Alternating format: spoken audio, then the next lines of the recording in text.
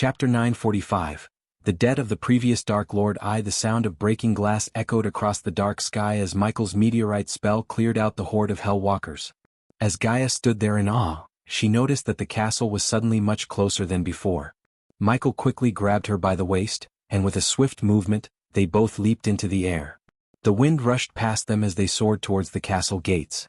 As they approached the gates, Michael's eyes were fixed on the target, calculating their landing with precision. He angled his body and adjusted his speed, and just as they reached the ground, he landed with a light thud right before the castle gates.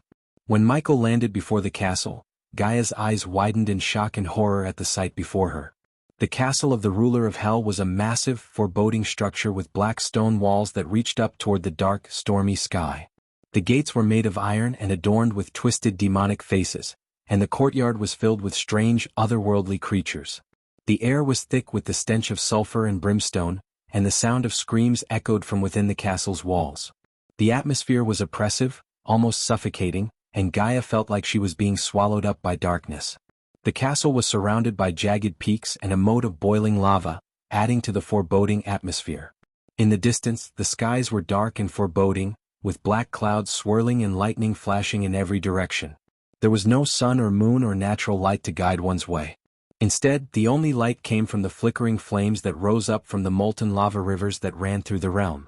The landscape was barren and desolate, devoid of any signs of life or beauty. The ground was rough and jagged, littered with sharp rocks and broken bones. As Gaia took in her surroundings, she couldn't help but feel a sense of despair and hopelessness wash over her. She could hear the distant sounds of screams and cries of agony, reminding her that she was in a place of eternal suffering. As they made their way towards the castle gates, she could see twisted demonic faces carved into the stone walls and strange, otherworldly creatures lurking in the shadows. The closer they got to the castle gates, the more Gaia felt like the darkness was closing in on her. She could see the twisted faces on the gates leering at her, and the air was thick with the stench of sulfur and brimstone. Gaia couldn't imagine how anyone could survive in a place like this. It was a place of unspeakable darkness and horror, ruled by an entity of unfathomable power and malice.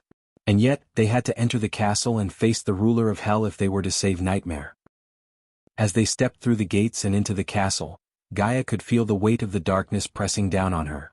The walls were lined with skulls and bones of all shapes and sizes, arranged in twisted patterns. The floors were slick with blood and littered with the remains of the tortured souls who had met their gruesome fates within these walls. Despite the bone-chilling sight of the castle, Gaia found solace in the fact that she was with Michael, the god of darkness and her fiancé. Being by his side gave her an indescribable sense of comfort, even as they ventured deeper into the heart of Hell. As Michael stepped onto the castle grounds, the wind picked up, sending chills down Gaia's spine. Thunder rumbled in the distance, and flashes of lightning illuminated the ominous sky, casting an eerie glow across the barren landscape. As they approached the towering steel doors of the castle, Gaia couldn't help but feel a sense of dread building within her. The doors were adorned with intricate carvings of skulls, bones, and disfigured bodies, all of which looked like they had been twisted and contorted into grotesque forms. The door's surface was cold to the touch, as if it had been forged from the very depths of hell itself. The floor was slick with blood and littered with the remains of what appeared to be tortured souls, and the air was thick with the scent of decay and brimstone. The flickering torches cast an eerie glow on the walls, making it seem as though the castle was alive with malevolent spirits. The walls were made of black stone, and the floors were slick with what appeared to be blood. Gaia could see strange, otherworldly creatures lurking in the shadows, their eyes gleaming with malevolent intent. The air was thick with the stench of sulfur and decay, and the only sounds that could be heard were the faint cries and screams of the damned. The flickering torches cast eerie shadows on the walls, and Gaia could feel the eyes of unseen beings following their every move. Despite the castle's foreboding appearance, Michael continued onward with unshakable resolve. Gaia held on to his arm tightly, taking comfort in his reassuring presence. As they navigated through the labyrinthine hallways, Gaia could feel her heart racing with every step they took. The darkness seemed to swallow them up as they moved deeper into the castle's depths. Gaia could feel the weight of the castle bearing down on her as if it were trying to crush her very soul. The stench of decay grew stronger, and the sounds of suffering grew louder with every passing moment. Gaia could feel her resolve starting to falter as they approached the throne room, where the ruler of Hell awaited them. But as she looked up at Michael's unwavering gaze, she felt renewed strength and determination. With Michael by her side, she knew that she could face whatever horrors awaited them in the depths of hell. As they made their way through the castle's corridors, Michael's eyes scanned their surroundings, taking in the macabre decor and the twisted artwork that adorned the walls. Gaia walked beside him, her hand gripping his tightly as she surveyed the gruesome surroundings with disgust. "I can't believe this is real," she muttered, glancing at Michael. "Is this hell?" Michael merely shrugged, his expression unreadable. "That's a good bet," he replied with eerie calmness in his voice. Gaia shook her head, her eyes scanning the twisted tapestries that adorned the walls. "I wonder what awaits us in this castle. I have a bad feeling about this, Michael." Michael remained calm, his gaze fixed ahead as they made their way through the darkened halls. "Whatever or whoever it is, we will face them and get out of this place alive." "I had seen enough deaths for one day," he replied. As they approached the throne hall, Michael's pace quickened, his eyes fixed ahead. Gaia felt her heart race as they stepped through the doors, revealing the foreboding chamber beyond. "You're not scared at all, are you?" she asked softly, her eyes fixed on the twisted tapestries that adorned the walls. Gaia's voice trembled as she glanced around the twisted and gruesome surroundings. "This place is unnerving. The darkness, the lifeless bodies, and everything else. It's creeping me out," she murmured, her grip tightening around Michael's hand. "I sometimes wish I were the goddess of darkness like you so that I could be as fearless as you." Michael merely smiled, his gaze fixed ahead as they made their way through the twisted throne room. Darkness can be a source of fear for many, but for those who embrace it, it can be a powerful tool. Fear is natural, but it's what we do in the face of that fear that defines us. I choose to use the darkness to my advantage, to harness its power and overcome my fears. In the end, it's not the darkness that we should fear, but our own inability to confront it. Finally, Michael arrived at the door to the throne hall and paused for a moment, taking a deep breath. Since he had begun to embrace the darkness within him fully, fear no longer held any power over him. Without hesitation, he pushed the door open and strode into the throne hall calmly and unwaveringly. The throne hall was a foreboding chamber filled with a pervading sense of darkness and malice. The walls were adorned with grotesque tapestries depicting scenes of torture and suffering, and the air was thick with the stench of sulfur and brimstone. In the center of the room stood a massive throne carved from blackened bones and adorned with the skulls of defeated enemies. The throne was surrounded by flickering torches, casting eerie shadows on the walls and illuminating the ruler of hell who sat upon it, a figure of immense power and malice. Dagon's voice rang out as Michael and Gaia finally strode into the throne hall. "Took you long enough," he said, his tone dripping with malice and impatience. When the words of Dagon echoed through the hall, Gaia caught sight of the ruler of hell. She couldn't help but feel a shiver run down her spine. He was an imposing figure, with jet-black skin, 3 blazing eyes, and a wicked grin that revealed rows of razor-sharp teeth. His 4 muscular arms hung by his side, each adorned with a different weapon, and a set of large wings sprouted from his back, twitching with excitement as he surveyed his guests. Sitting upon his throne, which was carved from blackened bones and adorned with the skulls of defeated enemies, the ruler of hell was the epitome of power and malice. His eyes burned with a fierce flame, reflecting the fires of the underworld, and his face was twisted in a wicked grin that sent shivers down Gaia's spine. Despite his formidable appearance, the ruler of hell remained calm and composed, his eyes fixed upon Michael as he approached. As Michael and Gaia approached, the ruler of hell rose from his throne, towering over them with his massive frame. He surveyed them with a predatory gleam in his eye, his nostrils flaring as he breathed in their scent. Gaia couldn't help but feel a sense of unease as the ruler of hell loomed over them. His presence was overwhelming and menacing. She knew that they were in the presence of a being of great power, and she could only hope that Michael was up to the challenge if things went south. Although Michael felt no fear in his heart, he couldn't help but feel a sense of surprise upon seeing the ruler of hell for the first time. If the devil that Michael had heard about in stories had a physical form, it would be the man who sat on the imposing throne before him. Gaia, who had always been fearless, even cowered behind Michael at the sight of the ruler. She tightly gripped Michael's shoulder as they watched the ruler of hell slowly descend the steps.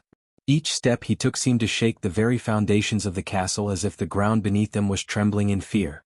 As he approached them, Michael noticed that the ruler's eyes seemed to glow with an otherworldly light, and his presence was suffocating. As Michael and Gaia stood before the imposing figure of the ruler of hell, Dagon's deep voice reverberated through the throne hall. "Time does fly, huh?" he said, his tone almost playful. It feels like only yesterday you stood there at the same place you are right now and proposed an alliance with the ruler of hell.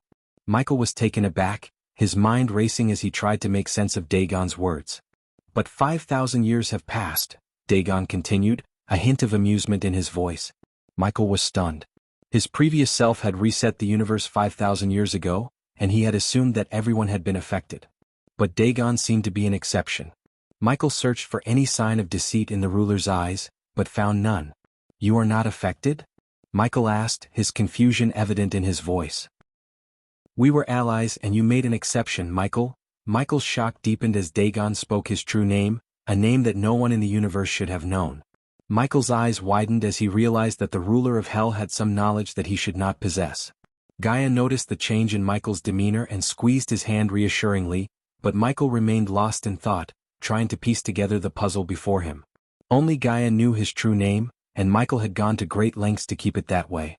His mind raced as he tried to figure out how Dagon had learned his name, but he could find no answers unless his previous self revealed his name to Dagon for some reason. "I have to give you credit, Michael. 5,000 years ago, you said you'd be here." Dagon spoke with a hint of amusement in his voice, his eyes fixed on Michael. His tone was both mysterious and playful, leaving Michael to wonder what else Dagon knew. Michael couldn't help but feel a sense of unease as he studied the ruler of hell. Despite his confidence, Michael knew that Dagon was not to be underestimated. "What else did I say?"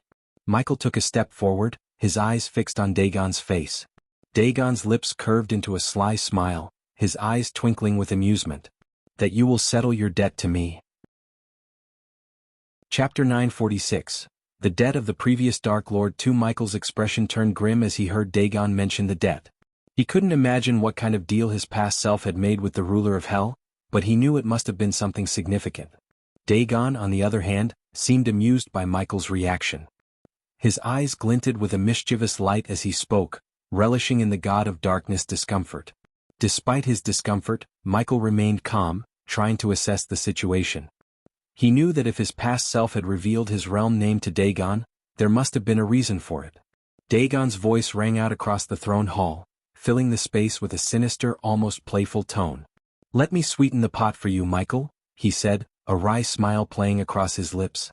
"If you help me, I will give back the soul of your recently departed friend." Michael and Gaia stood frozen, their eyes widening in shock and disbelief. For a moment, Michael couldn't believe what he was hearing. The idea of getting his friend's soul back was something he had never even dared to dream of. But the suddenness of Dagon's offer left him feeling uneasy. Gaia too was stunned by Dagon's words.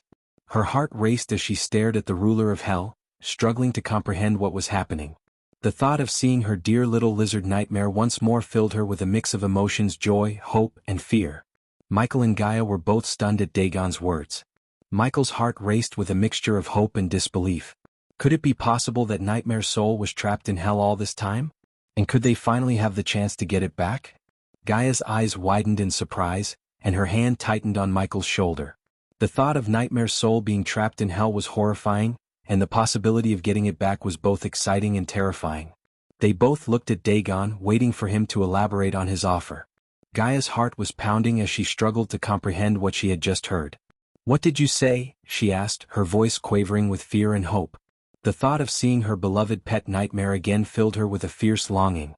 Dagon merely smirked, his eyes glinting with amusement. He snapped his fingers, and a ghostly figure of a small baby dragon appeared beside him. Michael felt his breath catch in his throat as he recognized the form. It was Nightmare in his younger years. Michael couldn't believe his eyes. Nightmare, his loyal companion and friend, had been lost to him for what felt like an eternity.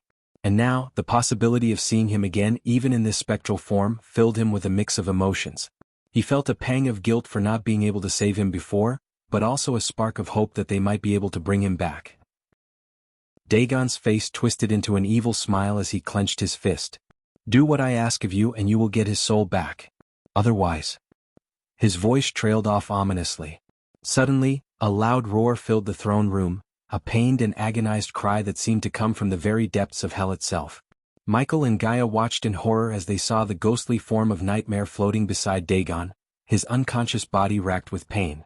Gaia's heart sank as she realized the true gravity of the situation. They had to help Dagon if they wanted to save their beloved friend.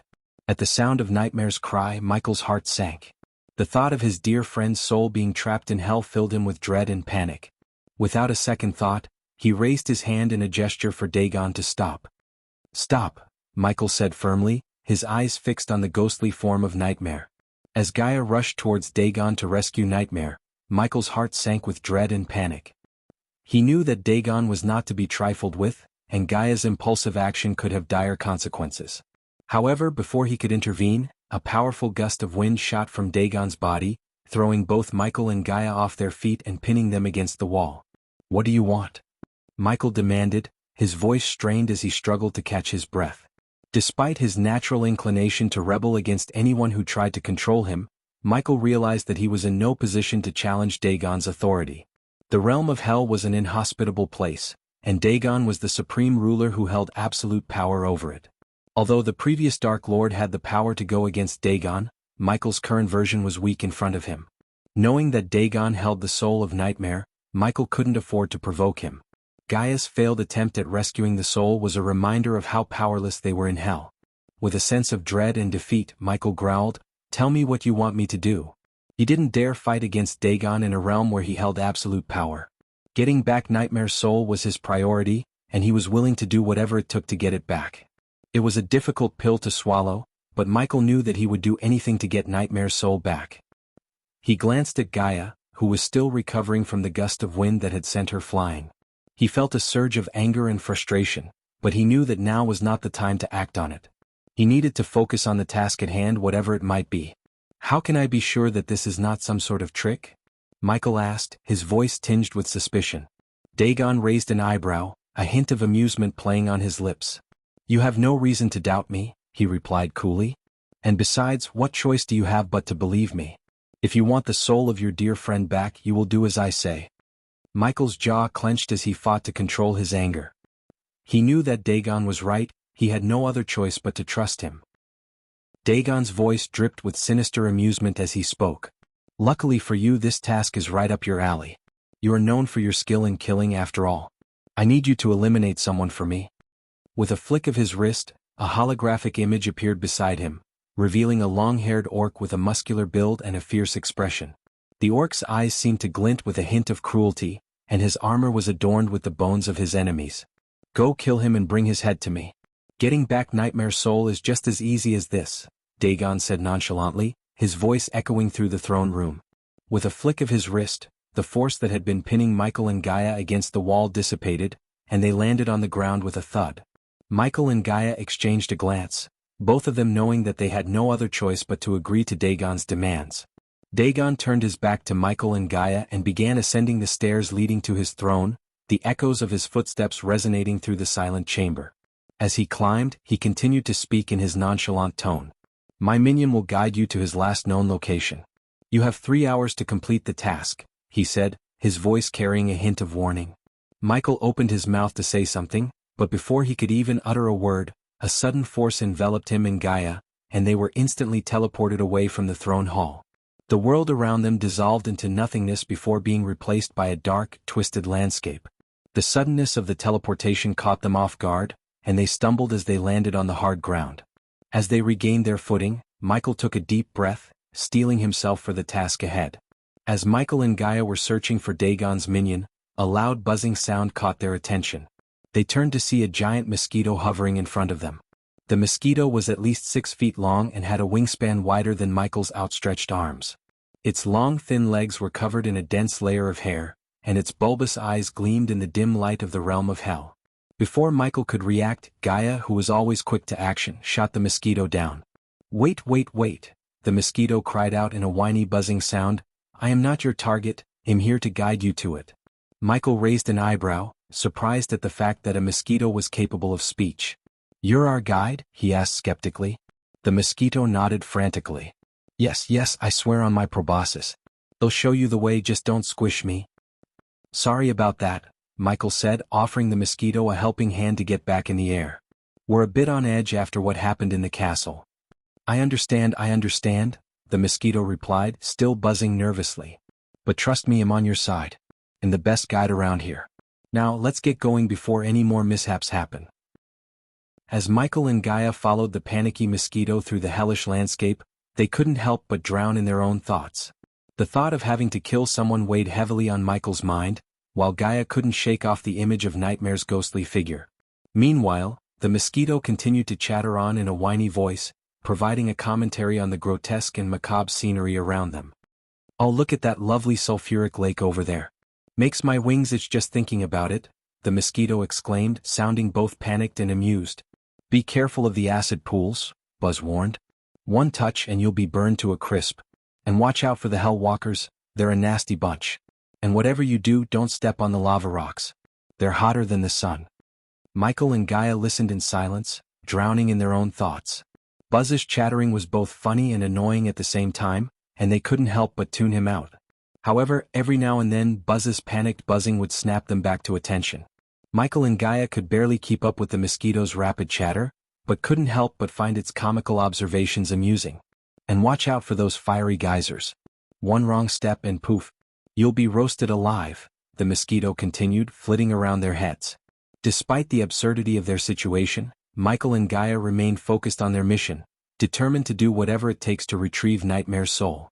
But for the moment they couldn't help but listen to the mosquito's ramblings and let out a few chuckles. "Are you even listening to me?" Buzz screeched, his wings buzzing furiously.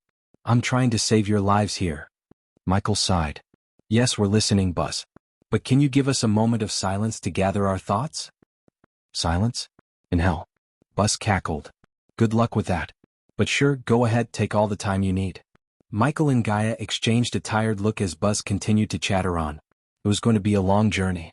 As they flew across the barren wasteland, Buzz pointed out various landmarks, such as the Lake of Fire, which he described as a great spot for swimming if you didn't mind being burned alive. Michael and Gaia couldn't help but shake their heads in amusement at Buzz's dark sense of humor. His buzzing voice was surprisingly entertaining, and his comical observations gave them a much-needed distraction from the horrors of hell. Though the weight of their task still hung heavy over them, the levity provided by Buzz's chatter allowed them to forget the danger that lay ahead momentarily. As Buzz continued to guide Michael and Gaia through the hellish landscape, his commentary had eased their worries and fears.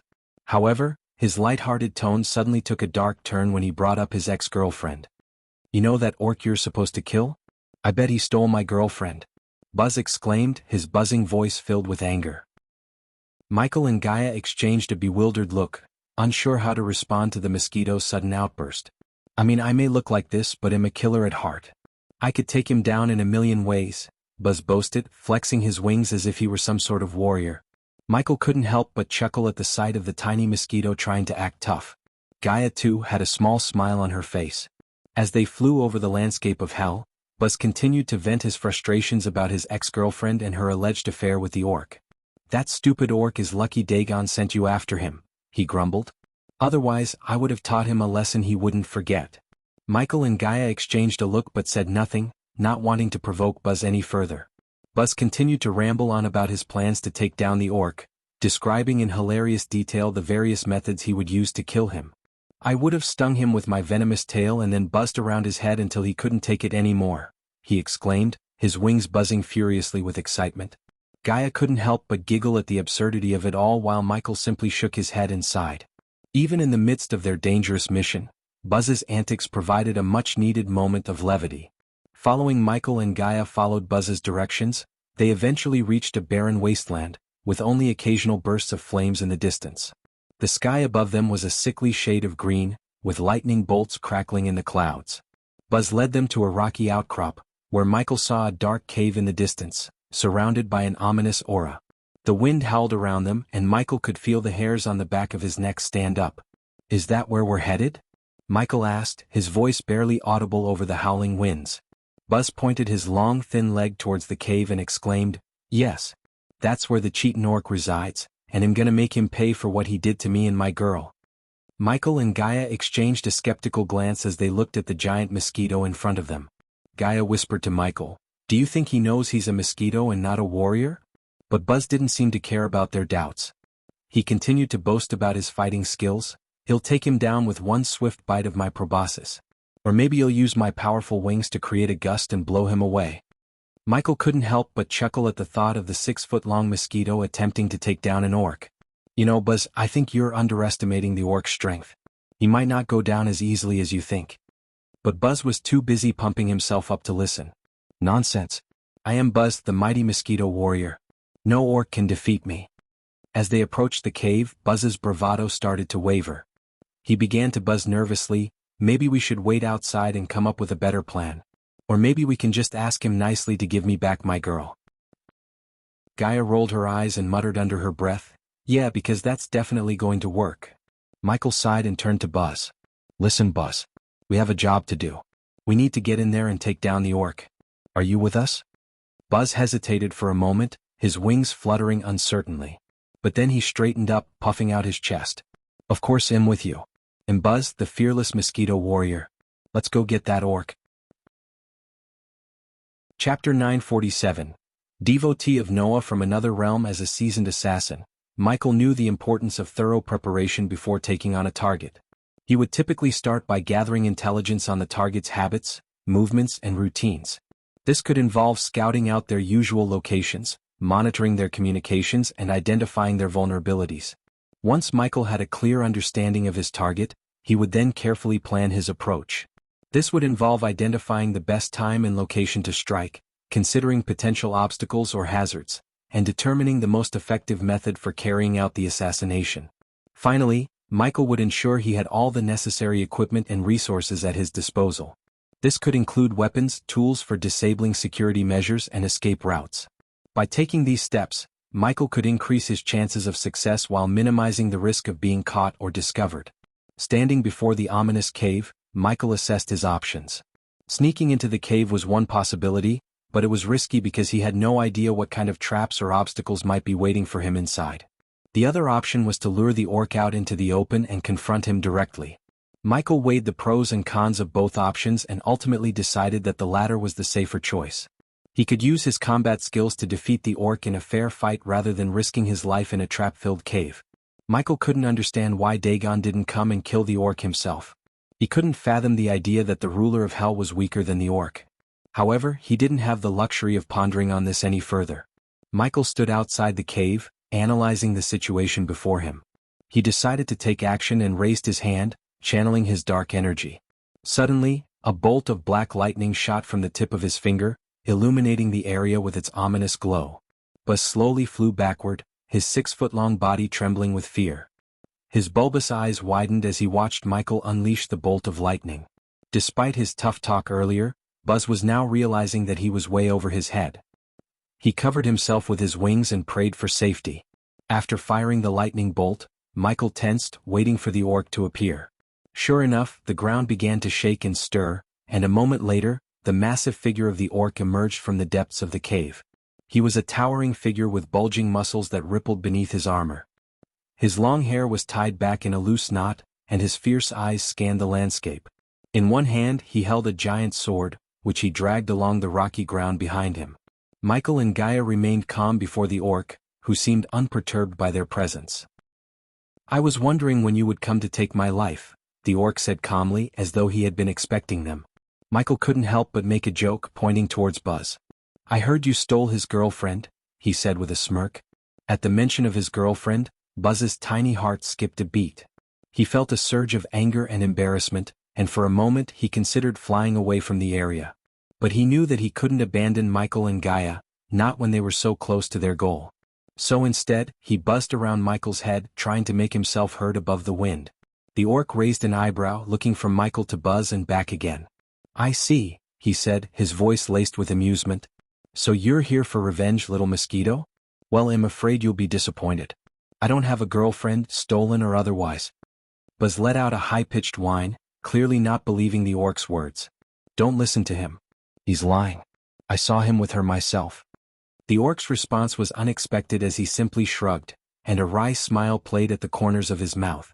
Maybe I swatted her accidentally, he quipped, his tone betraying a hint of amusement. As they stood there facing the orc, Buzz flew over to Michael and whispered urgently in his ear, How sure are you that you can take him down? I forgot to take my meds, and if you can give me enough time I can fly back to the castle, take my meds and come back to help you fight him. Michael shot Buzz a skeptical look, unsure if the mosquito was bluffing or not. However, he couldn't afford to take any chances, especially with Nightmare's soul on the line. "We'll be fine, Buzz. Just stay out of harm's way," he replied, hoping to reassure the jittery insect. Buzz nodded, his wings buzzing nervously as Michael turned his attention back to the orc. The orc had crossed his arms and was regarding Michael and Gaia with a look of mild interest. Michael couldn't help but feel a twinge of unease at the orc's nonchalant attitude. Michael's voice was calm but firm as he addressed the orc. "Normally, I don't take anyone's life without knowing what they did. But in your case I have to make an exception. Dagon has someone I care about and he wants your life as the price. So, do you have anything to tell us before we do this?" Michael carefully observed the orc, trying to gauge his cultivation level. But to his surprise he couldn't get a read on the orc's strength. Despite this uncertainty, Michael remained confident in his abilities. His instincts had never failed him before and they told him he could take down the orc. The orc broke the silence, his voice low and steady. "I only have one request," he said, holding out a silver pendant. "When you take my life, take this and give it to the Bringer of Light before you fight him." Michael's heart skipped a beat at the mention of the Bringer of Light. The memory of discovering the truth about his family still stung, and the name Noah was like a punch to the gut. Noah, the god of light and Michael's twin brother. He clenched his fist, feeling a wave of anger and sadness wash over him. The orc leveled his sword at Michael, proclaiming, "One day the Bringer of Light shall emerge from the mortal realm and bring radiance to the darkened domain of the gods. He shall put an end to the heinous actions of the gods, starting with you." Michael was completely taken aback by the orc's words. He couldn't make sense of what the orc was saying, but one thing was certain, this orc was not from his world. The way he spoke of the realm of the gods was unlike anything Michael had ever heard before. It was as though the orc had lived in a completely different world, one that was beyond Michael's comprehension. "So, you serve the god of light, Noah, and wish for him to kill me?" Michael snickered, his eyes narrowing in suspicion. "Well, thanks for telling me. Now, I can take your life without any hesitation or remorse," he continued, his voice dripping with sarcasm and contempt. Michael had no idea what kind of allegiance this orc had with Noah, but he couldn't let that distract him from his mission. The fate of Nightmare's soul hung in the balance, and he couldn't afford to be sidetracked by this orc's beliefs. As Michael raised his sword, the orc simply smirked, his eyes filled with a kind of resignation. He knew that his time had come and was ready to face his fate. "May you never step into the realm of gods," the orc spat, his voice filled with venom. "Take my life in an honorable duel, Dark Lord."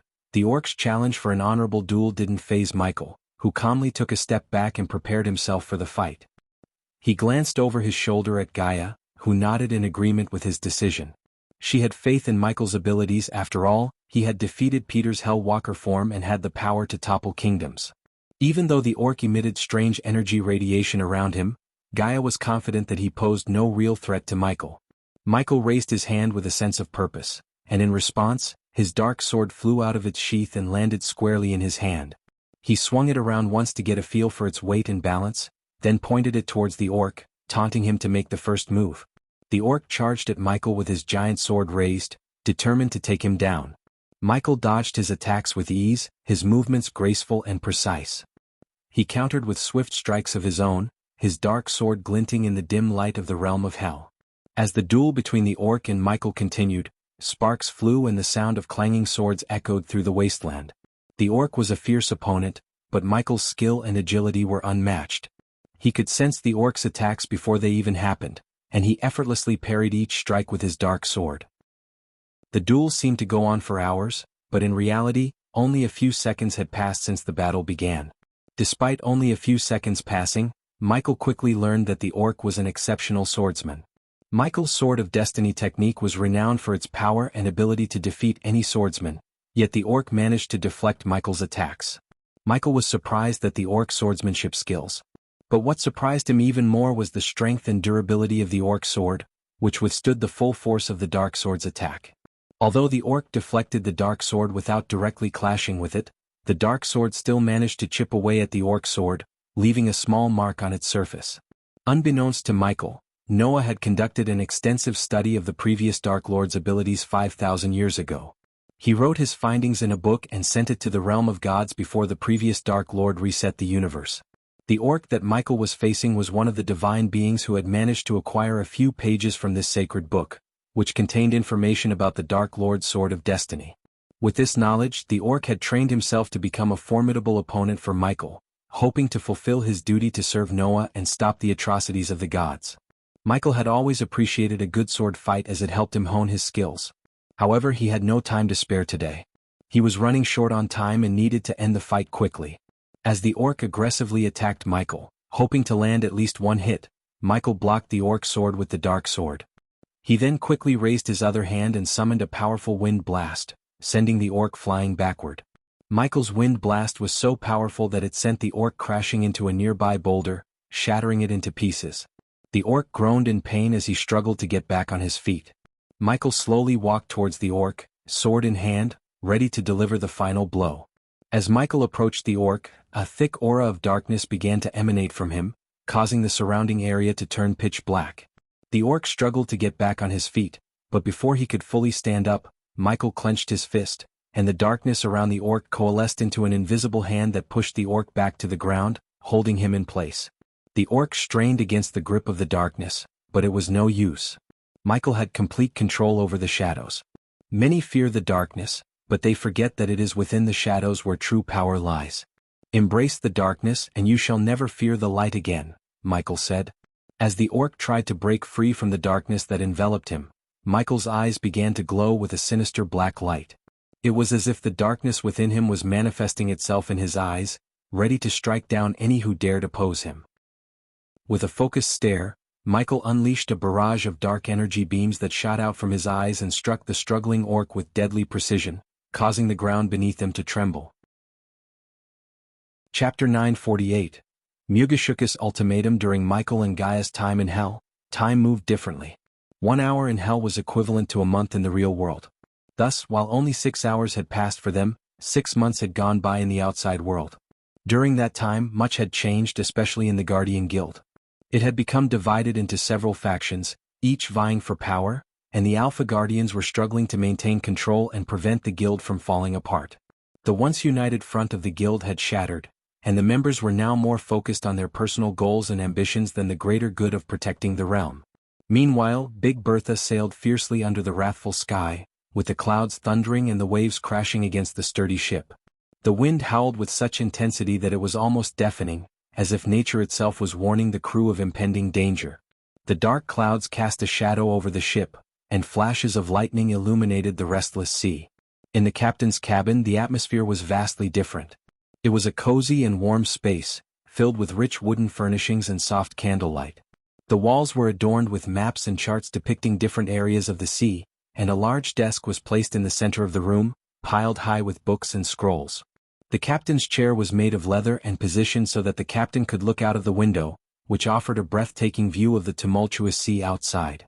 The cabin was scented with the sweet aroma of spiced rum, and the gentle crackling of the fireplace added to the coziness of the space. Eve Voldegard stood sternly behind the grand table, her long black hair cascading down her back.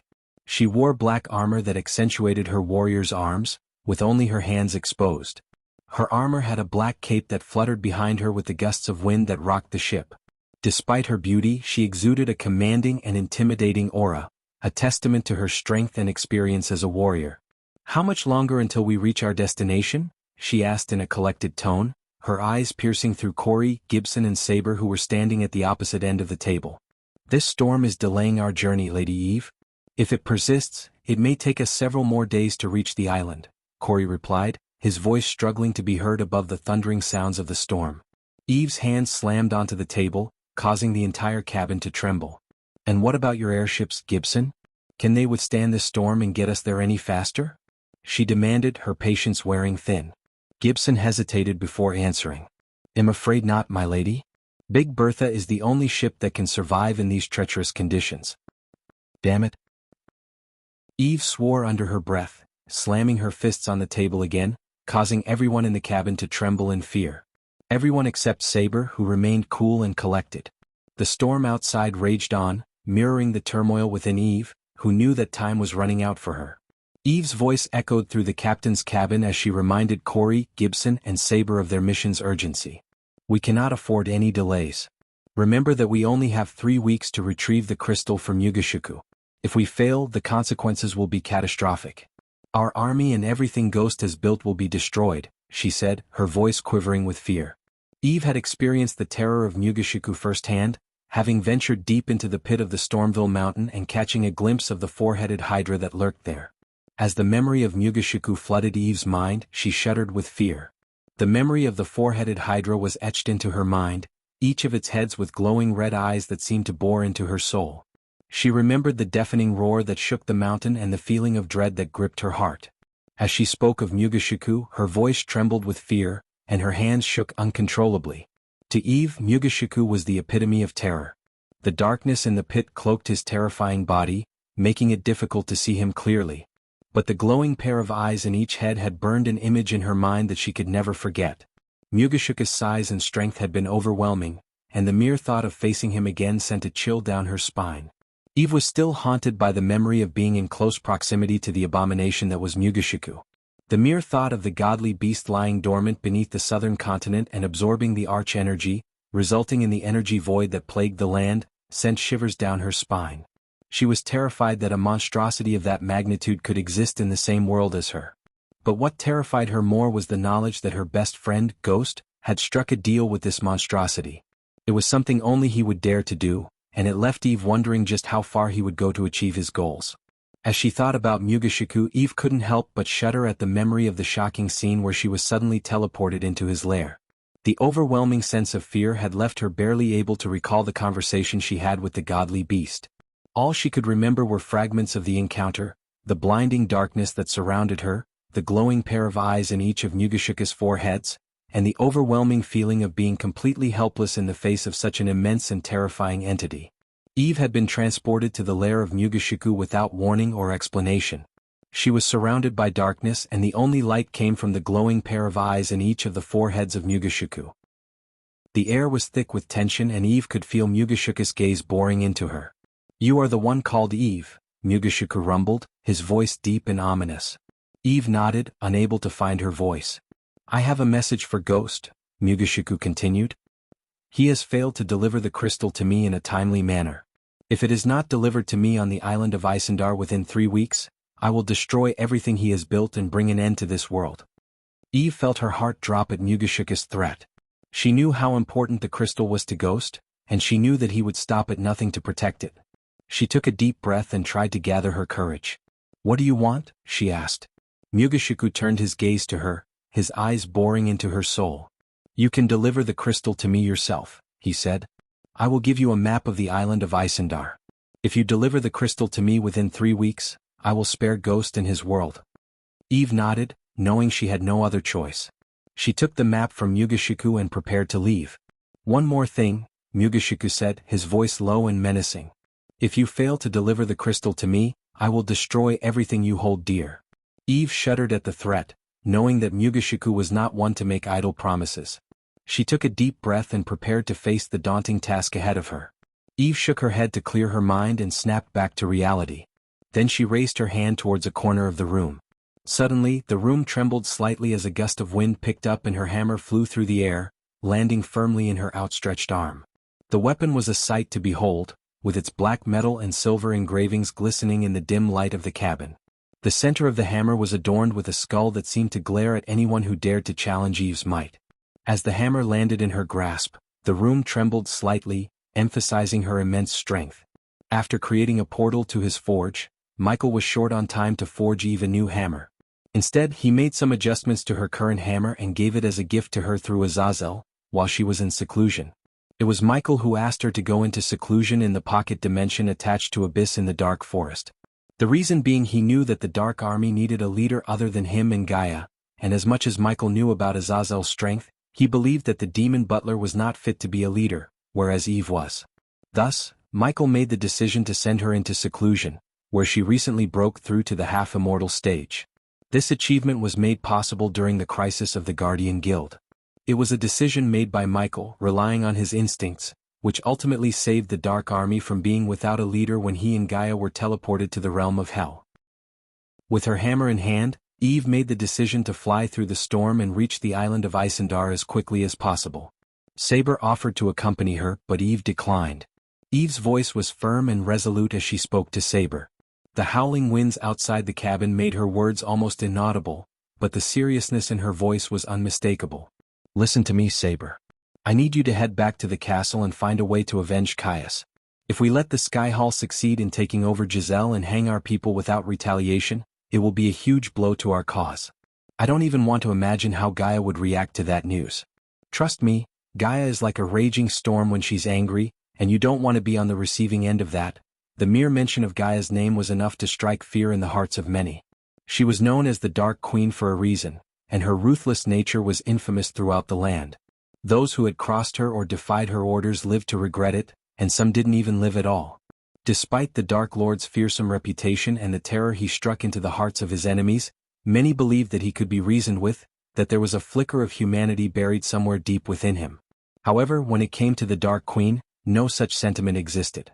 She was known to have committed ruthless acts, including killing her own father and breaking her sister's meridians without showing mercy. Her cruelty was unmatched, and those who had witnessed her wrath knew better than to cross her.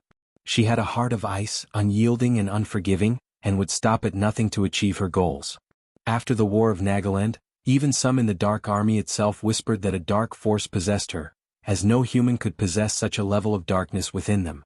In simple terms, when she was angry, it was like a storm descended upon them, and no one was safe from her wrath. Eve paused for a moment before continuing, "I want you to work with Eladir to find a way to break through their barrier and make them pay for their crimes. Can I count on you to do this for us?" Eve's words were like a call to arms, and Saber could sense the urgency in her tone. He nodded resolutely and replied, "You can count on me, my lady. I won't let you down." Eve nodded at them, her eyes burning with determination as she left the room without giving any room for negotiation. Stepping outside the cabin, Eve was immediately hit with the full force of the storm. The wind howled around her and the rain pelted her armor, making it hard to see. But she had her mission in mind and wasn't about to let the storm stop her. With her powerful arms, she raised her hammer above her head and took to the sky. The wind whipped through her long black hair and cape as she soared through the storm, determined to reach the island of Isendar and complete her mission. Chapter 949.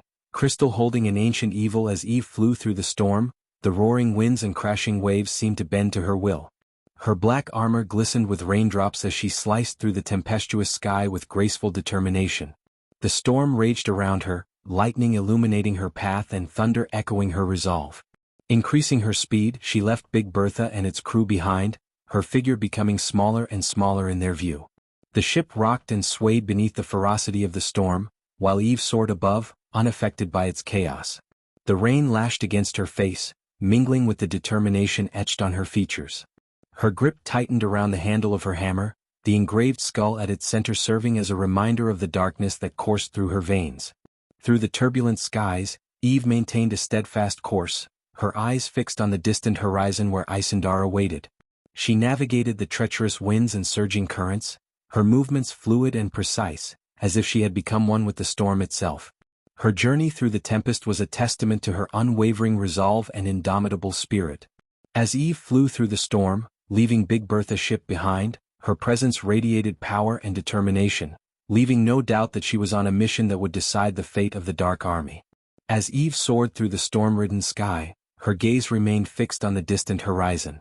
The relentless tempest roared around her, with lightning illuminating the darkened clouds and raging tornadoes swirling in a fearsome dance. As she drew closer to her destination, the silhouette of Isendar emerged from the chaotic backdrop. The island was veiled in an ominous shroud of crackling lightning bolts and tempestuous winds, making it appear like a fortress of elemental forces. The tumultuous weather that engulfed the island seemed to mirror the turbulence within Eve's own heart. Undeterred by the violent conditions, she pushed through the howling gusts and surging currents, navigating the treacherous airspace with an unwavering focus. The lightning crackled around her, illuminating her figure against the darkened sky, lending an aura of electrifying intensity to her presence. The tornadoes that encircled the island twisted and churned, their dark funnels reaching toward the heavens. They seemed like guardians of the forbidden realm, warning trespassers of the dangers that awaited within. Yet Eve pressed on, undaunted by the elemental onslaught. As she approached Isendar, a surge of adrenaline coursed through her veins. The island's jagged cliffs and hidden caves beckoned her, promising both treacherous trials and unimaginable secrets. Lightning bolts continued to dance across the sky, highlighting the rugged terrain and accentuating the ominous atmosphere that surrounded the island. With every passing moment, Eve's determination grew stronger, and the storm's ferocity seemed to bend to her will. She had arrived at the precipice of destiny, ready to face the challenges that awaited her on the treacherous shores of Isendar. As Eve approached the island of Isendar, her gaze was drawn to a towering structure that stood defiantly amidst the chaos of the storm. It was a silver tower, gleaming with an otherworldly radiance, rising high into the tempestuous sky. Lightning crackled and arced across its surface, giving it an ethereal glow. At the pinnacle of the tower, a mesmerizing sight awaited Eve, a pulsating energy ball. It hovered above, emanating a brilliant, crackling aura that seemed to fuel the storm raging around the island. The ball surged with raw power, its electric tendrils reaching out like living lightning, casting an eerie illumination across the turbulent atmosphere. As Eve drew closer, she could feel the energy ball's magnetic pull, resonating with the depths of her being. It seemed to pulse with an intensity that matched the storm's ferocity, as if it were the very source of the tempest itself. The crackling energy danced and flickered, casting an otherworldly light that reflected in Eve's determined eyes. A mix of awe and unease swirled within her. She sensed that this energy ball held tremendous significance, its existence intricately intertwined with the island's storm-ridden nature. It felt like a nexus of power, a focal point where the raw forces of nature converged in an awe-inspiring display. Eve's mind raced with questions, contemplating the origins and purpose of this enigmatic energy ball. Could it be the catalyst for the chaotic weather that had engulfed the island, or could it be something related to the crystal Mugishiku ordered her to bring him? Its crackling energy hinted at an untapped potential waiting to be harnessed or unleashed. As the wind whipped around her and the thunder roared in the distance, Eve knew that she had to uncover the secrets held within the silver tower and the pulsating energy ball atop it. It was a mission she accepted willingly, driven by a desire to unravel the mysteries of Isendar and bring order to the storm's unrelenting fury. With each step toward the tower, Eve could feel the energy ball's influence grow stronger, its pull drawing her closer to the heart of the storm. She steeled herself, ready to face whatever challenges lay ahead, knowing that her journey into the unknown would reveal truths that could reshape the very fabric of her world. Within the towering structure, a group of dwarves scurried about in a state of nervous agitation. The air was heavy with an atmosphere of urgency as they hurriedly moved through a dimly lit corridor beneath the tower. The hall exuded an aura of ancient mystery, with shadowy recesses and worn stone walls that seemed to bear the weight of countless years. Torchlight flickered along the corridor, casting dancing shadows that played upon the weathered tapestries and worn insignias adorning the walls. The air was thick with a mix of apprehension and determination, their hushed whispers filling the space as they carried out their tasks with meticulous precision. At the heart of this darkened hall stood a mesmerizing sight, a crystal of immense power, encased within an ethereal shroud of swirling black mist. Its luminescent glow permeated the chamber, casting an otherworldly light that illuminated the dwarves' hasty efforts. The crystal, a mesmerizing gem of untold significance, pulsed with an overwhelming intensity, radiating waves of potent energy.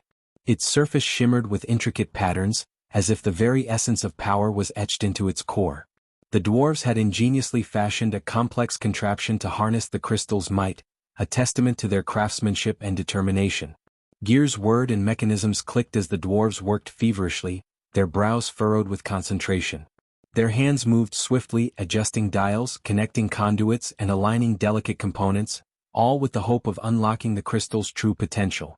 Each movement was accompanied by muttered incantations and the occasional spark of arcane energy. The atmosphere in the hall crackled with anticipation, mingled with a sense of trepidation. The dwarves understood the immense responsibility they carried, aware of the consequences should they fail in their endeavor. The fate of Isendar and the storm-ravaged island hung in the balance, their every action a vital step toward restoring equilibrium. As the dwarves persisted in their task, their determination burned bright, fueled by their deep-rooted knowledge of the crystal's significance. They were driven by a collective purpose, knowing that success would bring salvation to their homeland and quell the relentless storm that ravaged the land. In this chamber, within the embrace of the ancient tower, the dwarves strived tirelessly, driven by a combination of expertise, faith, and an unwavering belief in the power of their creation. Their work held the promise of redemption, an opportunity to restore balance and harness the incredible forces contained within the enigmatic crystal. Reeling from the devastating loss of their catastrophic weapon in Dalgarum, the dwarves found themselves in a desperate state. Driven by a burning desire for revenge against the elves, they were determined to construct a new weapon capable of obliterating their enemies, all without relying on Hammond's assistance. Unbeknownst to them, the true culprits behind the destruction of their weapon and port were none other than Noah and the Guardians, working covertly to prevent further bloodshed and chaos. Within the hushed halls of their underground forges, the dwarves toiled tirelessly, their brows furrowed with frustration and their hearts heavy with the weight of their recent defeat. The resounding echoes of their hammers and chisels reverberated through the cavernous chambers, a symphony of determination intermingled with a lingering sense of betrayal. In their minds, the elves were responsible for the annihilation of their weapon and the decimation of their once thriving port. Blinded by anger and fueled by a fierce sense of pride, the dwarves were yet to discover the truth. Their assailants were not their elven foes, but rather unexpected allies who sought to avert a catastrophe that would plunge the realms into deeper turmoil. Unaware of the Guardian's intervention, the dwarves harbored a deep-seated resentment, their minds consumed with visions of vengeance. Each swing of the hammer, each measured stroke of their craftsmanship, was an act of defiance, a fervent attempt to reclaim their honor and demonstrate their formidable prowess. Their forges burned bright with the fiery intensity of their determination. Streams of molten metal cascaded into intricate molds, taking on the shape of deadly weaponry. Sparks danced like ethereal fireflies, illuminating the sweat-soaked brows of the tireless artisans. The air was thick with the heady scent of heated metal, a testament to the arduous labor and unwavering resolve that filled the cavernous depths. Deep within the dimly lit chamber of the dwarves' underground stronghold, Thorgar Ironfist, the resolute leader of the dwarven clan, stood with furrowed brows and clenched fists. Before him, his second-in-command, Urgil Stonebeard, attempted to reason with him, his voice laced with urgency and concern. Urgil's grizzled beard trembled as he pleaded, "Thorgar, we can't ignore the signs any longer. The violent storms, the energy surges, the radiation, it's costing us lives and it won't stop. We must abandon this crystal experiment before it consumes us all." Thorgar's eyes blazed with a defiant fire, his voice tinged with a mix of anger and determination. Abandon our purpose? Our chance to bring destruction upon the Empress and her elven empire? Are you suggesting we cower in fear and surrender our vengeance? Urgil's weathered hands clenched into trembling fists as frustration filled his voice. No, Thorgar. I'm suggesting that we have underestimated the power of this crystal. It's beyond our comprehension and it's tearing our very foundation apart. Our comrades have perished, sacrificed in the name of a cause that threatens to consume us all. Thorgar's face reddened with rage, his voice booming with defiance. Sacrifices are necessary. We will not back down now, not after everything we've endured. We will harness the power of this crystal, and the Empress will tremble before the might of our creation. Urgil's voice rose, matching the intensity of the storm outside. Thorgar, have you lost sight of what truly matters? Our clan is crumbling. Our brethren lost to the ravages of this experiment. We cannot bear witness to any more tragedy. It's time to let go for the sake of our survival. Thorgar's eyes narrowed, his voice a low growl. Survival means nothing without purpose, Urgil. We have been wronged, humiliated by the Empress and her kin. Our vengeance fuels us, and this crystal is our chance to exact retribution. I will not let fear dictate our path. Urgil's voice cracked with desperation. Fear? Thorgar, it's not fear that drives me, it's a concern for our people, for our very existence. We must abandon this reckless pursuit before it consumes us all. Thorgar's face contorted with a mixture of anger and sorrow. If you lack the will to see this through, Urgil, then step aside. I will lead our clan to glory with or without you by my side. Urgil's voice softened, tinged with sadness. Thorgar, you are my kin, my brother in arms. I implore you to reconsider. Our clan's strength lies not in blind vengeance but in unity and resilience. Together we can weather any storm. Please, let us not sacrifice ourselves on the altar of our own pride.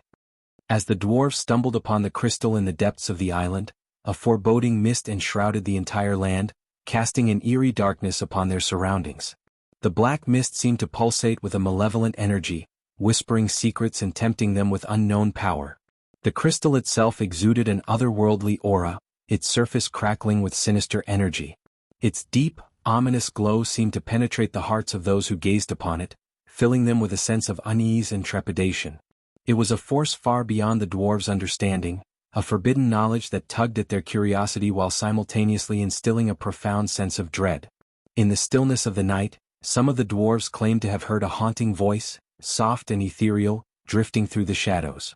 It was the voice of a lady, sweet yet sorrowful, beseeching them to break the crystal and release themselves from its grip.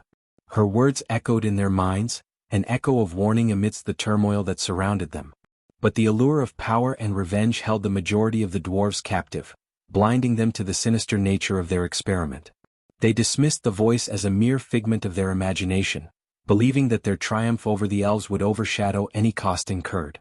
However, as time wore on and the storms grew more violent, doubts began to gnaw at the hearts of some of the dwarves. Whispers of the lattice voice lingered in their thoughts, and the weight of their comrades' lives lost to the crystal's radiation haunted their dreams. A lingering sense of evil permeated the very air they breathed, and the once defiant resolve started to crumble. Yet, despite the increasing turmoil and the pleas of reason from Urgil, Thorgar, consumed by vengeance and a desire for retribution, stood firm in his conviction. He would not be swayed by the ominous signs or the whispers of a lady in the night. The lure of power, the taste of victory, and the destruction of their elven adversaries fueled his determination, even as the island trembled under the weight of their recklessness. In the midst of this conflict, the fate of the dwarves hung in the balance, their future teetering on the precipice of a choice, whether to heed the warnings and break free from the crystal's grasp or to continue their relentless pursuit of revenge, risking the annihilation of their own kind in the process. The island, shrouded in darkness and enigmatic mist, held its breath, waiting to see which path the dwarves would ultimately choose. As Urgil and Thorgar engaged in a heated argument, their voices filled with frustration and anger, a sudden shift in the atmosphere seized their attention. The air grew heavy, suffused with a malevolent energy that crackled with intensity. Amidst their heated exchange, the crystal at the center of the chamber trembled, pulsating with an eerie glow. It seemed to come alive, resonating with a newfound power. The dwarves' voices faltered as they turned their gaze toward the crystal, their eyes widening with a mix of awe and trepidation. Then, from within the depths of the crystal, a furious roar echoed through the chamber, reverberating off the walls with an otherworldly intensity. The sound was both chilling and enchanting, a voice filled with wrath and authority. It was the voice of a devilish lady, her tone laced with a formidable power that demanded attention. Break the crystal. The very air seemed to tremble as her words echoed through the chamber, her voice reaching the depths of their souls. Her rage was palpable, a tempestuous force that swept through the dwarves, freezing them in place. The echoes of her fury filled their ears, drowning out their quarrel and imposing a deep silence upon the room. Urgil and Thorgar's eyes met, their dispute forgotten in the face of this unforeseen presence. Fear etched itself into their expressions as they struggled to comprehend the magnitude of the entity within the crystal. It was a stark reminder that they were tampering with forces far beyond their comprehension, playing with fire that threatened to consume them all. In that moment, the furious roar of the devilish lady shook the very foundations of their resolve, injecting a sense of foreboding and doubt into their hearts. The argument ceased, replaced by a collective sense of apprehension and a newfound respect for the perilous nature of their experiment. By the gods! Thorgar, did you hear that? The crystal, it spoke. Urgil trembled. It's that lattice voice again. Urgil, we cannot ignore this any longer. We are playing with forces far beyond our understanding. Thorgar, his eyes wide with a mix of terror and determination, voice from the crystal, growing more furious, you dare to defy me? You shall feel the wrath of your own creation. As the echoes of the lattice wrath slowly dissipated, the chamber was left in an unsettling silence. Urgil and Thorgar, once at odds, now shared a common understanding, a glimpse into the profound darkness that resided within the crystal. The path ahead seemed more perilous than ever before, and the weight of their choices hung heavy in the air, lingering as a reminder of the treacherous path they had chosen to tread. Thorgar, we must press on. We cannot let fear sway us from our purpose. We will control this power, and the Empress will pay for what she has done. Urgil said, his voice trembling. Can't you see, Urgil? The crystal is consuming us, corrupting our very souls. We must break free before it's too late. Thorgar's voice was filled with desperation. Break me, and unleash a power you cannot fathom. Chapter 950. Eve Voldegard's wrath. As the resonating voice of the devilish lady echoed through the chamber, Urgil and Thorgar stood frozen in shock. Their faces turned pale, mirroring the fear that coursed through their veins. However, their astonishment quickly transformed into sheer terror as the entire tower quaked violently, rattling the very core of their being. The tremors intensified, but this time, it felt different, as if an external force was exerting its influence upon the tower. The walls groaned under the strain and debris rained down from the ceiling, shattering on the stone floor. Urgil and Thorgar struggled to maintain their footing. Their voices were drowned out by the chaos unfolding around them. With every tremor, cracks spider-webbed across the walls, threatening to bring the tower crashing down upon them. "What's happening?" Thorgar's voice reverberated through the hall, drowned out by the chaos that engulfed the tower. The bewildered faces of the other dwarves mirrored his confusion, their eyes wide with fear and uncertainty. Urgil and Thorgar exchanged alarmed glances, their hearts pounding in their chests, desperate for answers. Thorgar's eyes darted around the room, searching for someone to provide insight into the situation. But before anyone could respond, a group of soaked and disheveled dwarves burst into the hall, their breaths ragged and their faces filled with fear. Their voices overlapped, creating a cacophony of panic. "We're under attack," one of the dwarves shouted, his voice trembling with terror. Thorgar's brows furrowed, his grip on his hammer tightening. He needed more information.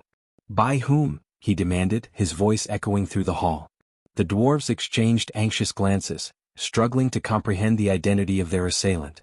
"It's a mysterious figure wielding a powerful hammer," one dwarf finally managed to say, his voice filled with uncertainty. "She moves with unmatched speed and strength." Urgil's eyes widened, his mind racing to make sense of the chaos unfolding around them. "She tore through our defenses like a whirlwind," another dwarf added, his voice trembling. "Our barricades crumbled beneath her relentless assault." The tower shook once more as if in response to the upheaval outside. Urgil and Thorgar exchanged a concerned glance, realizing the gravity of the situation. An unknown warrior had descended upon their island, and now their entire realm was under siege. Urgil and Thorgar stormed out of the tower without uttering a word, their determination evident in their resolute expressions. They knew they had to confront this mysterious assailant head-on and rally their fellow dwarves to defend their home. The stormy skies above mirrored the turmoil in their hearts as they braced themselves for the battle that awaited them. They would face this unknown warrior with unwavering courage, determined to protect their people and uncover the truth behind her relentless assault. As Urgil and Thorgar emerged from the tower, their eyes widened in astonishment at the scene unfolding before them. The island was a battleground, consumed by the raging storm and the ferocious clash of opposing forces. Their gaze was immediately drawn to the young woman soaring through the tempestuous sky. She possessed an otherworldly aura, her every movement a display of unrivaled power and grace. With her jet-black hair whipping in the wind and the gleaming hammer firmly gripped in her hand, she struck a formidable figure against the backdrop of swirling clouds and crackling lightning. The energy barrier that encased the island flickered and shimmered under the relentless assault. The young woman hammered away at its ethereal surface, her strikes resonating with raw power. Each blow reverberated through the air, causing the barrier to tremble under the strain of her unwavering determination. The island was a battleground, ravaged by the fury of the storm and illuminated by the flashes of lightning. Their defensive weapons, trebuchets, wachas and cannons, stood as towering structures, waiting to unleash their destructive power. But their attention was immediately drawn to the figure soaring through the storm-filled sky. The half-immortal young woman wielded her hammer with breathtaking skill and ferocity. Her every movement was a testament to her incredible strength and agility. She shattered the incoming cannonballs with a mighty swing, sending their fragments flying in all directions. The air crackled with energy as she defied gravity, effortlessly navigating the tumultuous winds.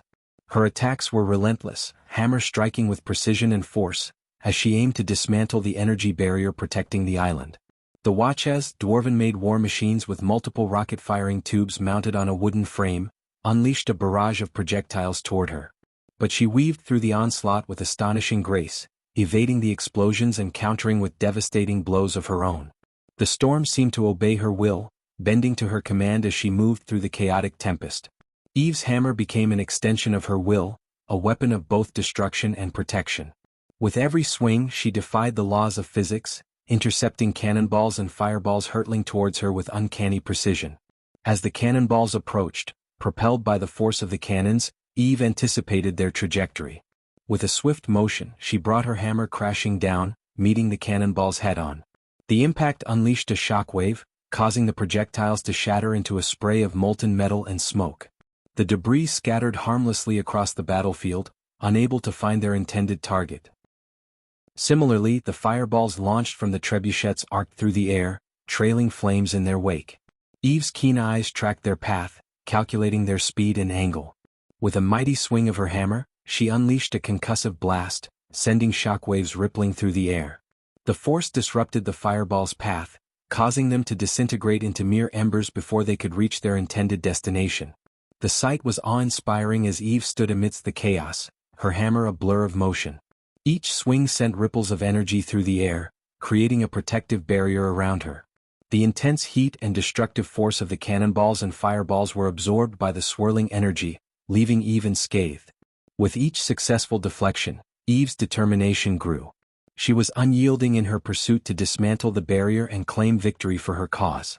The sound of metal meeting metal echoed across the battlefield, a testament to the indomitable spirit and strength of the half-immortal warrior. Amidst the chaos of battle, the dwarves shouted in a tumultuous mix of anger, fear, and frustration. Their voices reverberated through the stormy air, blending with the thunderous booms of cannons and the crackling of energy barriers. "Fear not, my brethren. We shall not falter in the face of this unknown assailant." Urgel's voice rang out with a mix of apprehension and resolve, cutting through the chaotic air. The dwarves, their hearts pounding with adrenaline, exchanged anxious glances, their voices trembling with fear and confusion. "By the great forges! Who is she? And what brings her to our island?" One dwarf exclaimed, his voice laced with a mix of fear and shock. "Such raw power. It's like nothing I've ever witnessed before. How did she find us? What does she want?" Another dwarf questioned, his voice filled with disbelief and a hint of curiosity.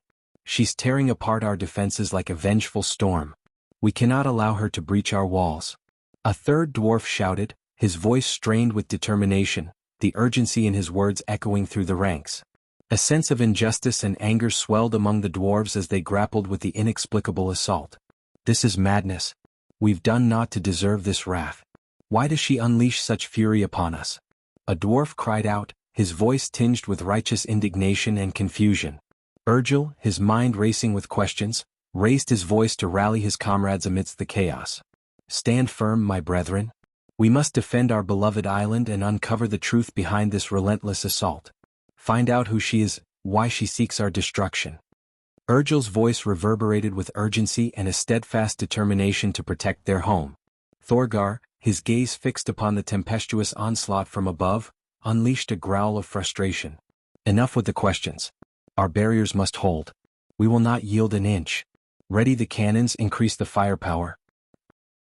Thorgar's voice boomed with unwavering resolve, his tone laced with a fierce determination to repel the relentless onslaught. The air crackled with tension as the dwarves, their voices a blend of despair and determination, exchanged words amidst the raging storm. "We're doing everything we can, but she defies our every effort. Her power knows no bounds." A dwarf exclaimed, his voice tinged with a mix of awe and desperation. "Like an unstoppable tempest, she laughs at our feeble attempts to subdue her. Our weapons seem futile against her might." Another dwarf cried out, his voice filled with disbelief and a tinge of admiration for their mysterious adversary. The sounds of crashing waves and roaring winds intertwined with the echoes of their voices, a symphony of desperation and defiance. Urgel, his voice resolute and filled with unwavering determination, sought to embolden his comrades in the face of overwhelming odds. "Our resolve shall not waver. We stand united as warriors of the forge. Fight on, my brethren, for our island, for our honor." Urgel's voice rang out, carrying a mix of defiance and hope, fueling the dwarves' determination to withstand the storm and protect their cherished homeland. In the midst of chaos and uncertainty, their shouts and cries mingled with the relentless onslaught, forging an unbreakable spirit that resonated through the island as the dwarves bravely battled against the unyielding force that raged above them. As Thorgar's eyes blazed with determination, he bellowed a command to the dwarves, his voice cutting through the chaos. "Bring forth the mighty siege engines. Unleash our most potent weapons. It's time to show this interloper the might of our dwarven craftsmanship." Thorgar's voice echoed with authority and a burning desire for vengeance. Responding to their leader's call, the dwarves scrambled into action, their movements swift and purposeful. The ground beneath their feet rumbled and quaked as if awoken by their determination. From deep within the island's core, colossal structures emerged, rising like ancient guardians awakened from slumber. These were the fabled dwarven war machines, crafted with meticulous care and imbued with the raw power of the earth itself. One of the contraptions, known as the Etherclaw, a marvel of dwarven engineering, was an imposing aerial platform adorned with an array of rotating cannons and swirling propellers. As it gracefully maneuvered through the stormy sky, its sleek metallic frame glistened with an otherworldly glow. From its cannons, it unleashed a torrent of glowing projectiles known as skyblades, ethereal blades infused with arcane energies that streaked through the air with razor-sharp precision. Guided by intricate mechanisms, the Etherclaw Skyseeker missiles soared with celestial energy, leaving trails of stardust in their wake. With the pulsating storm collar at its core, the Etherclaw harnessed the very essence of thunderstorms, releasing concentrated bursts of lightning that arced across the heavens. This awe-inspiring dwarven creation was a symbol of power and ingenuity, an airborne force capable of defending the skies with unrivaled might. Next, the Goliath cannon, a behemoth of metal and steam, emerged from the depths. It stood as tall as a mountain, its barrel gleaming with runes of power. As the dwarves loaded it with specially crafted explosive projectiles, the Goliath cannon emitted a deep rumble, gathering energy within its core.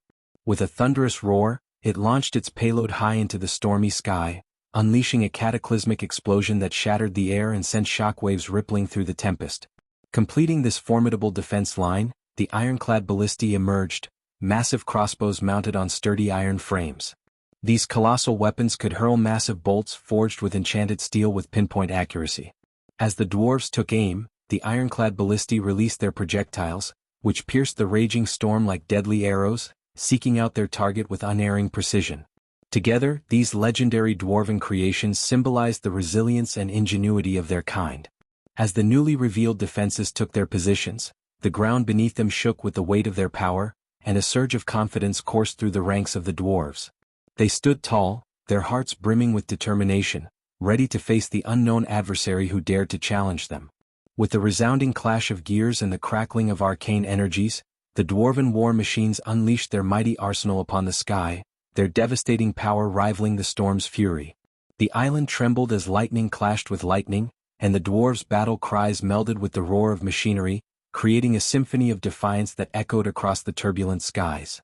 In this pivotal moment, the dwarves showcased the pinnacle of their engineering prowess and harnessed the forces of nature to defend their homeland. With their newfound weapons of destruction, they vowed to stand strong and repel any threat that dared to encroach upon their domain. As the tumultuous battle raged on, a momentary lull fell upon the chaotic scene. Eve, suspended in midair with her hammer in hand, radiated an aura of commanding authority. The raging storm seemed to bow to her presence as her voice cut through the tempestuous winds, resonating with otherworldly power. "Dwarves of Isendar, your struggle is in vain," her voice boomed, echoing across the stormy sky. "Surrender now and spare yourselves from the wrath of the Dark Lord. Your feeble attempts to defy him will only bring destruction upon your heads." Her words hung in the air, carrying an undeniable weight. The dwarves paused, their gazes fixed upon the formidable figure suspended above them. The power in Eve's voice was undeniable, and even amidst the chaos, her words struck a chord of fear and uncertainty in their hearts. But the dwarves, fueled by their pride and determination, refused to yield. Their resolve surged as they defiantly raised their weapons, ready to face whatever awaited them. The challenge was clear: they would not back down, for their homeland and their honor were at stake. Eve's voice faded into the roaring storm, leaving the dwarves to brace themselves for the impending clash, their hearts filled with a mixture of apprehension and unwavering courage. As Eve gazed upon the determined dwarves, a pang of sympathy tugged at her heart. She knew the futility of their resistance, and deep down she wished they had chosen a different path. But she also understood their unwavering pride and the dire consequences they would face if they surrendered. With a heavy sigh, Eve cast aside her internal conflict and prepared to fight with all her might. She summoned the primal forces of lightning and storm, channeling their raw energy through her being. Bolts of crackling lightning danced along her fingertips as the atmosphere around her grew charged with electricity. In an awe-inspiring display, Eve unleashed her first spell, Thunder's Fury. With a resounding clap of thunder, the sky split open as jagged bolts of lightning cascaded down from above. The electrifying tempest engulfed the battlefield, striking the ground with ferocious intensity. The very air crackled with electricity, and the dwarves found themselves amidst a storm of devastating power. Undeterred, Eve's next spell, Stormcaller's Wrath, summoned dark clouds that churned ominously above. A vortex of wind and rain spiraled around her, growing in intensity with each passing moment. Then, with a single command, a cyclone of gale-force winds swept across the island, uprooting trees and scattering debris in its wake. Rain poured in torrents, transforming the once calm sea into a tumultuous tempest. The sky became a canvas for Eve's spellcraft as she weaved a tapestry of lightning and storm. Her mastery over these elements knew no bounds as she conjured massive bolts of lightning that streaked across the sky, illuminating the darkened clouds with their dazzling brilliance. Each strike sent shockwaves reverberating through the atmosphere, unleashing a symphony of thunderous booms. The effects of Eve's spells were cataclysmic. The sky crackled with the sheer force of her lightning, and the weather itself became her weapon. The island trembled beneath the onslaught, and the once raging storm seemed to pale in comparison to the tempest she had unleashed. With each spell, Eve's determination grew, fueled by the ferocity of the storm she had summoned. She fought not only for herself but for the dwarves as well, hoping that they would soon realize the futility of their resistance and yield to the overwhelming power she commanded. Chapter 951. Corrupting Power. As Eve unleashed her powerful spells upon the dwarven defenses, the sky crackled with energy and erupted into a dazzling display of light and power. Bolts of lightning danced through the storm clouds, intertwining with the arcing energy from Eve's fingertips. Her spells crackled through the air, seeking to pierce the dwarven defenses and bring chaos to their ranks. However, the dwarven war machines proved to be formidable adversaries. Empowered by the mysterious crystal beneath the island, their defenses held strong against Eve's onslaught. The Etherclaw soared through the tempest, its cannons blazing as skyblades streaked through the air, intercepting and neutralizing Eve's spells with precision. The Stormcaller at its core channeled the fury of thunderstorms, countering the celestial energy used by Eve with bursts of concentrated lightning. Meanwhile, the Goliath cannon unleashed devastating explosive payloads, their concussive force creating shockwaves that disrupted Eve's spells and shook the very foundation of the island. The ironclad ballistae launched enchanted bolts, each one finding its mark with unerring accuracy, neutralizing the celestial energy that surrounded Eve. The clash between Eve and the dwarven war machines became a spectacle of power and might. Thunderous booms and crackling energy filled the air as spells collided with the relentless barrage of projectiles from the war machines. The stormy sky became a battleground, illuminated by flashes of light and engulfed in swirling winds. While Eve had the upper hand in terms of raw magical prowess, the dwarven war machines displayed their resilience and power, fueled by the enigmatic crystal beneath the island. With every clash, it became evident that this battle would not be easily won by either side. The clash of spells and dwarven contraptions created a mesmerizing spectacle, a testament to the indomitable spirit and ingenuity of the dwarves in the face of overwhelming odds. The mysterious crystal beneath the island pulsed with an otherworldly energy, its power resonating through the very core of the dwarven war machines. This ancient relic, harnessed by the dwarves, bestowed immense strength and vitality upon their contraptions. The crystal's energy coursed through the intricate mechanisms of the war machines, fueling their movements and augmenting their capabilities. It imbued the Etherclaw with unmatched agility and speed, allowing it to navigate through the stormy skies with unparalleled precision swiftly. The Stormcaller, at the heart of the Etherclaw, channeled the raw power of thunderstorms, amplifying its destructive potential. The Goliath cannon, powered by the crystal's energy, transformed into a behemoth of destruction. With each explosive projectile it launched, the crystal's energy amplified their devastating impact, sending shockwaves through the air and leaving trails of destruction in their wake. The ironclad ballistae, armed with enchanted bolts, absorbed a fraction of the crystal's energy, infusing their projectiles with enhanced accuracy and piercing power. As the bolts were unleashed, they tore through the stormy atmosphere, guided by the residual energy of the crystal, striking their targets with deadly precision. Despite the dwarves' ingenuity, they had only managed to harness a fraction of the crystal's true power. The enigmatic energy that surged within the crystal remained largely untapped, waiting to be unlocked and unleashed.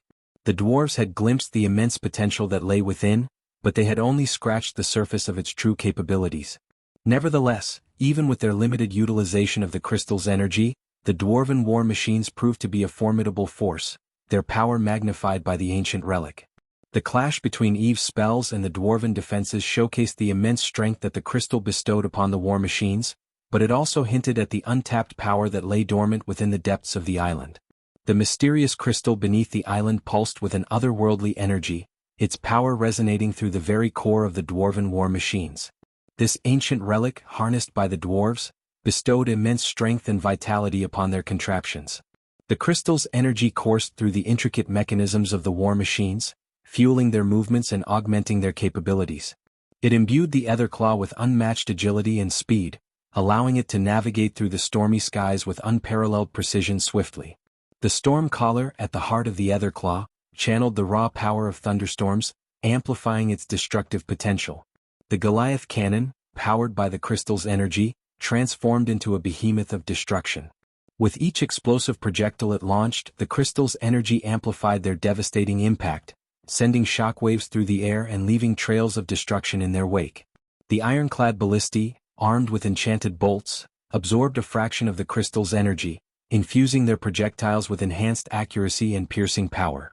As the bolts were unleashed, they tore through the stormy atmosphere, guided by the residual energy of the crystal, striking their targets with deadly precision. Despite the dwarves' ingenuity, they had only managed to harness a fraction of the crystal's true power. The enigmatic energy that surged within the crystal remained largely untapped, waiting to be unlocked and unleashed. The dwarves had glimpsed the immense potential that lay within, but they had only scratched the surface of its true capabilities. Nevertheless, even with their limited utilization of the crystal's energy, the dwarven war machines proved to be a formidable force, their power magnified by the ancient relic. The clash between Eve's spells and the dwarven defenses showcased the immense strength that the crystal bestowed upon the war machines, but it also hinted at the untapped power that lay dormant within the depths of the island. As Urgil observed the immense power unleashed by the dwarven war machines, a mix of astonishment and concern washed over him. His eyes widened with both awe and trepidation as he witnessed the devastating capabilities fueled by the mysterious crystal. Caught between marveling at the sheer might of their creations and grappling with the unknown nature of the crystal's power, Urgil's mind raced with conflicting thoughts. He recognized the incredible strength that the crystal had bestowed upon their weapons, amplifying their effectiveness beyond their wildest dreams. Yet, a sense of unease gnawed at him, a deep-seated fear of wielding a power they barely understood. "Thorgar, do you see what we've tapped into?" Urgil exclaimed, his voice tinged with a mix of amazement and concern. "This power, it's beyond anything we've ever imagined." Thorgar, on the other hand, stood at the precipice of temptation. The sight of the crystal-fueled weapons and their devastating impact on the battlefield ignited a fervent desire within him. The lust for power coursed through his veins, clouding his judgment and blinding him to Urgil's cautionary words. "Urgil, can't you see?" Thorgar replied, his voice filled with an intoxicating mix of excitement and ambition. "With this crystal we can reshape the course of our destiny. We can be unstoppable." Urgil's brows furrowed as he struggled to reconcile the conflicting emotions within him. While part of him acknowledged the allure of such power, a pearl of deeper wisdom urged caution and understanding.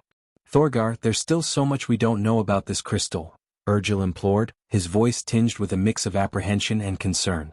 "We must tread carefully. Power without understanding can lead to our downfall." But Thorgar's thirst for power had grown insatiable, his yearning for dominance overriding any sense of caution. His eyes glimmered with an intensity that betrayed his unwavering determination. "Urgil, you've always been cautious, always held back," Thorgar retorted, his voice filled with a hint of defiance. "But I refuse to let fear dictate our destiny. With this crystal we can forge a new era for our people." As the battle raged on, Urgil's thoughts became consumed by the implications of wielding such untamed power. Deep down he knew that their actions held the potential to reshape their world for better or worse. Only time would reveal the true nature of the crystal's power and the ultimate path they would tread.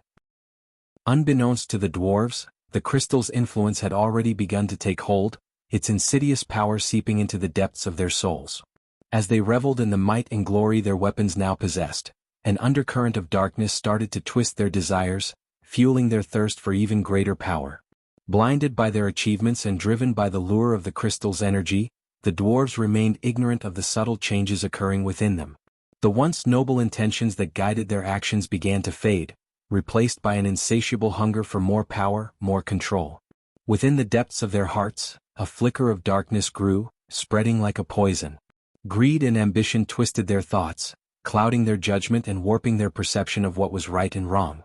The corruption of the crystal had woven its tendrils deep into their very being, whispering promises of unimaginable power and dominance. As the battle raged on, the dwarves became increasingly consumed by their lust for power. Their eyes gleamed with a newfound intensity, their minds fixated on expanding their dominion and claiming ultimate authority. Their unity shattered, replaced by a cutthroat pursuit of individual glory. Urgil, now standing on the precipice of realization, watched with a heavy heart as his comrades succumbed to the corrupting influence of the crystal. He witnessed the gradual erosion of their noble values, their noble cause now tainted by an insidious darkness. In the depths of his soul, Urgil grappled with the understanding that the crystal, once their source of hope, had become a catalyst for their downfall. The power it offered had twisted their ambitions, morphing them into beings consumed by their own desires. Urgil's heart ached for his kin, for the loss of their unity and the tarnishing of their once noble purpose. But the allure of power was difficult to resist, and as the dwarves delved deeper into the darkness, they became blind to the true cost of their actions. Unbeknownst to them, the crystal's corruption seeped further, its hold tightening with every passing moment. As Urgil stood there, torn between his inner turmoil and the allure of power, a faint whisper began to echo in the depths of his mind. At first, it was barely audible, a mere murmur dancing on the edge of his consciousness. But with each passing moment, its voice grew stronger, seeping into the very fibers of his being. "Embrace the power, Urgil," the whisper cooed, its seductive tone sending shivers down his spine. "Let go of your fears and bask in the ecstasy of dominance. The crystal offers limitless potential, a world where your desires become reality." Urgil's brows furrowed, a mixture of confusion and apprehension clouding his features. The whisper continued its relentless persuasion, its words weaving through his thoughts like a web of deceit. "Imagine the glory, Urgil," it whispered, its voice now laced with a hint of malice. "With the crystal's power coursing through your veins, you can reshape the world as you see fit. No longer bound by limitations, you will become a force to be reckoned with." As the whisper grew stronger, Urgil felt an unsettling shift within himself. A dark energy crept into his soul, intertwining with his hopes and dreams, corrupting them from within. The once noble dwarf was now teetering on the precipice of a choice that would forever define his fate. "Embrace your true potential," the whisper hissed, its words dripping with venomous allure. "Together with the crystal, you can rise above all, your name etched in history as a master of power." Urgil's heart raced, conflicting emotions warring within him. The pull of the whisper became harder to resist, its promises enticing him with promises of dominion and unbridled might. The corruption seeping from the crystal began to merge with his very essence, clouding his judgment and darkening his noble intentions. As the battle raged on, Urgil's resolve faltered, his grip on righteousness slipping. The whisper's persuasive tendrils tightened their grip on his vulnerable soul, enticing him further down the treacherous path of temptation.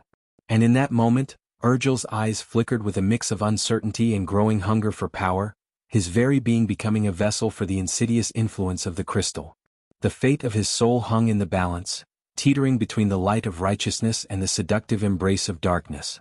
As Urgil stood before the pulsating crystal, its malevolent energy seeping into his very being, the whisper in his mind grew stronger, its insidious intent crystal clear. "Break the shackles, Urgil," the voice whispered, its words dripping with venomous persuasion. "Destroy the crystal, unleash the queen of all. With her power you shall reign supreme." Urgil's heart pounded in his chest, torn between the weight of responsibility and the allure of absolute power. The voice continued its relentless coercion, urging him to embrace his darkest desires.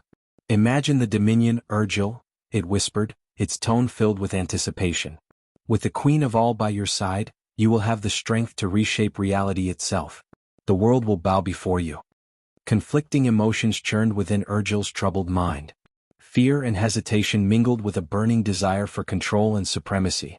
The corrupted energy coursing through his veins fed his growing lust for power, clouding his judgment and obscuring the consequences. "Break the crystal, Urgil," the voice hissed, its words now laced with a sinister edge. "Release the queen of all, and together you will forge a new era of darkness." Urgil's hands trembled as he contemplated the magnitude of the choice before him. He knew the perilous path he was being led down, but the allure of dominion whispered promises of greatness that proved difficult to resist. The crystal's malevolent influence intensified, amplifying the voice's insidious seduction. Urgil's soul teetered on the edge of oblivion as the darkness within him threatened to consume all that was pure and noble. In the depths of his conflicted mind, Urgil weighed the consequences of his actions. The voice's words echoed with tempting echoes, their twisted logic worming its way into his thoughts. And as Urgil stood before the pulsating crystal, his gaze fixated upon its wicked radiance, a decision hung in the air, one that would shape not only his own destiny, but the fate of all those who stood in the path of his growing darkness. Deep within the heart of the crystal, an entity of immense darkness slumbered. It was none other than one of the countless soul pieces of the queen, an ancient being of unparalleled power and the puppet master behind Mugashiku, the fearsome four-headed hydra. Though trapped within the confines of the crystal, the concentrated essence of the queen's malevolence radiated an insidious corruption energy that seeped into the very fabric of the dwarves' souls. The corrupted energy, like a malignant force, took hold of the dwarves, fueling their deepest desires and twisting them into vessels of darkness. With each passing moment, the crystal's power corrupted their thoughts, enticing them with promises of might and dominance. The dwarves found themselves drawn to its seductive allure, unable to resist its corruptive influence. As their souls were tainted by the queen's malevolence, the dwarven war machines became conduits of unimaginable power. The crystal's corrupted energy surged through the mechanisms, infusing them with an otherworldly strength. With every activation, the machines roared to life, fueled by the dark essence of the queen's soul. Their weapons became devastating instruments of destruction, capable of unleashing unimaginable devastation upon their foes. However, the cost of this power was steep. The souls of the dwarves, once noble and steadfast, were now entwined with the queen's malevolent essence. The corruption consumed their moral compasses, their judgment clouded by the twisted promises whispered within their minds. They became unwitting slaves to the darkness, pawns in the queen's grand design. Though trapped within the crystal, the queen's soul exerted its influence, spreading its dark tendrils through the corrupted energy radiating from within. It fed upon the dwarves' desires and ambitions, magnifying their darkest impulses and turning their once noble intentions into something sinister. The crystal, an unwitting prison for the queen's soul piece, was now a conduit for her malevolence. Its energy corrupted and amplified the dwarves' powers, making them an unstoppable force. But with every moment that passed, the darkness within the crystal grew, its corruptive energy permeating the very essence of the dwarves' being. Unbeknownst to the dwarves, they had unwittingly harnessed a power beyond their understanding, a power that threatened to consume them from within.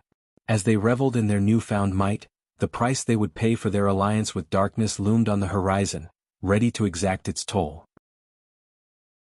Chapter 952. Battle of the Machines. Eve's eyes widened with disbelief as she witnessed the transformation of the dwarves before her. The fear that once gripped their hearts had now dissipated, replaced by a sinister and insatiable lust for power. Their eyes, once filled with trepidation, now burned with a twisted desire that sent shivers down her spine. It was as if a dark veil had descended upon their souls, clouding their judgment and consuming their very essence. Frantically, the dwarves shouted commands and operated the war machines with an almost rabid fervor. Their actions were no longer calculated or strategic, but driven by an insidious hunger for dominance. The once noble warriors now appeared possessed, their movements erratic and frenzied. As the war machines unleashed their devastating power upon the battlefield, the dwarves reveled in the destruction they wrought. They fired cannons with reckless abandon, their shots guided not by strategy but by an unrelenting desire to obliterate their foes. The air was filled with the thunderous roar of gunfire, the acrid scent of smoke, and the crackling energy of arcane spells. Eve observed the dwarves with growing concern, sensing that something had gone horribly awry. While she couldn't pinpoint the exact cause of their transformation, a nagging suspicion whispered in the recesses of her mind. The crystal, that mysterious artifact that had captivated their attention, seemed to be at the heart of this malevolent change. Its presence and the corruptive energy it emanated seemed to have sparked this dark metamorphosis in the dwarves. Doubt crept into Eve's thoughts as she pondered the implications of the crystal's influence. Could it be that the power they had harnessed was too great for mortal souls to bear? Or was there something far more sinister at play, an ancient force manipulating their desires from within the depths of the crystal itself? As the chaos raged around her, Eve realized that she had to confront the growing darkness head-on. She couldn't allow the dwarves to succumb entirely to the malevolence that consumed them. The dwarves were filled with a bloodlust that surged through their veins. One of the dwarves shouted. His voice resonated with fervor and determination as he shouted, "To the depths with mercy! Crush 'em all! Tear 'em limb from limb!" His words were fueled by a fiery rage, a desire to unleash unforgiving wrath upon their enemies. The sheer intensity in his voice echoed the ferocity of their battle, where mercy had no place and victory could only be attained through absolute destruction. The dwarves fought with unyielding determination, their voices filled with battle lust as they clashed with the half-immortal young woman in the sky. Their gruff voices echoed through the raging storm, intermingled with curses and fierce exclamations. "By the beard of Durin, well blast her to smithereens!" shouted the burly dwarf with a braided red beard, his eyes burning with fury. His muscular frame was adorned with intricate dwarven armor, etched with ancient runes. "Take that, you feckin' bitch!" roared the stout dwarf with a bald head and a long scar across his cheek. He gripped the controls of the Thunder Crusher with a tight grip, his knuckles turning white. His sturdy build showcased the resilience and strength of his kind. "Bring forth the fury of the mountains," bellowed the dwarf with a bushy gray beard, his eyes gleaming with a mix of excitement and wildness. His weathered face bore the scars of battles past, a testament to his experience as a warrior. Clad in heavy armor adorned with intricate engravings, he stood tall and unyielding. As the war machines unleashed their devastating firepower, the dwarves cheered and shouted profanities, their words laced with a raw intensity. Their voices mingled with the clanking of gears and the thunderous boom of cannons as they relentlessly pursued their airborne adversary. "Die, you blasted harpy!" exclaimed one dwarf, his voice filled with bloodlust as he fired the other claw's cannons. His wild beard and fiery red hair stood out against the backdrop of the stormy sky. "Take that, ye dumb wench!" yelled another dwarf, his voice hoarse with excitement. His burly frame shook with anticipation as he manned the Goliath cannon, his eyes fixed on the half-immortal young woman soaring through the tempest. The battle lust in their eyes burned brightly, fueled by the power coursing through their war machines. Their taunts and curses echoed through the storm, mixing with the roar of thunder and crackle of lightning. With every volley of projectiles and every blast of energy, they fought with a relentless fervor, determined to prove their mettle against their formidable opponent. The dwarves, their battle lust coursing through their veins, boasted with unbridled arrogance, their voices filled with defiance and profanity. "We don't give a fuck about your cultivation level, you prissy bitch," shouted the burly dwarf, his voice dripping with contempt. His muscular frame towered over his opponents, his biceps bulging beneath his dwarven armor. He spat on the ground defiantly, a wicked grin spreading across his weathered face. "Who the hell do you think you are, lass? We've faced tougher bastards than you," snarled the stout dwarf, his voice thick with defiance. His bald head glistened with sweat as he tightened his grip on the controls of the Thunder Crusher, his eyes blazing with a fiery determination. "Fuck your fancy spells, you ain't nothing but a fly buzzing in the wind," bellowed the gray-bearded dwarf, his voice dripping with scorn. He pounded his chest with a gloved fist, his eyes locked on the half-immortal young woman. His battle-hardened visage betrayed the scars of countless skirmishes, a testament to his indomitable spirit. The dwarves scoffed at her presence, dismissing her with vulgar words and dismissive gestures. Their words were laced with defiance, their expressions twisted with contempt. They cared not for her origins or her companions, for in their minds, they were the true warriors, the fierce defenders of their realm. "Your fancy spells means shit in the face of our steel and stone," spat one dwarf, his voice dripping with disdain. His calloused hands gripped the controls of his war machine, his eyes blazing with defiance. "Come on, you feckin' witch. We'll show you what real power looks like," taunted another dwarf, his voice tinged with a mix of excitement and malice. His rugged features contorted into a sneer, his beard bristling with anticipation. Their boisterous boasts echoed through the stormy sky, challenging the very essence of their adversary. They cared not for her cultivation level or her companions, for they believed that their own indomitable spirit and unyielding resolve would carry them to victory. With every profanity-laden utterance, they dared the half-immortal young woman to face their unyielding wrath. As the battle raged on, Thorgon, consumed by his desire for power, had completely surrendered to the crystal's temptation. His eyes gleamed with a sinister light, his once stout heart now corrupted by the insidious whispers that echoed in his mind. He no longer held back, his actions fueled by an insatiable thirst for dominance. Urgil, on the other hand, found himself teetering on the edge of the same desire and lust for power that consumed his companion. The whispers, like tendrils of darkness, seeped into his thoughts, clouding his judgment and tempting him with promises of unimaginable might. His once steadfast resolve wavered, a flickering flame threatened by the encroaching shadows. Their souls, entangled in the seductive web woven by the crystal's power, were gradually losing sight of their true selves. Urgil could feel the pull, the allure of unlimited strength, gnawing at the core of his being. Doubt crept in, eroding the barriers he had built to protect his conscience. The choice between power and righteousness loomed before him, a formidable crossroads he was struggling to navigate. Thorgon, now unrecognizable, had become a vessel of pure ambition and corruption. His eyes glowed with a malevolent light, devoid of compassion or empathy. He reveled in the twisted whispers, a puppet dancing to the crystal's tune, his every action driven by the insidious desires that plagued his soul. As Urgil witnessed the transformation of his companion, a tremor of fear and uncertainty coursed through his veins. He fought against the alluring promises, desperately clinging to the remnants of his once noble intentions. But the struggle was real, and with each passing moment, the crystal's influence threatened to engulf him completely. The line between righteousness and the seductive allure of power grew increasingly blurred. Urgil wrestled with his inner demons, battling against the rising tide of temptation. He knew that yielding to the crystal's siren song would mean sacrificing his integrity, forsaking everything he had fought for. Yet, the allure of dominion, of wielding unimaginable might, whispered sweet promises in his ear, eroding his resolve bit by bit. In the midst of the chaotic battle, Thorgon and Urgil stood on the precipice, their destinies hanging in the balance. The crystal's corruption continued to seep into their souls, threatening to consume them entirely. Their once unbreakable bond now strained under the weight of their divergent paths, as Urgil fought desperately to resist the darkness that threatened to claim him. At the same time, Thorgon willingly embraced its sinister embrace. As the battle raged on, Eve's resilience and determination knew no bounds. With her hammer in hand, she swung it with incredible precision and force, each strike resonating with a raw power that reverberated through the air.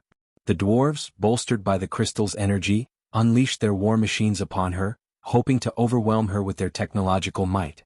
With lightning-fast reflexes, Eve dodged the onslaught of projectiles and unleashed a barrage of spells. Her mastery of the arcane arts was evident as she called upon the elements to aid her in the fight. Bolts of lightning crackled from her fingertips, striking down the incoming cannonballs and explosive projectiles, neutralizing their threat with each precise blast. The sheer intensity of her spell-casting created a mesmerizing display of power, the air around her pulsating with energy. Against the Thunder Crusher, Eve summoned a swirling vortex of wind, using its force to divert the massive warhammer's trajectory. As it swung down with earth-shattering force, she leaped gracefully into the air, evading the blow with uncanny agility. With a swift counterattack, her hammer collided with the Thunder Crusher, cracking its mighty frame and causing it to veer off course, its thunderous impact reduced to mere echoes. The Etherclaw, the aerial juggernaut, unleashed a storm of Skyblades and Skyseeker missiles. Eve, her senses heightened, weaved through the barrage with a dancer's grace. With precise timing, she summoned protective shields, forming barriers of energy that deflected the ethereal blades and redirected the missiles harmlessly into the tempestuous sky.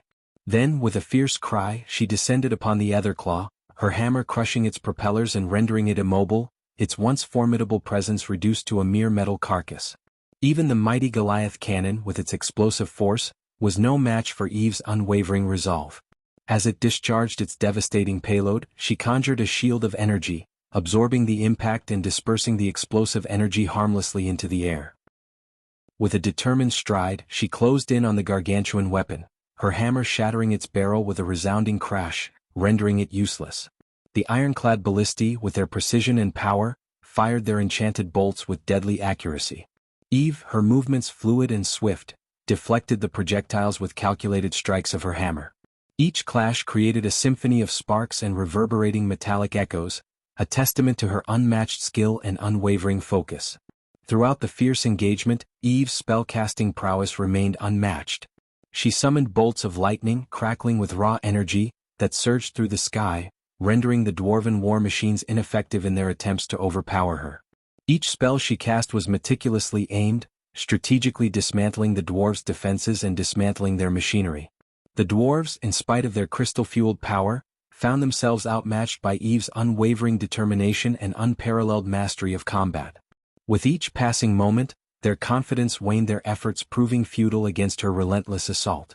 The island's energy barrier protected them from direct harm, but it could not shield them from the indomitable spirit and skill of the half-immortal warrior who fought against overwhelming odds. As the fierce battle between Eve and the dwarven forces raged on, a sudden shift in the atmosphere caught her attention. A blood-red spotlight pierced through the stormy sky, illuminating the island with an ominous glow. The sound of distant explosions reverberated through the air, accompanied by the unmistakable rumble of cannons firing. Eve turned her gaze towards the source of the commotion and her heart skipped a beat. Emerging from the stormy horizon was the formidable warship known as Big Bertha, its sleek silhouette slicing through the raging tempest. Corey, the notorious pirate lord, helmed the warship with a steely determination. The red light that fell upon the island served as the targeting mechanism for the mortars aboard Big Bertha. The world knew this crimson light as the infamous signal of imminent destruction. As the mortars thundered to life, the island quaked beneath the explosive impact. The barrages from Big Bertha's relentless assault sent shockwaves through the energy barrier surrounding the dwarven stronghold. The once impenetrable shield trembled and crackled, its formidable strength strained against the relentless bombardment. Eve's eyes widened as she witnessed the cracks forming within the barrier, ominous signs of its impending collapse. The combined might of her aerial onslaught and the devastating firepower from Big Bertha had shattered the dwarves' defenses. It was a turning point in the battle, a glimmer of hope amidst the storm. With renewed determination, Eve pressed forward, her attacks intensified as she saw the dwarves falter under the weight of the onslaught. She seized the opportunity, exploiting the cracks in their once impenetrable barrier, driving deeper into their ranks with every swing of her hammer and every surge of her elemental spells. The battle had evolved into a symphony of chaos, with explosions and clashes reverberating through the storm-laden air. Eve fought with a singular purpose, to dismantle the dwarves' forces and claim victory for her cause. The combined might of her unwavering resolve, the ferocity of her spells, and the devastating firepower of Big Bertha turned the tide of the conflict in her favor. As the energy barrier around the island teetered on the edge of collapse, Eve's relentless assault, bolstered by the relentless mortar fire from the warship, pushed the dwarves to their breaking point. The once lustful battle cries of the dwarves turned into desperate shouts of retreat, their confidence shattered and their forces in disarray. Amidst the chaos, Eve stood as a beacon of unwavering strength, the embodiment of a warrior's spirit. She knew that victory was within reach, but the battle was far from over. The dwarven forces on the island were thrown into a state of shock and panic as they beheld the arrival of Big Bertha, the warship of the Dark Lord. Their battle cries faltered, replaced by gasps and muttered curses. "What in the hells is that?" exclaimed one dwarf, his voice filled with disbelief. "That's the Dark Lord's ship. We're in deep shit now," shouted another dwarf, his words tinged with fear. "They're attacking from the sea too? We're fucking surrounded," cried a third dwarf, his voice trembling with panic. The dwarves exchanged frantic glances, their eyes widening with a mixture of awe and terror. The sheer size and firepower of Big Bertha was beyond anything they had ever faced before. "We can't retreat now, lads. The crystal's power flows through our veins. We must stand our ground," yelled one defiant dwarf, his voice laced with determination. "But how do we fight against that monstrosity?" questioned another dwarf, his voice trembling with uncertainty. "We keep firing. We can't let them break through. Our lives depend on it," roared a third dwarf, his voice filled with a desperate resolve. Though shaken by the sudden appearance of the Dark Lord's ship, the corrupted dwarves were unwilling to back down.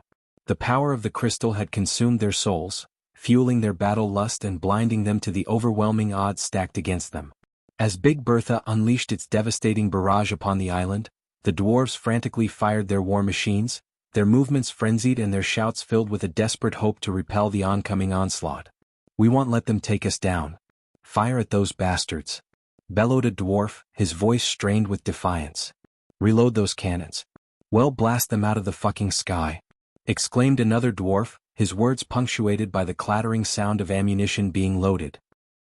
The dwarves fought on, their minds clouded by the corrupted power coursing through their veins. Their battle lust, coupled with the desperate need to protect their stronghold, propelled them forward despite the odds. In the face of the overwhelming firepower of Big Bertha, their shouts grew more frantic, their curses more fervent, as they desperately clung to their doomed cause. "Well, bring that ship down. No matter the cost," yelled a dwarf, his voice filled with a reckless determination. "Keep firing, you sorry lot. Show 'em what we're made of," shouted another dwarf, his words drowned out by the thunderous explosions around them. Though the odds were stacked against them, the corrupted dwarves refused to yield. Fueled by the twisted power of the crystal and their unyielding stubbornness, they fought on with a ferocity born of madness and desperation. The clash between the dwarven forces and the might of Big Bertha raged on, the air filled with the cacophony of cannon fire, war cries, and the resounding impact of destruction. Chapter 953, End of the Long Battle. Thorgar, consumed by the corrupting power of the crystal, his voice laced with madness and malice, urged the dwarves to continue their relentless assault. "Keep firing, you sorry lot. Well, show those Dark Lord's bastards what we're made of," he bellowed, his words dripping with venom. "Blow that fucking ship out of the sky. Give 'em hell," Thorgar shouted, his eyes filled with a twisted fervor. "Don't you give up, you worthless sacks of shit. Well, tear through their defenses and rip that bitch apart," he roared, his voice a mix of rage and bloodlust. The dwarves, their minds tainted by the corrupting influence of the crystal, echoed Thorgar's call, their shouts filled with a deranged determination. "Destroy 'em all. No mercy. Show 'em the wrath of the crystal's power," one dwarf yelled, his voice tinged with madness. "Fuck the Dark Lord and his bitch. Well, bring 'em down one piece at a time," shouted another dwarf, his words fueled by an unhinged rage. Thorgar's commands reverberated through the chaotic battlefield, his voice a twisted symphony of aggression and hate. "Sink that fucking ship into the abyss. Show 'em the true power of the crystal," he screamed, his voice drowned out by the sounds of destruction and chaos. As the dwarves heedlessly followed Thorgar's orders, their souls corrupted and their battle lust unrestrained, their shouts grew louder, their curses more vicious. Driven by their twisted desires and blinded by the allure of power, they fought on with a reckless abandon. In their minds, there was only the burning desire to bring ruin upon the Dark Lord's ship and to see their enemies fall before them, no matter the cost. The battlefield became a frenzied cacophony of cries and curses, each dwarf fueled by a maddening hunger for destruction and dominance. The air vibrated with their shouts, blending into a symphony of chaos and malevolence. Thorgar, consumed by his lust for power and vengeance, pushed his corrupted comrades to the brink, urging them to fight with an intensity that bordered on madness. "Fight, you worthless maggots. Show those Dark Lord's bastards what we're made of. Destroy 'em all," he bellowed, his voice reverberating with a mix of triumph and derangement. In their corrupted state, the dwarves fought on, their souls tainted by the crystal's insidious influence, their shouts echoing through the storm-filled air, a chilling testament to the darkness that had consumed them. As the battle raged on, the sudden thunderous roar of the Big Bertha's torpedoes being launched sent shockwaves through the air.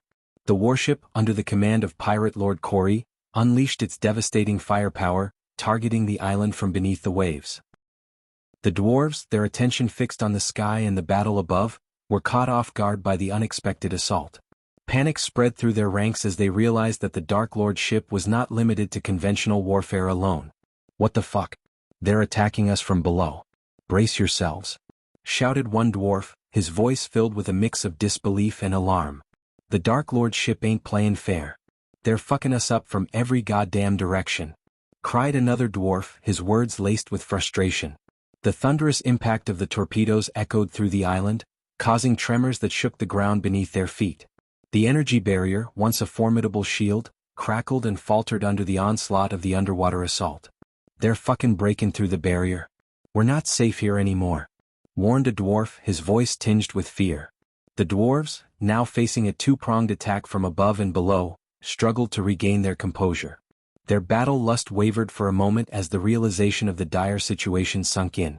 "We can't let him take us down. We fight to the bitter end. Hold your ground," barked Thorgar, his voice betraying a hint of uncertainty. The island shook with the force of the underwater explosions, creating a chaotic symphony of destruction. The once unyielding dwarven war machines now found themselves facing a relentless assault from all sides. Amidst the chaos, Eve, hovering above the battleground, assessed the situation with a steely resolve. Despite the overwhelming odds, she remained undeterred, her grip on her hammer tightening as she prepared for the next phase of the battle. The clash of torpedoes and the crumbling of the energy barrier added a new layer of chaos to the already frenzied battlefield. The dwarves, fueled by their corrupted souls, fought on with a renewed determination, their shouts of defiance mingling with the sounds of explosions and crumbling stone. In this swirling maelstrom of destruction, Eve stood as a beacon of unwavering resolve, her hammer and spells serving as her weapons of choice against the onslaught from all directions. With each strike and spell, she pushed back against the tide, determined to protect herself and the island from annihilation. The battle raged on, the relentless assault from the Big Bertha and the dwarven war machines creating a maelstrom of destruction and chaos. The island trembled under the combined might of the underwater torpedoes and the dwarves' corrupted firepower, as Eve fought with unmatched determination to turn the tide in her favor. "Stop her. We can't let her keep tearing through our defenses," Thorgar shouted, his voice strained with desperation. The dwarves, their earlier battle lust reignited by the Dark Lord's renewed attack, rallied once more, their shouts blending with the roar of the torpedoes and the clash of steel. The island became a battleground of fire and water, with Eve at the center, fighting against the encroaching darkness and the relentless onslaught of the dwarves. As the battle reached its climax, the combined assault of Eve, the dwarves and the Dark Lord's ship, Big Bertha, intensified. The energy barrier that had once protected the island now trembled under the relentless barrage, cracks spiderwebbing across its surface like fractured glass.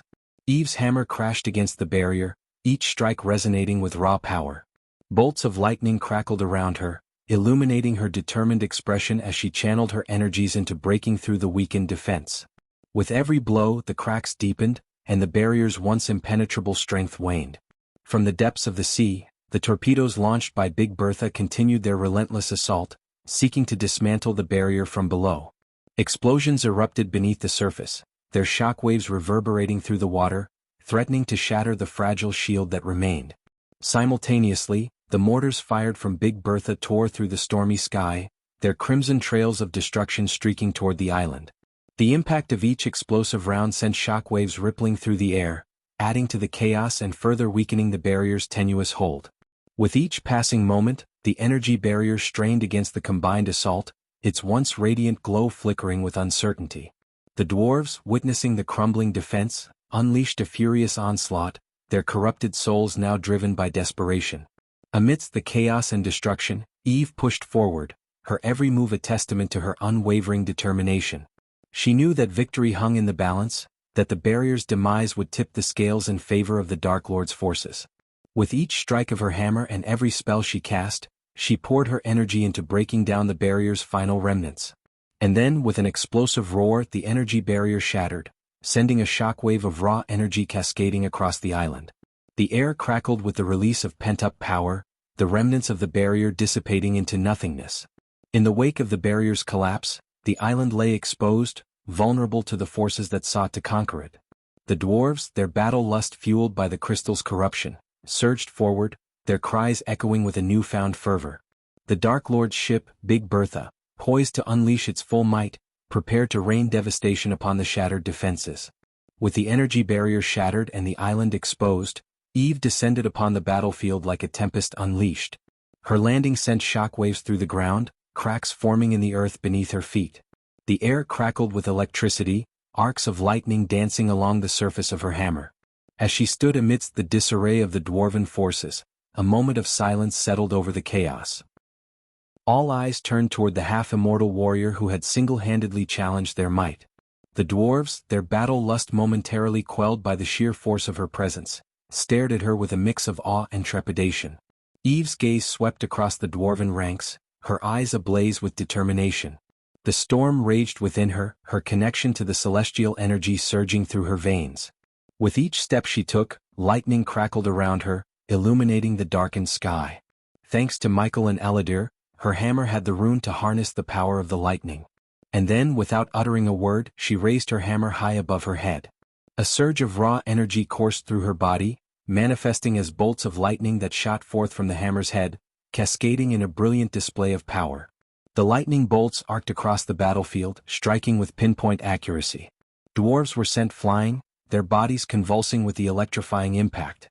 The ground shook beneath the onslaught, the very air charged with the remnants of her lightning. In that moment, Eve became an embodiment of unstoppable force, her hammer a conduit of pure destruction.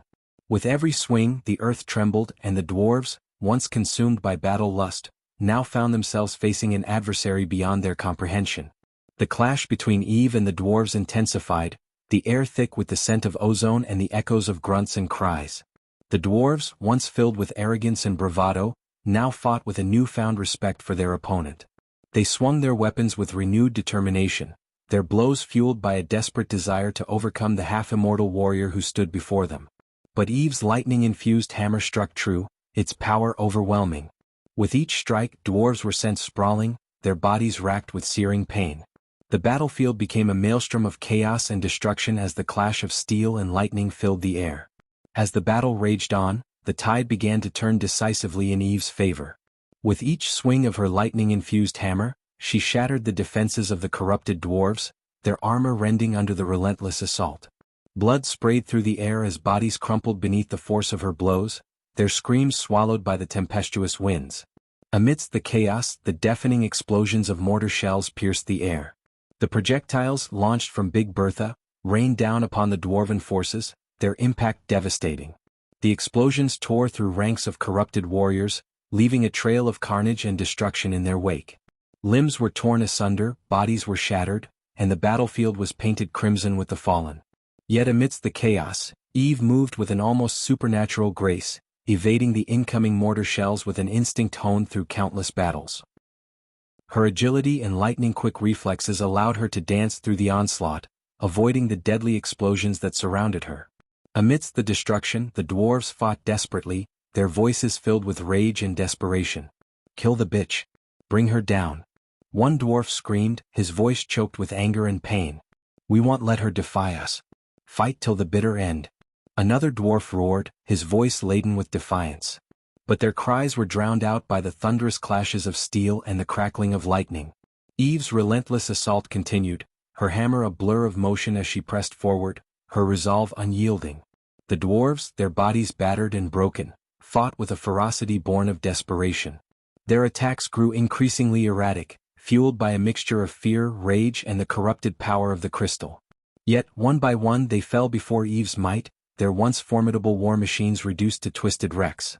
Amidst the chaos and the screams of the dying, Eve's voice rang out, cutting through the tumultuous storm.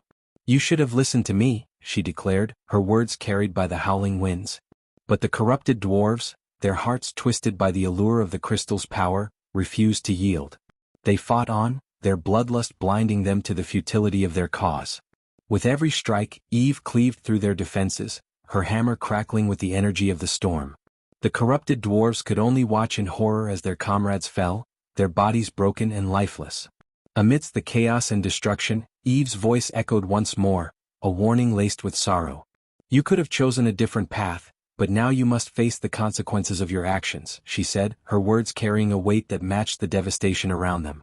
Amidst the chaos and carnage, Thorgar and Urgil, driven by their corrupted desires and twisted ambitions, mustered their last ounces of strength to confront Eve.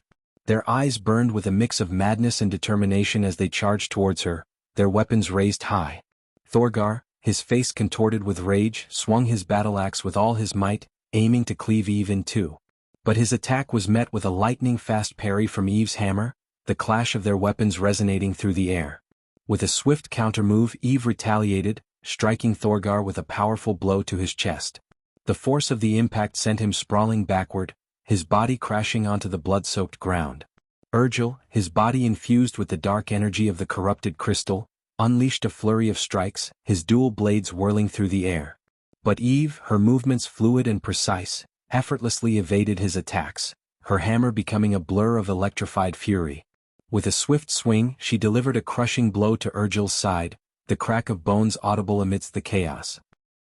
He fell to his knees, gasping for breath, his eyes filled with a mixture of pain and disbelief. As the life force drained from their battered bodies, Thorgar and Urgil stared up at Eve, their faces contorted with a blend of defiance and resignation. "We won't surrender," Thorgar gasped, blood trickling from the corner of his mouth. Urgil, his voice a mere whisper, managed to utter his final words. "The crystal power will consume you too." With those words hanging in the air, their life force extinguished, their bodies became still. Thorgar and Urgil, once filled with the promise of power and victory, lay defeated in the presence of the indomitable half-immortal. As Eve surveyed the aftermath of the fierce battle, the battlefield was a haunting scene of devastation. The once proud island lay in ruins, scarred by the relentless conflict that had taken place. Crumbling structures and twisted metal littered the ground, a testament to the ferocity of the clash between the corrupted dwarves and Eve's unwavering determination. Her gaze settled on the tower, where the mysterious crystal lay concealed deep underground. It pulsed with malevolent energy, its corrupted aura palpable even from a distance. Every fiber of her being screamed for its destruction, knowing the chaos and corruption it had wrought. With a heavy heart, Eve steeled herself for the task ahead. She would retrieve the crystal from its hiding place beneath the tower and deliver it into the waiting hands of Mugishiku. It was a daunting responsibility, one that weighed heavily on her shoulders, but she knew it was the only way to prevent further destruction and chaos. This was a choice born out of necessity, a grim acknowledgement that sometimes risks must be taken to preserve the greater good. In the depths of her being, she felt a sense of trepidation. She understood the dangers of handing over such a potent artifact to Mugishiku, a being of unfathomable darkness. Yet, she also knew that the consequences of defying him would be catastrophic. The lives of countless beings, including those she held dear, hung in the balance. Eve's body ached with weariness as she approached the towering structure. Every step felt heavy, each movement a struggle against the fatigue that threatened to engulf her. Her breath came in ragged gasps and her muscles screamed in protest. The once imposing armor that adorned her now bore the marks of the brutal battle. It was dented and scratched, a testament to the fierce clashes that had unfolded. Stains of blood, a macabre tapestry of her own and that of the fallen dwarves, marred its once pristine surface. Her hands, once firm and steady, trembled as she reached out to steady herself against the cold stone of the tower. Blood trickled down her brow, mingling with the sweat that coated her face. Her once lustrous hair, now matted and disheveled, clung to her skin with dampness born of exertion. Despite her exhaustion, her eyes burned with an unwavering determination. She refused to let weariness consume her, to surrender to the heaviness that threatened to pull her down. With every ounce of her being, she summoned the strength to continue, to press forward in her mission. Chapter 954. The Grand Scheme of the Previous Dark Lord, New H's chapter is out. Please read it and let me know your thoughts in the comments. Dagon materialized within the treacherous depths of hell, a place shrouded in perpetual darkness. The hall he found himself in seemed to stretch endlessly, its walls adorned with ominous symbols and macabre motifs. The air was thick with an eerie stillness, broken only by faint whispers that seemed to echo from unseen corners. Drawing upon his formidable power, Dagon conjured forth a black dagger, its blade gleaming with a malevolent aura. With steady determination, he pressed the blade against his palm, allowing a deep crimson stream of blood to flow freely. The scarlet droplets cascaded onto the waiting skull, etched intricately upon a towering pillar before him. As the life essence merged with the skull's etchings, an ethereal transformation took place. Gradually, the nebulous smoke took on the form of Michael, but not as Dagon had last seen him. This manifestation of Michael appeared more mature and seasoned, with a mane of long, flowing hair cascading down his broad shoulders. A thick beard adorned his chiseled jawline, adding an air of wisdom and authority to his countenance. The apparition of Michael hovered above the skull, his form ethereal and untethered. His eyes, filled with an otherworldly light, locked with Dagon's, revealing a profound understanding of the realms and his vast knowledge. It was as if the embodiment of Michael had transcended mortal limitations, becoming a paragon of supernatural prowess. In this unhallowed place, where shadows danced and secrets whispered in the darkness, Dagon had successfully summoned the essence of Michael in a form that transcended time and physical constraints. I must confess, I never fathomed that the events foretold by you 5 millennia ago would unfold in such a manner today. I have encountered your younger self, the harbinger of our grand design. Dagon spoke with a mix of awe and reverence, his gaze locked upon the elder manifestation of Michael, the enigmatic previous Dark Lord who reset the entire universe. As Dagon uttered these words, the ancient chamber seemed to hold its breath, hanging on to every syllable that resonated in the air. Shadows danced upon the walls, as if mirroring the weighty significance of their conversation. The atmosphere crackled with an undercurrent of destiny, the culmination of a meticulously crafted plan set in motion eons ago. The older Michael stood before Dagon, his presence commanding attention and respect.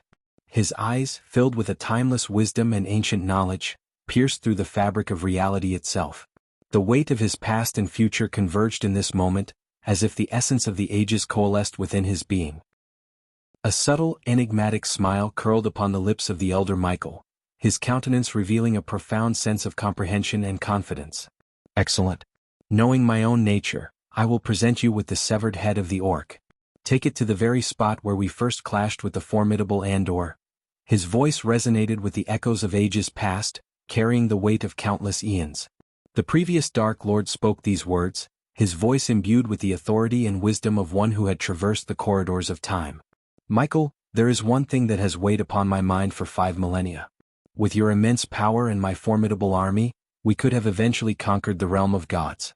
Yet, you made the decision to reset the universe and start anew. What? Dagon's voice carried a mix of curiosity, anticipation, and a hint of long-awaited satisfaction. For countless years, he had yearned for this moment to activate the artifact bestowed upon him by the previous Dark Lord and pose this burning question. You already know the answer, Dagon. Without Gaia by my side, there is no purpose in seeking conquest or ruling over the vast expanse of the universe. Michael's voice carried a profound sorrow reflected in the depths of his weary eyes. The weight of loss and longing permeated his words, a testament to the love he had shared with his wife, Gaia.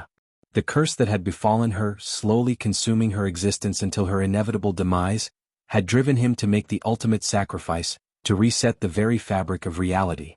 In his eyes, the pursuit of power and dominion had lost all meaning in the absence of his beloved. Dagon's laughter echoed through the chamber, a bitter and mocking sound. So, you reset the entire universe for one girl? All those worlds, all those lives, all for the sake of your love? His voice dripped with sarcasm, unable to comprehend the depths of Michael's sacrifice. You truly are a sentimental fool, sacrificing everything for a fleeting romance. She was not my girlfriend, Dagon. She was my wife. Michael's voice carried a mix of sorrow and determination. The weight of his words hung in the air, revealing the depth of his connection to Gaia. A wife is not just a companion or a partner, Dagon, Michael said, his voice carrying a touch of wisdom. She is the foundation of a man's soul, the light that illuminates his path, and the source of his strength in times of darkness. In her love and presence, a man finds solace, purpose, and the courage to face any challenge. A wife is a reflection of his deepest desires, a confidant in his deepest fears, and the embodiment of unwavering support. With her by his side, a man becomes more than himself, for she completes him in ways no other can. So, do not underestimate the power and significance of a wife, for she is the beating heart of a man's existence. Despite Michael's earnest words, Dagon remained obstinate in his pursuit of power. To him, power held greater significance than any emotional connection or companionship. The concept of love and the value of a wife were lost on him, for his heart was consumed by ambition and the thirst for supremacy. The previous Dark Lord recognized this inherent quality in Dagon, his propensity for deception and manipulation, and that was precisely why he struck a clandestine deal with him.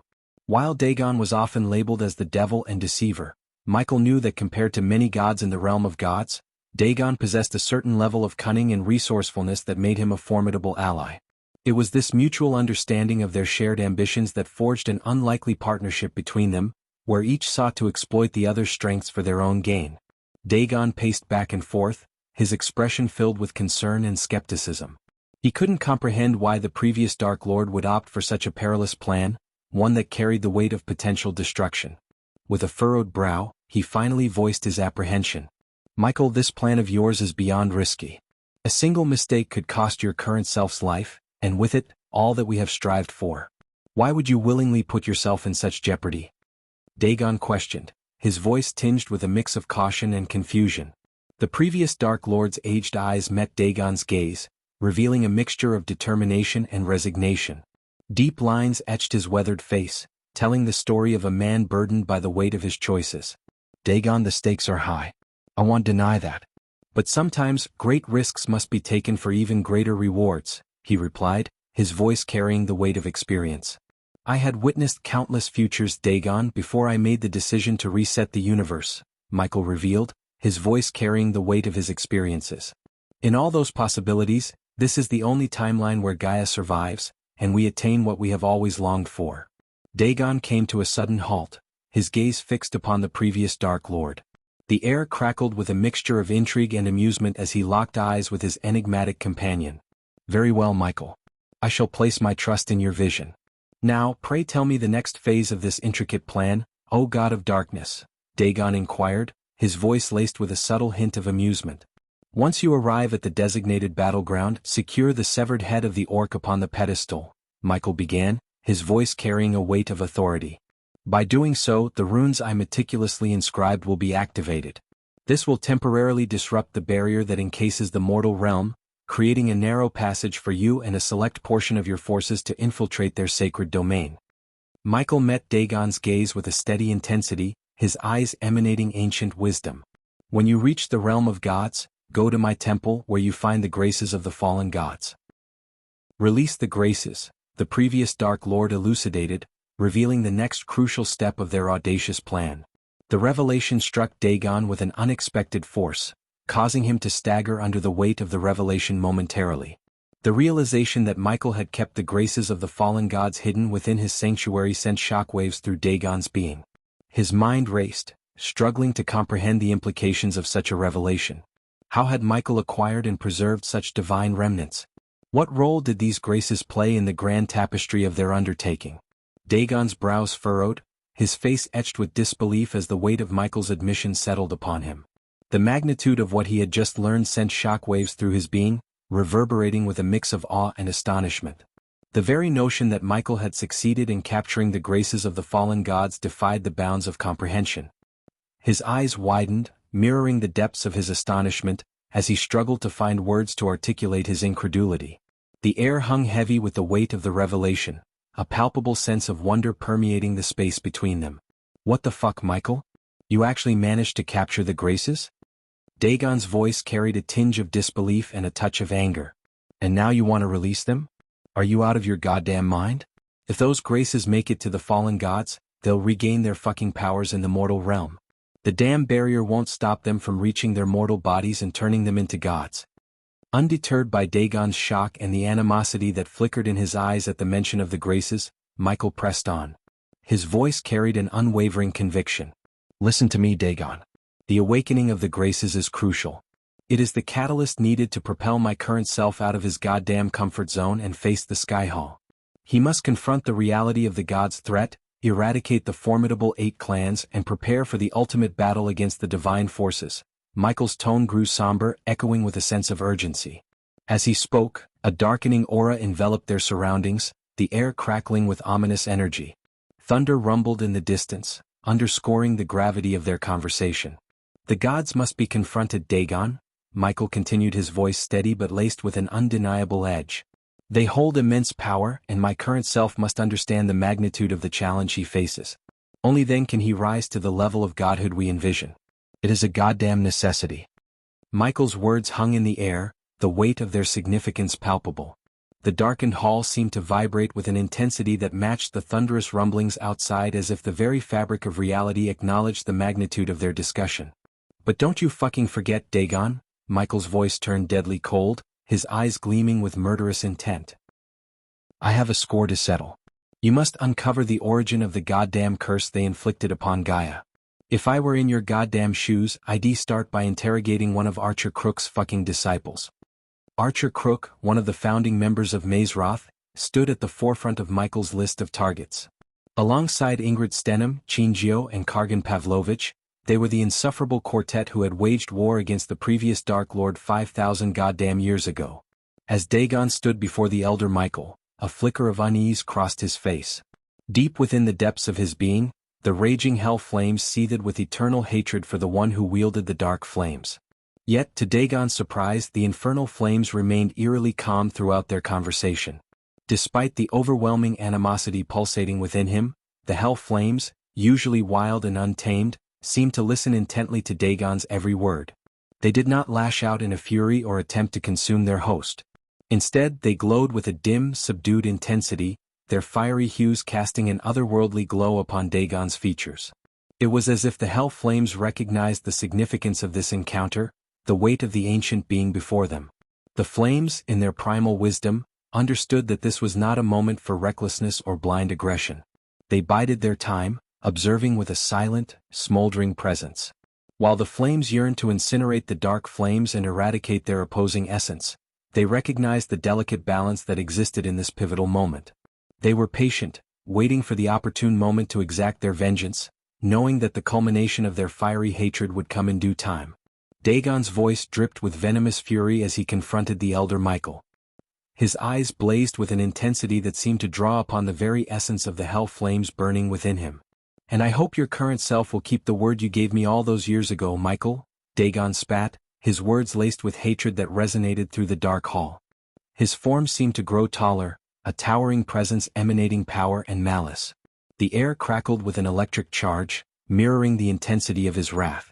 The flames within Dagon surged, their fiery tendrils licking the air around him, casting an eerie glow upon his contorted features. Shadows danced menacingly, amplifying the dramatic atmosphere that enveloped them. "Wulfric's soul is mine."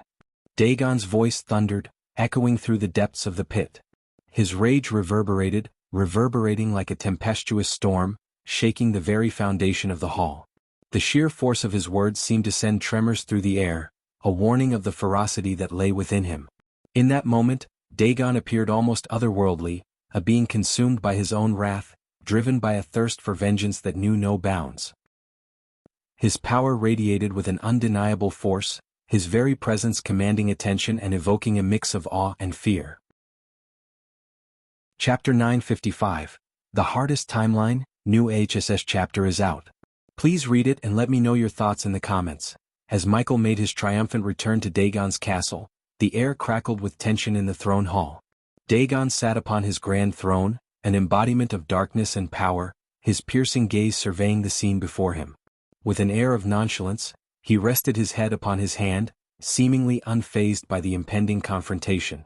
Without a moment's hesitation, Michael hurled the severed head of the fearsome orc directly into Dagon's lap, the gruesome trophy landing with a sickening thud. The act was a bold display of defiance, a statement that Michael had fulfilled his end of the bargain and expected nothing less in return. With an unwavering gaze, Michael stood tall, his voice cutting through the heavy silence. "I held up my end of the bargain. Now it is time for you to honor your part. Return Nightmare's soul to us." Buzz, standing by Michael's side, trembled at the audacity and fearlessness displayed by the enigmatic human. Though a creature of the realm of hell, even he felt a pang of unease in the presence of Dagon. He contemplated making a swift exit, but to his surprise, Dagon remained eerily composed, an enigmatic smile playing upon his lips. Dagon's voice, smooth as silk and laced with an underlying darkness, filled the throne hall. "Ah, Michael, you do have a way with theatrics," Buzz marveled at the unfolding scene, realizing that Michael possessed a hidden strength that surpassed his initial assumptions. The power dynamics of the encounter were shifting, and he found himself unable to tear his gaze away from the exchange between these formidable beings. "Isn't it really funny that you made a deal with the devil?" Dagon amused. A smug grin played upon Dagon's lips as he observed the reaction from Michael, his brows furrowing in a mixture of annoyance and suspicion. The devilish ruler of hell found great amusement in the situation, reveling in the irony of making a deal with the very embodiment of darkness. Before tensions could escalate further, Gaia, fueled by her own righteous anger, stepped forward, ready to demand the return of Nightmare's soul. However, Michael's firm grip on her hand held her back, a silent reminder of the precarious nature of their situation. Though his desire burned within him, Michael understood the delicate balance they treaded. To challenge Dagon now would be to invite calamity upon themselves. Yet, a silent promise formed in his mind, a vow to bring hell to Dagon's doorstep if ever the need arose. However, to Michael's surprise, Dagon did not retract his promise. With a mere snap of his fingers, the entire castle quaked, its very foundations trembling beneath their feet. The ground cracked and fissured before Michael, eliciting a cautious step back. From the depths of the fractures, a radiant ball of light emerged, pulsating with the essence of Nightmare's soul. A moment of silence enveloped the chamber as Michael and Gaia locked eyes with the ethereal manifestation of what they sought. It was a testament to the power and authority Dagon wielded, even in the realm of hell. The ball of light, once trapped within the confines of Nightmare's being, now floated before them, a symbol of their triumph. As Gaia reached out for the ethereal essence of Nightmare's soul, a flicker of uncertainty passed across Michael's face, his brows furrowing in contemplation. The weight of the question lingered in his mind, overshadowing the triumph of their victory. How could they safely transport the soul back to their world, evading the clutches of the treacherous realm they found themselves in? How do we ensure the safe passage of the soul and escape this realm? Michael's voice held a note of determination, his gaze fixed upon Dagon, who now stood upright, holding the severed head of the orc. Dagon's response came in the form of a snide remark, his laughter echoing through the chamber. The devilish ruler displayed no intention of offering a straightforward answer, leaving Michael to wrestle with the weight of their predicament.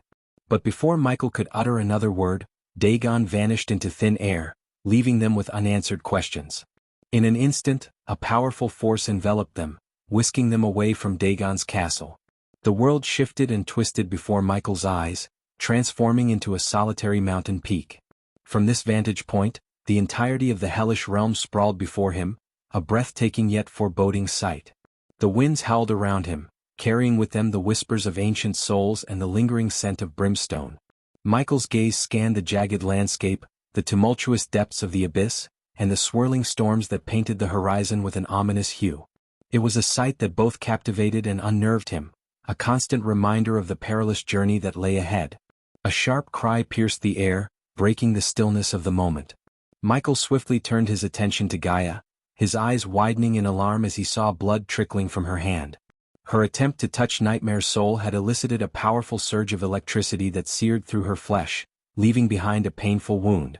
"Fucking hell," Gaia hissed through gritted teeth, her hand trembling from the shock. The sharp pang of pain mingled with frustration, and her choice of words reflected her exasperation. Buzz, unable to contain himself, let out a chuckle at Gaia's reaction. His comical nature seemed to find amusement in the clash of Gaia's fiery spirit and her sharp tongue. "Nasty mouth for a pretty girl," Buzz remarked, a mischievous glint in his multifaceted eyes. Gaia's fury flared at the insect's taunting words, her eyes narrowing as she locked her gaze on Buzz. "I will tear your limbs apart, insect," Gaia growled, her tone laced with a lethal promise.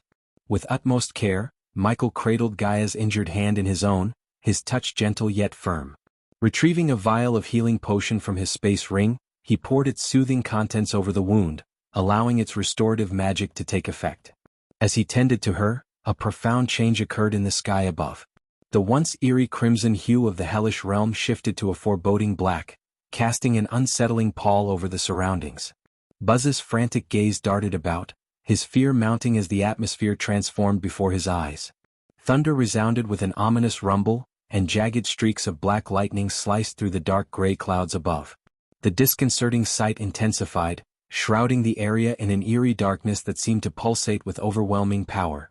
Amidst this unsettling ambience, the ethereal form of the previous Dark Lord materialized before Michael, his presence stunning everyone in their tracks. His spectral figure exuded a palpable aura of ancient wisdom and indomitable power, as if the very fabric of the realm acknowledged his arrival. Buzz's insect body quivered with fear as he beheld the overwhelming power emanating from the ethereal form of the previous Dark Lord.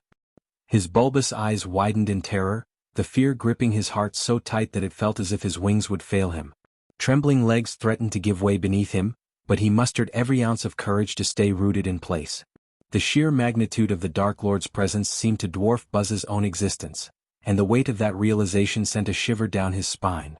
It was as if the very essence of darkness and might had coalesced into a formidable entity standing before him, and the depths of Buzz's soul quivered in response to its profound power. His wings twitched involuntarily, his breath caught in his throat, and he could only pray that he would not be the target of this being's attention. In that moment, Buzz felt the insignificance of his comical bravado and realized the true terror that lay within the presence of one who had mastered the forces of darkness. As the previous Dark Lord fixed his gaze upon Gaia, a tender mixture of love, sadness, and joy flickered in his ethereal eyes. His gaze held a depth of emotion that transcended time itself, for he saw before him the very essence of his beloved Gaia, the woman he cherished with every fiber of his being. Though her appearance mirrored that of his current self's Gaia, he knew the weight of her destiny, the curse that plagued her existence in his timeline. In that fleeting moment, the previous Dark Lord's heart swelled with love, his sadness stemming from the knowledge of what awaited her. Yet, intertwined with his sorrow was a profound joy, a bittersweet celebration of this unexpected encounter. With a gentle smile, the previous Dark Lord extended a spectral hand toward Gaia, a silent acknowledgement of their shared connection across the dimensions. Though their time together was fleeting, his love for her transcended the boundaries of existence. It was a love that defied the limitations imposed by destiny, a love that burned eternal within his immortal soul. Lost in a whirlwind of emotions, Gaia found herself irresistibly drawn to the ethereal hand extended before her. Her own hand trembled with a mix of anticipation and uncertainty as if guided by an invisible force. In that moment, the weight of her own existence and the connection she shared with the previous Dark Lord collided within her being. With a mixture of curiosity and longing, Gaia extended her hand, her fingertips hovering just inches away from the incorporeal form of the previous Dark Lord. Time seemed to stand still as her thoughts swirled in a vortex of questions and unspoken words. She yearned to feel the touch of his hand, to bridge the gap between their two worlds and grasp a fleeting moment of connection. As Gaia's fingertips made contact with the ethereal hand of the previous Dark Lord, a serene smile graced his lips. His gaze, filled with a mix of love, sadness and joy, shifted towards Michael, his current self. However, before any words were spoken, a mere wave of his hand sufficed to halt time itself, casting an encompassing darkness that froze the world around them. Amidst this temporal suspension, Michael stood as the sole exception, unaffected by the shroud that enveloped them. The previous Dark Lord drew a deep breath, his eyes meeting Michael's, signaling the beginning of their profound encounter. In that suspended moment, an air of anticipation hung heavy as Michael's mind brimmed with countless questions for his enigmatic past self. Michael's voice trembled with a mix of frustration and confusion as he confronted his previous self with a torrent of questions. "Did you know Diana was our mother?" he inquired, his words laced with a hint of accusation. The previous Dark Lord met Michael's gaze steadily, his expression calm and unwavering. "Yes," he replied simply, acknowledging the truth. Michael's voice grew more impassioned as he pressed for answers. "Then why, in all the times we've met before, did you keep it from me? Why didn't you provide a single clue or leave behind a recording revealing the truth about our family? And why, above all, did you keep Noah's identity as my brother concealed?" The air around them grew heavy with the weight of unspoken secrets as Michael sought answers from the depths of his own past. "Consider this, Michael," the previous Dark Lord replied, his voice filled with a tinge of sadness and hidden anger, his brows furrowed with deep contemplation. "Do you honestly believe that I would choose to reset the entire universe and erase my own existence without exhausting every other possibility? With the aid of the system, I have witnessed countless timelines, and in each one, I have observed that the only timeline in which Gaia survives is the very timeline you currently reside in." The weight of his words hung in the air, carrying the weight of immense grief and the burden of a fate that had been carefully navigated. The previous Dark Lord's eyes held a mixture of determination and regret as he sought to convey the complexity of his choices to his current self. "Any alterations made to this very timeline would result in the loss of the love of your life, Gaia, forever. The system has its own adversaries, powerful enemies even I, at the height of my power, struggled to confront. To safeguard you and the system, I deliberately weakened its capabilities, ensuring the Omegas would be unable to trace its location or your existence." His words echoed with a sense of urgency, emphasizing the dire consequences that tampering with the delicate balance of the timeline could bring. The previous Dark Lord's eyes bore a mixture of wisdom and a deep understanding of the risks involved as he sought to impress upon Michael the gravity of their situation. "I understand your desire for answers, Michael, but the entire point of resetting the universe was to give you a different life, separate from mine," the previous Dark Lord explained, his voice tinged with a hint of melancholy. "As beings like us, we are taught to maintain emotional control in all circumstances. However, witnessing the deaths of countless loved ones and the painful task of burying their remains will gradually erode your very soul." His words conveyed the weight of the burden he had carried, understanding the toll it took on his own heart. The previous Dark Lord's eyes held a mix of empathy and the wisdom gained from his own experiences, recognizing the inner struggles Michael would face along his journey. "Even when my Gaia was cursed, she tried to retain her spirited nature, her snarky remarks aimed at making me laugh." The previous Dark Lord's voice carried a heavy sadness. "But with every attempt, she would falter and collapse, writhing in pain. In those moments, no amount of victories or the grandeur of ruling the universe held any meaning, Michael. It was an empty existence, overshadowed by the agony she endured." The weight of his words conveyed the deep sorrow and helplessness that came with witnessing his beloved suffer. Despite all the power and control he held, the pain of seeing Gaia in such a state overshadowed any sense of accomplishment or fulfillment. It was a testament to the depth of their connection and the profound impact her suffering had on him. The current Michael's eyes shimmered with a mixture of sadness and determination, transforming into a steely resolve. A confident smile curved his lips, radiating an air of unyielding determination. "The tragedy that befell your Gaia will not be in vain," he declared, his voice resonating with unwavering conviction.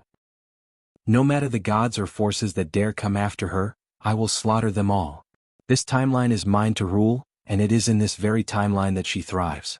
When I depart from this realm, I will not only marry her, but I will show you what it means to be a fucking husband, a protector who defies fate itself." His words echoed through the chamber, each syllable brimming with an electrifying presence. The current Michael exuded an unwavering confidence, the embodiment of a warrior who had embraced his destiny and was prepared to face any challenge head-on. In that moment, he stood tall, a force to be reckoned with, ready to defy the odds and carve his own path to ensure the safety and happiness of the woman he loved. Chapter 956. Rest in peace, Michael. New HSS chapter is out. Please read it and let me know your thoughts in the comments. As the confident words of the current Michael resounded in the chamber, the previous Dark Lord felt a surge of pride wash over him. He had orchestrated events, sacrificed his own existence, and shaped the very fabric of the universe to pave the way for this moment. The conviction and determination exuded by his successor validated his choices and gave him solace in the knowledge that his sacrifices were not in vain. With a solemn yet satisfied smile, the previous Dark Lord addressed the current Michael. "Everything I sacrificed has led us to this moment, Michael. I made many mistakes, but giving ourselves a second chance was not one." The current Michael nodded, acknowledging the weight of his previous self's words. However, before he could respond, the previous Dark Lord continued with a grave expression. "Now listen carefully, Michael. As you leave this realm, I want you to entrust Nightmare's soul to Buzz," the previous Dark Lord instructed, his voice tinged with a sense of urgency. "He may seem cowardly and foolish, but he possesses an innate power that will prove invaluable to you in the future. Trust him, for he will play a significant role in your journey. This is not an altercation of the timeline but my advice to you." Michael regarded the previous Dark Lord with a mixture of curiosity and skepticism. However, a flash of doubt crossed his face as he considered entrusting Nightmare's soul to someone like Buzz. "But Buzz, he is a coward. How can I trust him with something so important?" Michael questioned, his voice tinged with skepticism. The previous Dark Lord's eyes glinted with a hint of amusement as he responded, But you see, Michael, cowards have the potential to surprise us. Their fear can drive them to acts of unexpected bravery. Loyalty, too, can be found even in the most unlikely of souls." Curiosity piqued, Michael leaned in closer, awaiting the wisdom his previous self had to offer. Cowards understand the value of loyalty better than most. When pushed to their limits, they can rise above their fears and show unwavering allegiance, the previous Dark Lord explained, a flicker of intensity in his eyes. "Do not underestimate Buzz. In his own comical way, he may prove to be a steadfast companion, willing to go to great lengths to protect what he holds dear." Michael pondered the words of the previous Dark Lord, weighing the risks and rewards.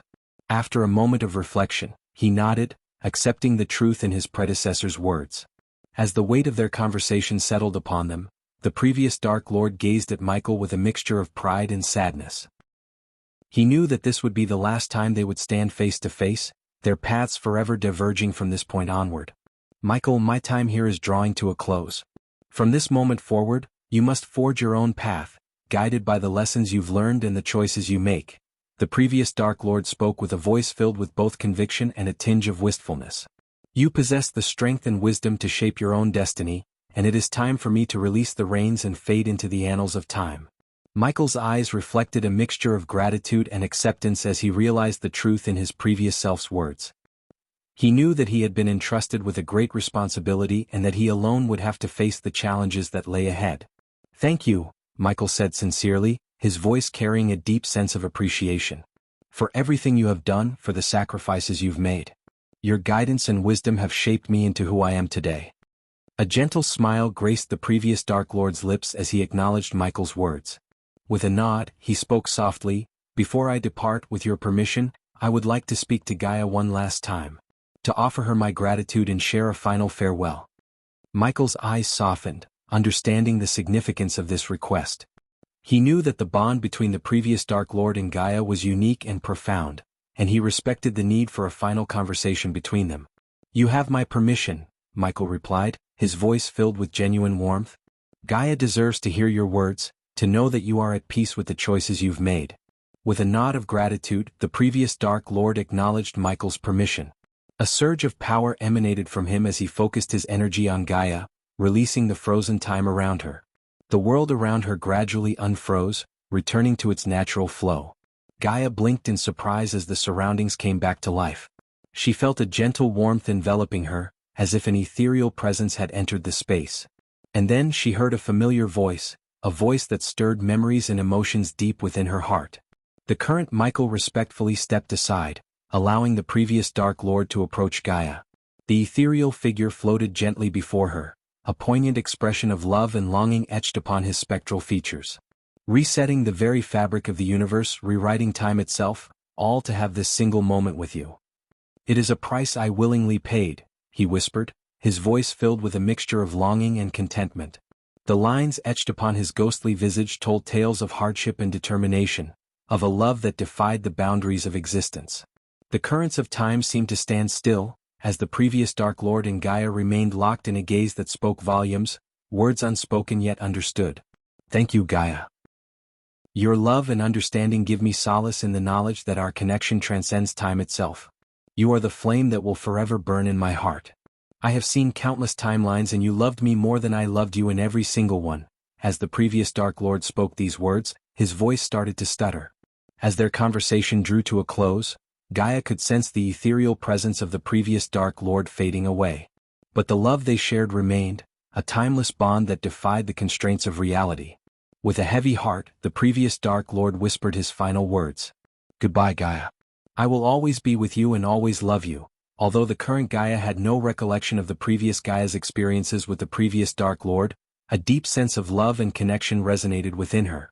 As tears welled up in her eyes, she gazed into the ethereal eyes of the fading form before her.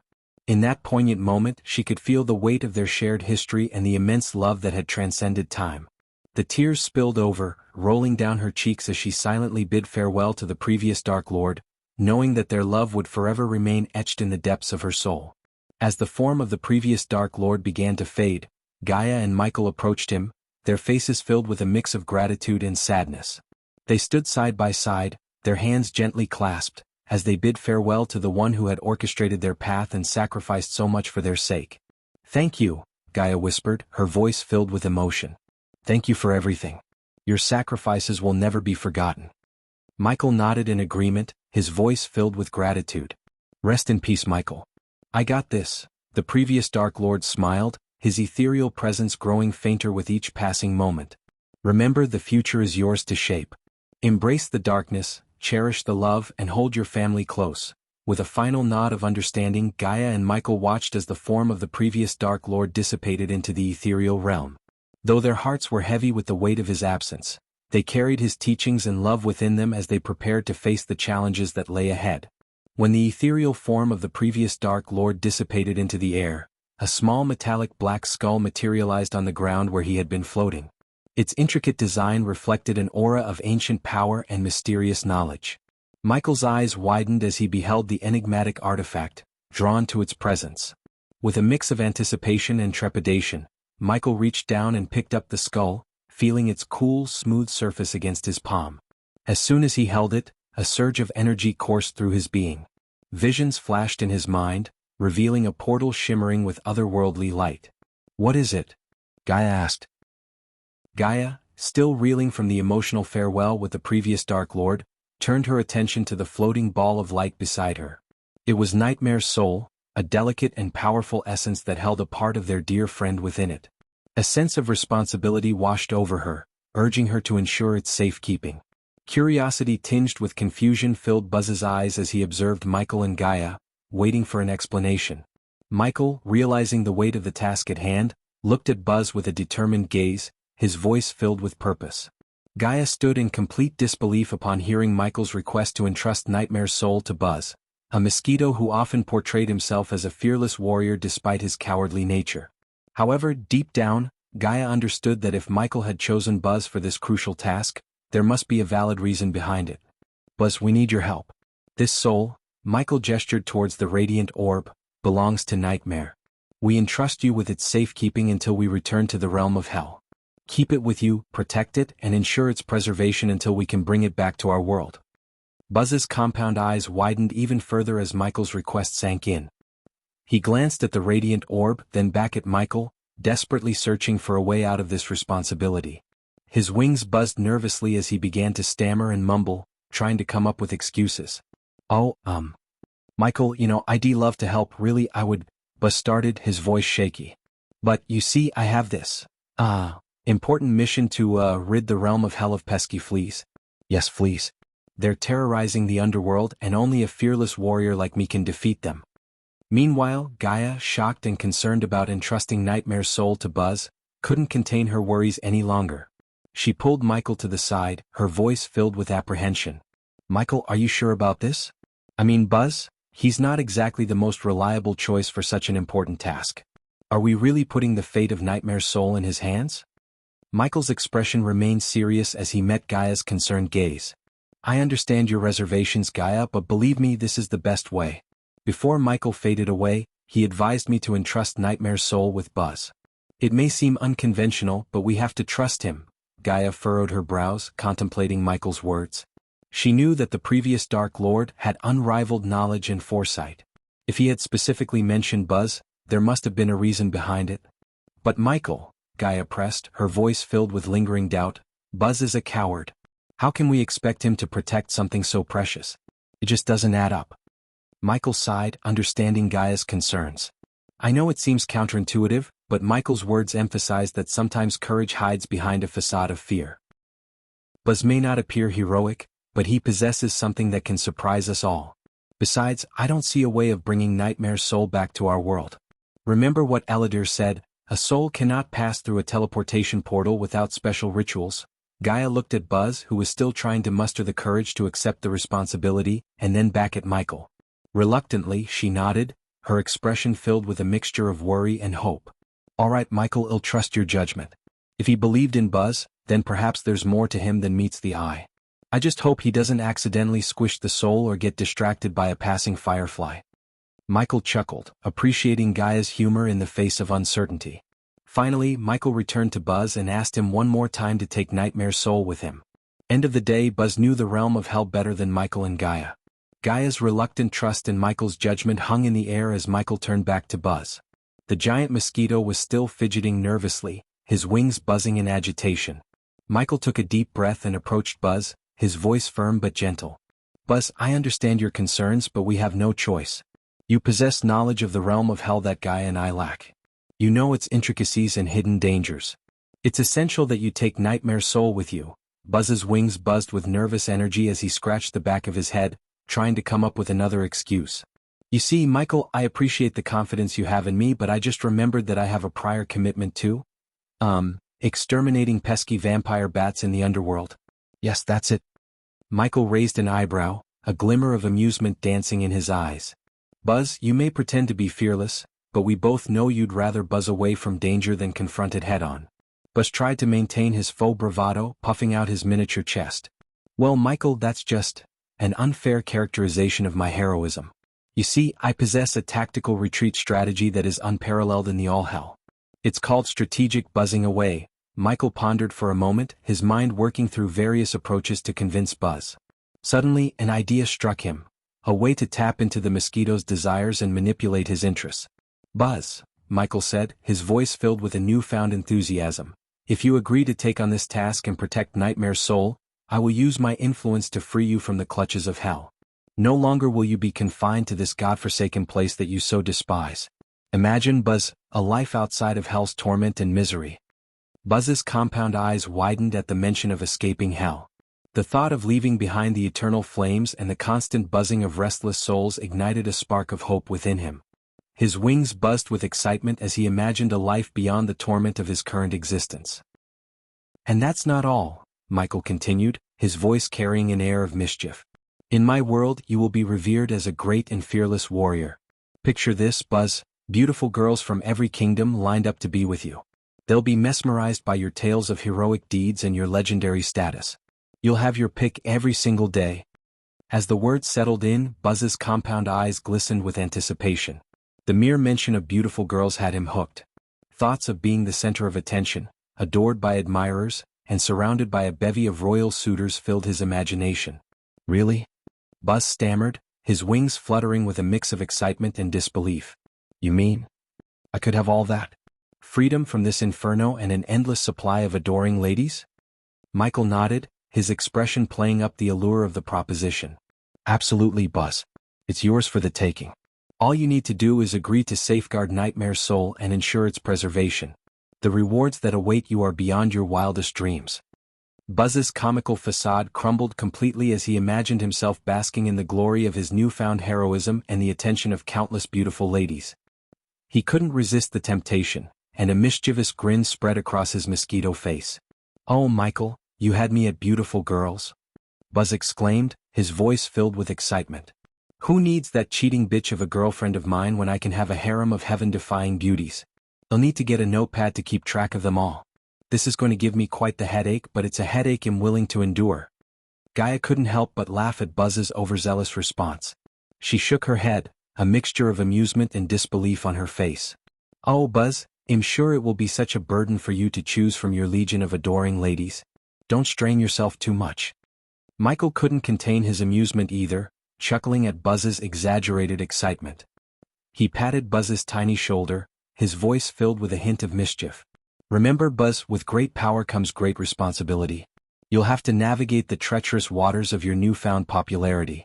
But fear not, for we will be there to guide you. Buzz nodded eagerly, his wings buzzing with anticipation. Absolutely, Michael. I'm ready for the challenges that come with being a legendary warrior with a horde of devoted fans. I'll take on this responsibility with all the courage I can muster. As the trio set off on their journey, Michael couldn't help but marvel at his successful manipulation. He had tapped into Buzz's desires and used them to motivate the hesitant mosquito. Little did Buzz know that the world Michael promised might not be exactly as he imagined. Still, Michael couldn't deny the satisfaction of seeing Buzz's genuine excitement and willingness to take on the task. Chapter 957, Leaving the Realm of Hell, new HSS chapters are out. Please read them and let me know your thoughts in the comments. Nightmare's soul appeared to possess a sense of sentience as it floated alongside the trio, following them toward the portal that had been opened by the previous Dark Lord. As Michael and Gaia approached the portal, Gaia turned towards the radiant orb of light, her voice filled with affection. Goodbye for now, little lizard, Gaia said softly, her tone carrying a mixture of reassurance and longing. I promise you, we will return soon to bring you out of this wretched place. Hang in there. Buzz, unable to resist the opportunity for another witty comment, interjected with a mischievous grin on his mosquito face. And don't worry, soul buddy. While they're gone, I'll be here protecting you from all the fiendish hellwalkers in hell. They won't dare lay a hand on you. Michael rolled his eyes, accustomed to Buzz's humorous remarks, but couldn't help but chuckle. Buzz, I assure you Nightmare's soul will be safe in your capable, well, your hands, he replied, adding a touch of sarcasm to his words. Buzz, always the opportunist when it came to matters of beauty, couldn't help but bring up the subject again. By the way, Michael, when I come to your world, are there any other handsome mosquitoes that I should be worried about? I wouldn't want any competition when it comes to attracting all those lovely ladies. Michael couldn't help but shake his head, a smirk playing on his lips.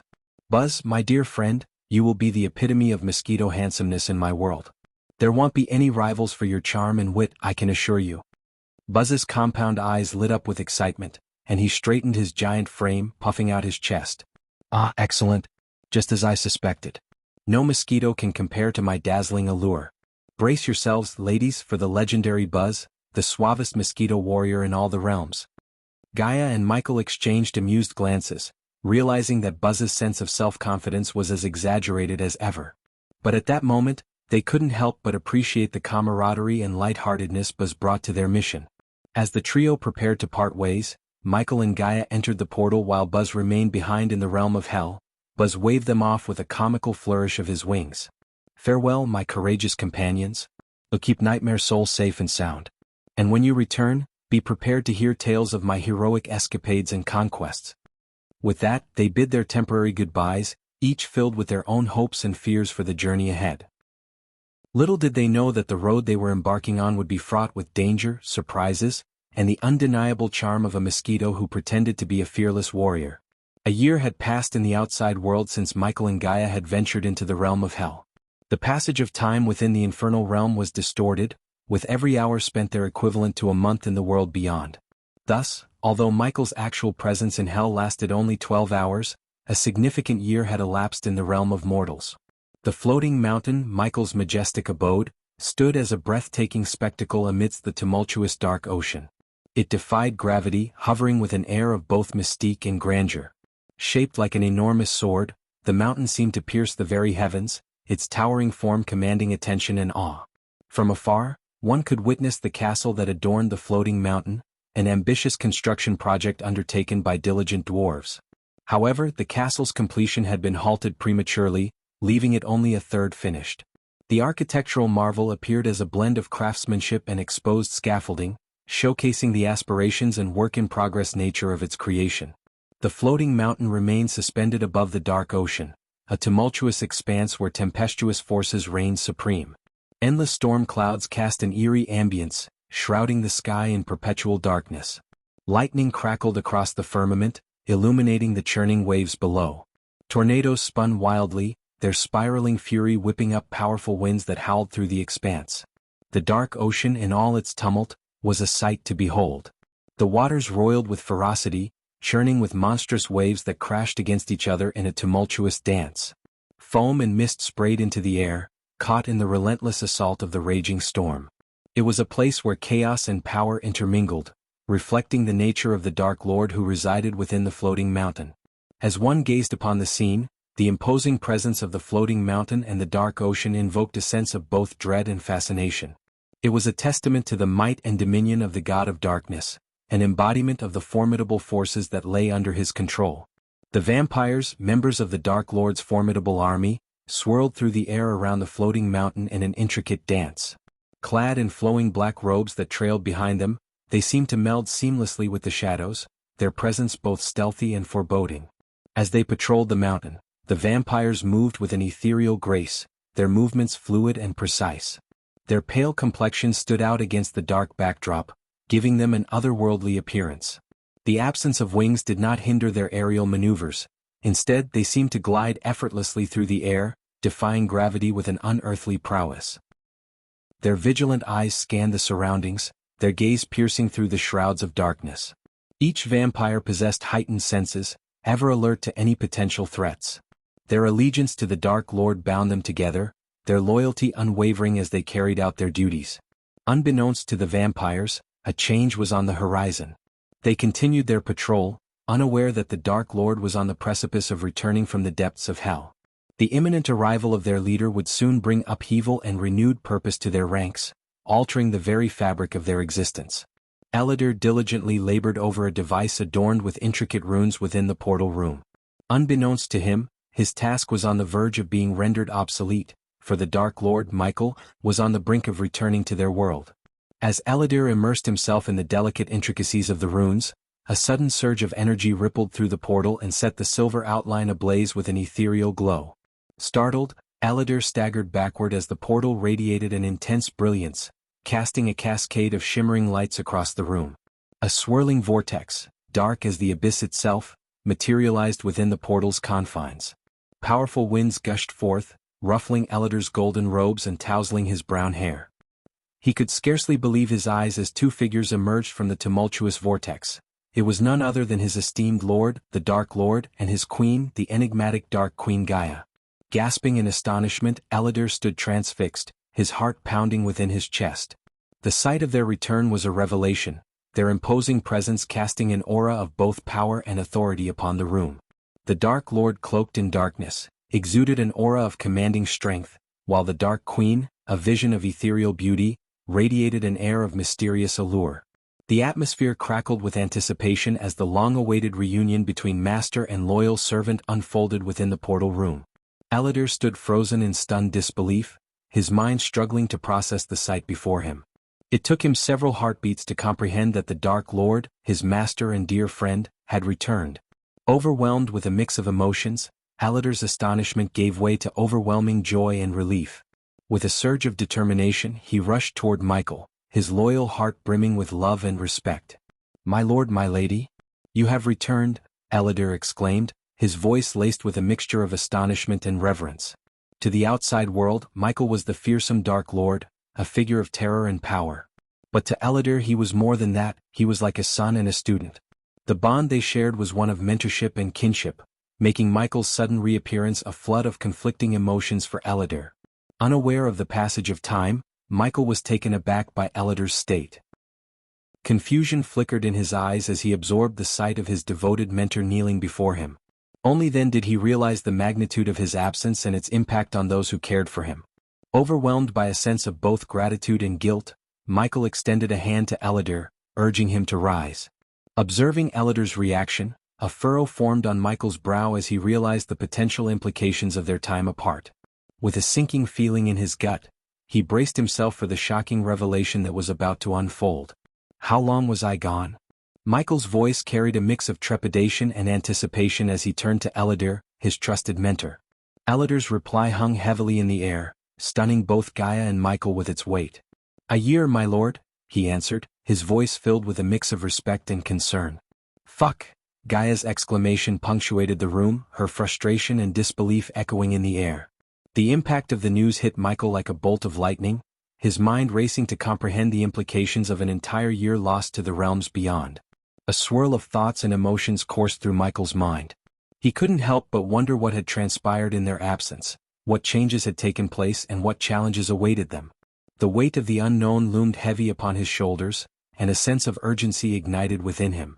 As the presence of his master engulfed the room, Azazel, the loyal demon butler, materialized before Michael, his eyes filled with reverence. With a graceful genuflection, he knelt down, recognizing the return of his esteemed lord. "My lord," Azazel's voice resonated with deference and dedication.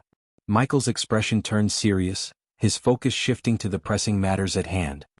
He acknowledged Azazel's presence but wasted no time with pleasantries. His voice carried an authoritative tone as he issued his command. "Summon everyone to the meeting hall immediately," Michael declared, his words brooking no opposition. "I want to know everything that happened while we were gone." Ellider and Azazel, both aware of the urgency in Michael's voice, nodded in unison, understanding the gravity of the situation. They swiftly rose to their feet, their unwavering loyalty shining through their determined gazes. Without a word, they departed from the room, each tasked with the responsibility of gathering the necessary individuals and relaying Michael's order. After Azazel and Ellider left the room, another figure entered, and to Michael's pleasant surprise, it was Eve, his dearest friend. The sight of her warmed his heart, and a genuine smile spread across his face. When Eve saw Michael and Gaia alive and well, her emotions overcame her, and she hurriedly made her way toward them. Eve's eyes shimmered with tears of relief, mirroring the overwhelming joy that radiated from her. With each step, her pace quickened, driven by a deep longing to hold them both tightly in her embrace. Finally reaching them, she enveloped Michael and Gaia in a heartfelt hug, her grip conveying the depth of her emotions. Tears streamed down Eve's face as she clung to them, her voice quivering with a mixture of happiness, worry, and affection. "I knew it. I just knew it. You didn't leave me. You bastards. Promise me you won't scare me like that again." Her words were infused with a playful scolding, a testament to their unbreakable bond and the relief she felt at their safe return. As Eve tightly embraced Michael, another presence entered the room, but this time it was not a human. In a flurry of excitement, Vidora, the three-headed Hydra, made their entrance. "You fucking bastards!" The sudden exclamation from Iag's head interrupted Eve's embrace, drawing everyone's attention. Gazing at Vidora, Gaia couldn't help but smile, knowing the affectionate nature of the Hydra. With a burst of energy, Vidora soared through the air, flapping their tiny wings, until they crashed into Gaia, showering her with wet kisses. Each head nuzzled Gaia, expressing their deep longing and how much they had missed her during the past year. Gaia reciprocated their love, her laughter filling the room as she was playfully smothered with affection.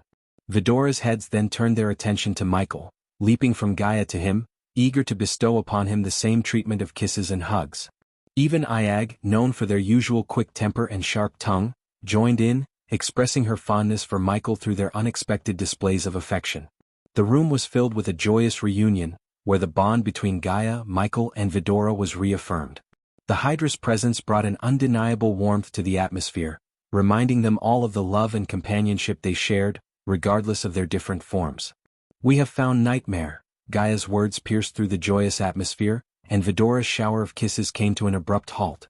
As Gaia announced the discovery of Nightmare, Vidora's three heads froze in place, their eyes locked on Gaia with unwavering intensity. What? Iag's voice trembled with disbelief, mirroring the surge of emotions that welled up within Vidora's heart. Though Vidora was a Hydra and Nightmare a dragon, the bond they shared was akin to that of siblings. It was only after Nightmare's untimely demise that Vidora realized the depth of their love for him. Now, upon hearing Gaia's revelation, a whirlwind of emotions swept through their being. At that moment, Sarba, Iag and Cain, each head of Vidora, experienced a surge of conflicting feelings. Hope intermingled with lingering grief, and the bittersweet taste of longing permeated their thoughts. They had missed Nightmare dearly, and the mere possibility of his return ignited a flicker of hope within their hearts. Vidora's heads, usually lively and animated, now remained motionless, their expressions filled with a mix of anticipation, disbelief, and a longing for the reunion they had never thought possible. Their eyes, reflecting a complex tapestry of emotions, conveyed a silent plea for confirmation, yearning to be assured that Nightmare's soul had indeed been found. As the room filled with anticipation and Vidora's emotions swirled in the wake of Gaia's announcement, Eve stood frozen in place, her eyes widening with a mixture of shock and disbelief. The words echoed in her mind, and her heart skipped a beat as the weight of the news sank in. A torrent of emotions washed over Eve, leaving her momentarily speechless. She had thought Nightmare was lost forever, never to be seen again. The thought of his return, even if only his soul, was nothing short of miraculous. Eve's hands instinctively clutched at her chest as her breathing grew shallow, struggling to comprehend the enormity of the revelation. With trembling hands, Eve reached out for Gaia's arm, her voice barely a whisper. You found him? Nightmare? He's really coming back? Gaia nodded solemnly, her eyes filled with understanding. She grasped Eve's hand in a reassuring gesture, offering her a silent comfort amidst the overwhelming emotions. Though Gaia couldn't reveal the full extent of their journey to Hell and their challenges just yet, she knew that the news carried a weight that couldn't be taken lightly. Later I will share the full story with you. But right now, I need to catch up on everything that happened while I was away, Michael stated, his voice filled with determination as he led the way out of the room. By his side, Eve, his loyal and trusted best friend, and Gaia, his beloved partner, walked alongside him. Perched atop his shoulder, Vidora, the three-headed Hydra, remained vigilant and attentive. As they made their way through the corridors, a sense of urgency filled the air. Michael's absence had left a void, and now he sought to fill it with the knowledge of what transpired during his time away. Chapter 958, Skyhall's Execution Team, New Age chapters are out. Please read them and let me know your thoughts in the comments. As Michael and Gaia entered the meeting hall, a hushed silence fell upon their subordinates who were gathered around the large, dark chamber. The room exuded an air of mystery, with dimly lit torches casting flickering shadows on the stone walls.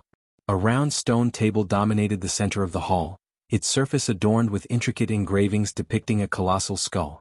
The table served as a solemn centerpiece, symbolizing the gravity of the discussions that took place within these walls. The subordinates, their faces etched with astonishment and disbelief, occupied their seats around the table.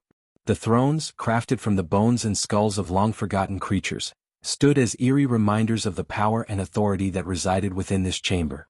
Each throne was meticulously placed, awaiting the arrival of their leaders, the Dark Lord and the Dark Queen. As their gazes fixed upon Michael and Gaia, a mixture of shock, disbelief and relief swept through the room. The subordinates had endured a year filled with uncertainty, believing their Dark Lord and Dark Queen had perished in Nagaland under the devastating assault of a mysterious ship's energy beam. Yet here they stood, alive and resolute, defying the expectations of the world that presumed them lost.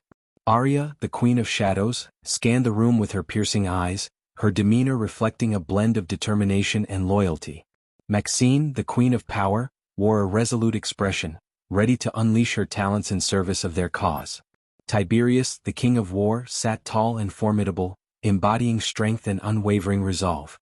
Dalar, the King of the Undead, exuded an aura of darkness and mystery, his undead minions lurking in the shadows. Sadie, the Queen of Whispers, observed the scene with a calculating gaze, aware of the secrets she held and the power they conferred. The remaining subordinates, Ricky, Titus, Optimus, Corey, Gibson, Saber, and Trista, each bore their own emotions, shock, gratitude, curiosity, and a renewed sense of purpose. They had weathered the storm of uncertainty in their leader's absence, uncertain of what the future held. And now, as they witnessed Michael and Gaia's return, a glimmer of hope ignited within their hearts. The absence of Caius and Adelia did not dampen the significance of the moment, for the presence of their esteemed leaders alone ignited a renewed sense of purpose and hope within their hearts. The air crackled with anticipation, and the room filled with palpable energy. The subordinates were keenly aware that this moment marked a turning point, a chance to rebuild, establish order and fulfill their roles in the grand design orchestrated by the Dark Lord and the Dark Queen.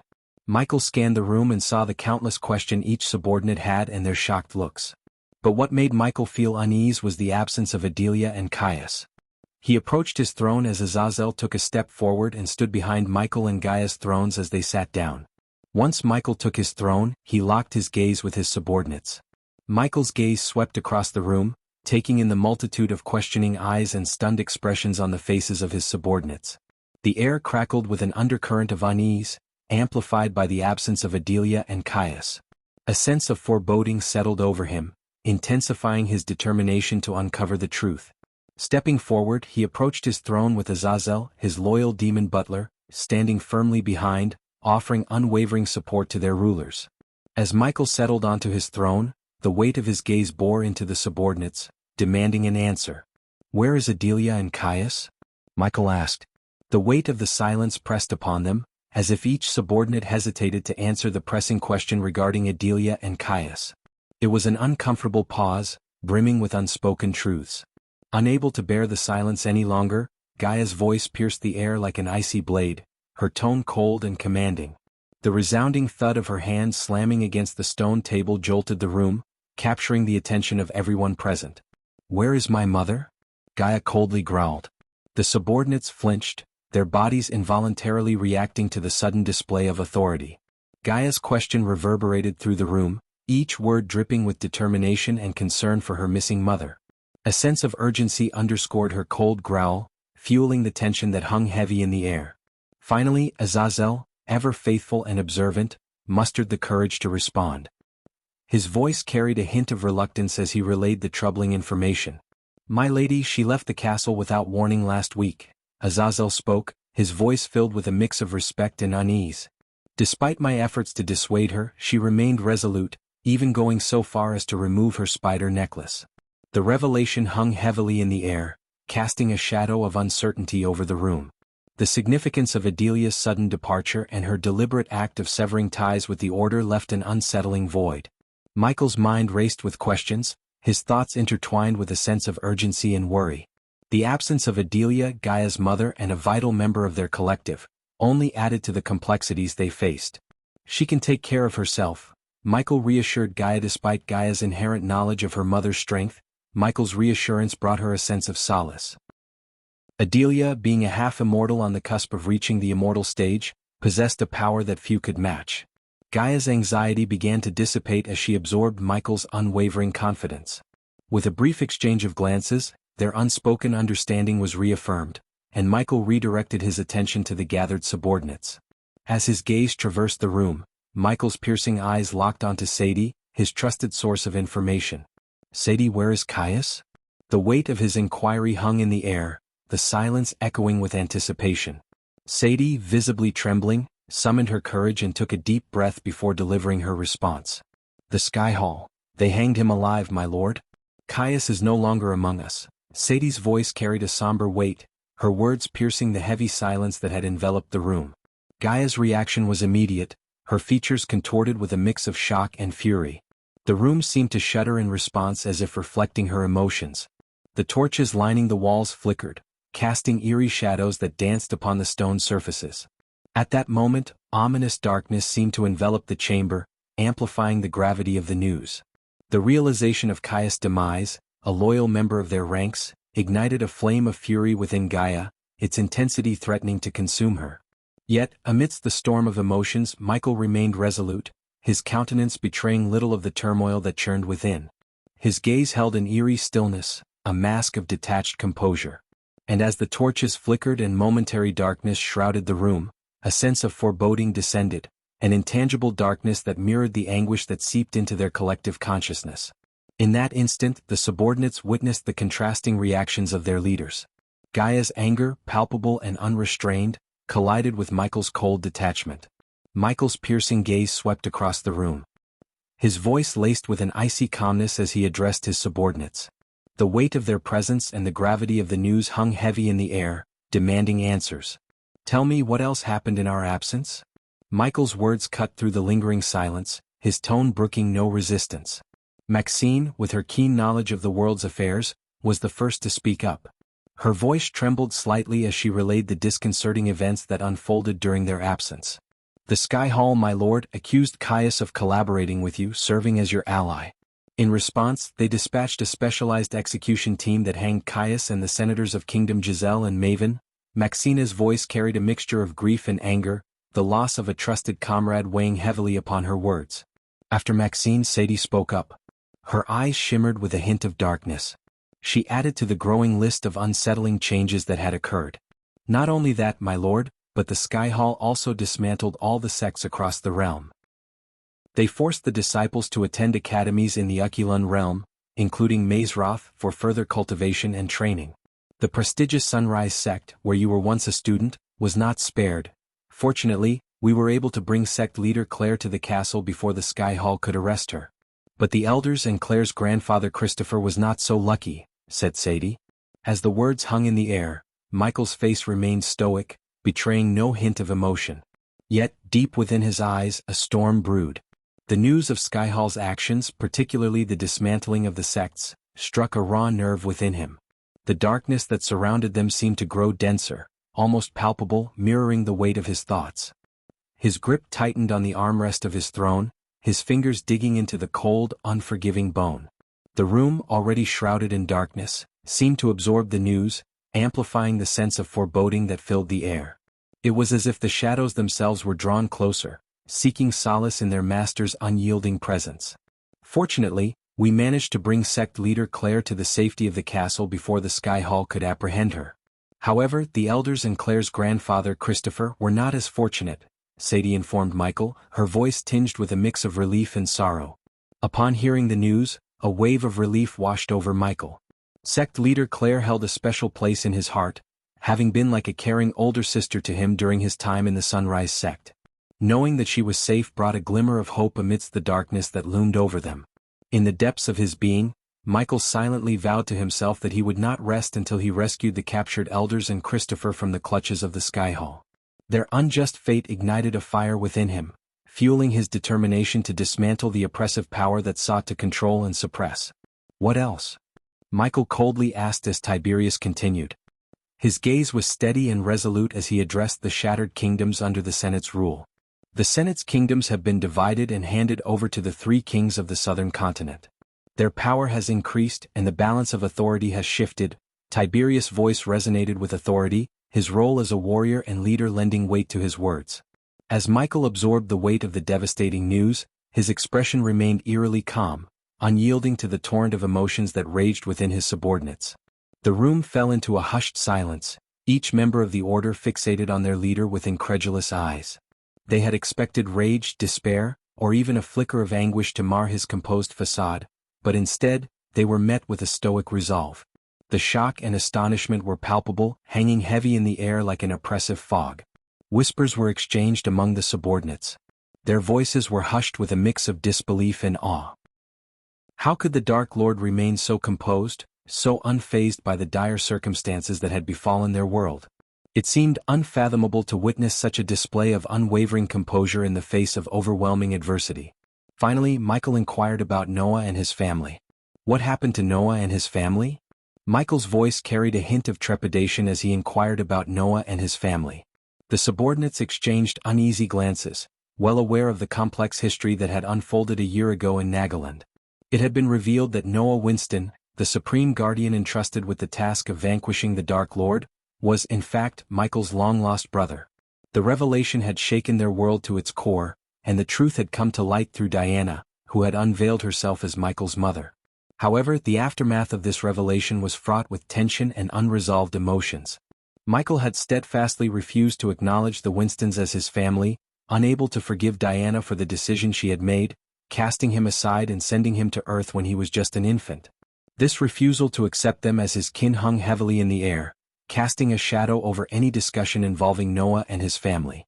The subordinates hesitated, their expressions mirroring the delicate nature of the topic at hand. It was a tightrope they navigated, torn between loyalty to their leader and the intricate web of familial ties that had been unveiled. Eyes darted back and forth, seeking guidance or permission to speak on the matter, yet apprehension lingered in the room like an unwelcome guest. After a tense pause, it was Sadie who mustered the courage to address Michael's query, her voice laced with caution. "My lord," Sadie began, her voice tinged with trepidation, "Noah and his family. The elders and the Alpha Guardians have relieved Noah of his duties as the Supreme Guardian.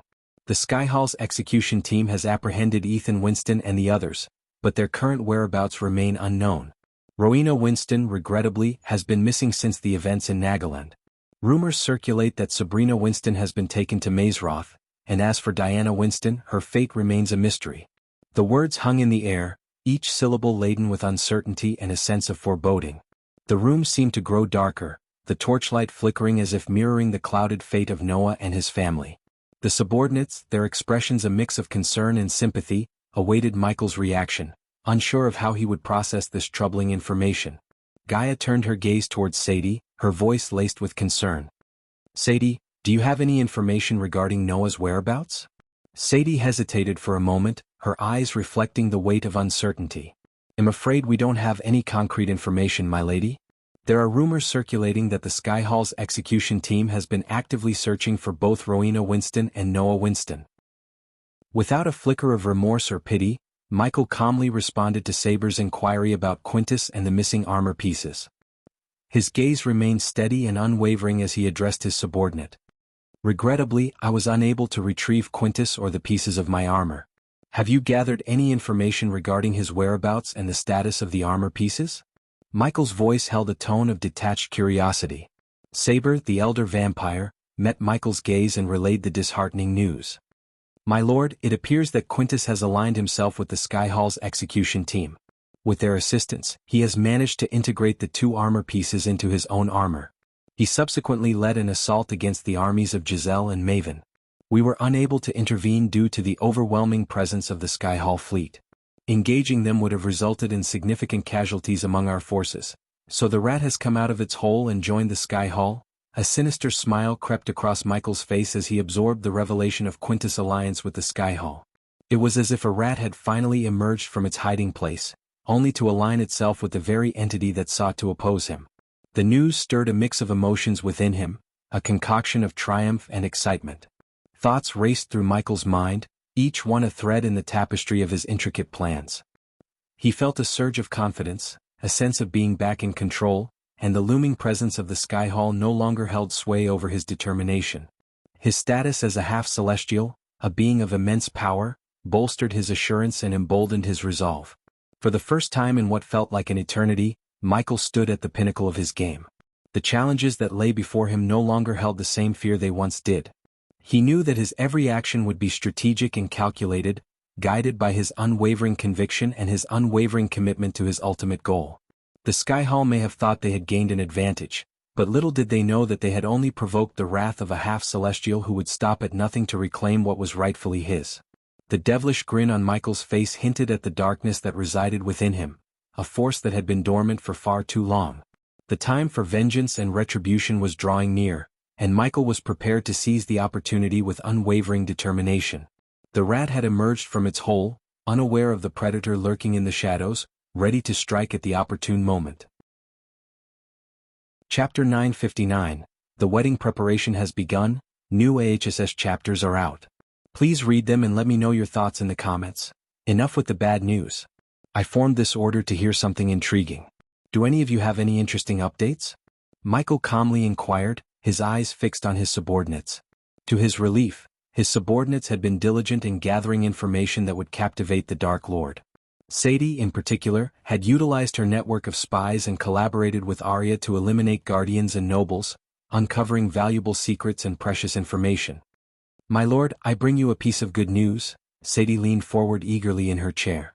Ever since the Skyhall's execution team forced Noah out of his role as Supreme Guardian, the Guardian Guild has fallen into disarray.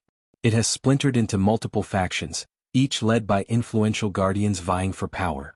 The guild is now a wounded beast, and it won't be long before these factions tear it apart. One particular faction has made a remarkable discovery on Azare continent, an ancient celestial energy deposit.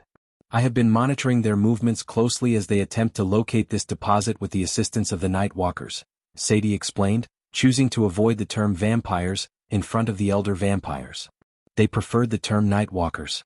We had actually planned to unearth the energy deposit and present it to you upon your return, but it seems you've come back earlier than anticipated, Sadie expressed with a click of her tongue, realizing her words may have come across as unintentionally negative. However, Michael chuckled in response.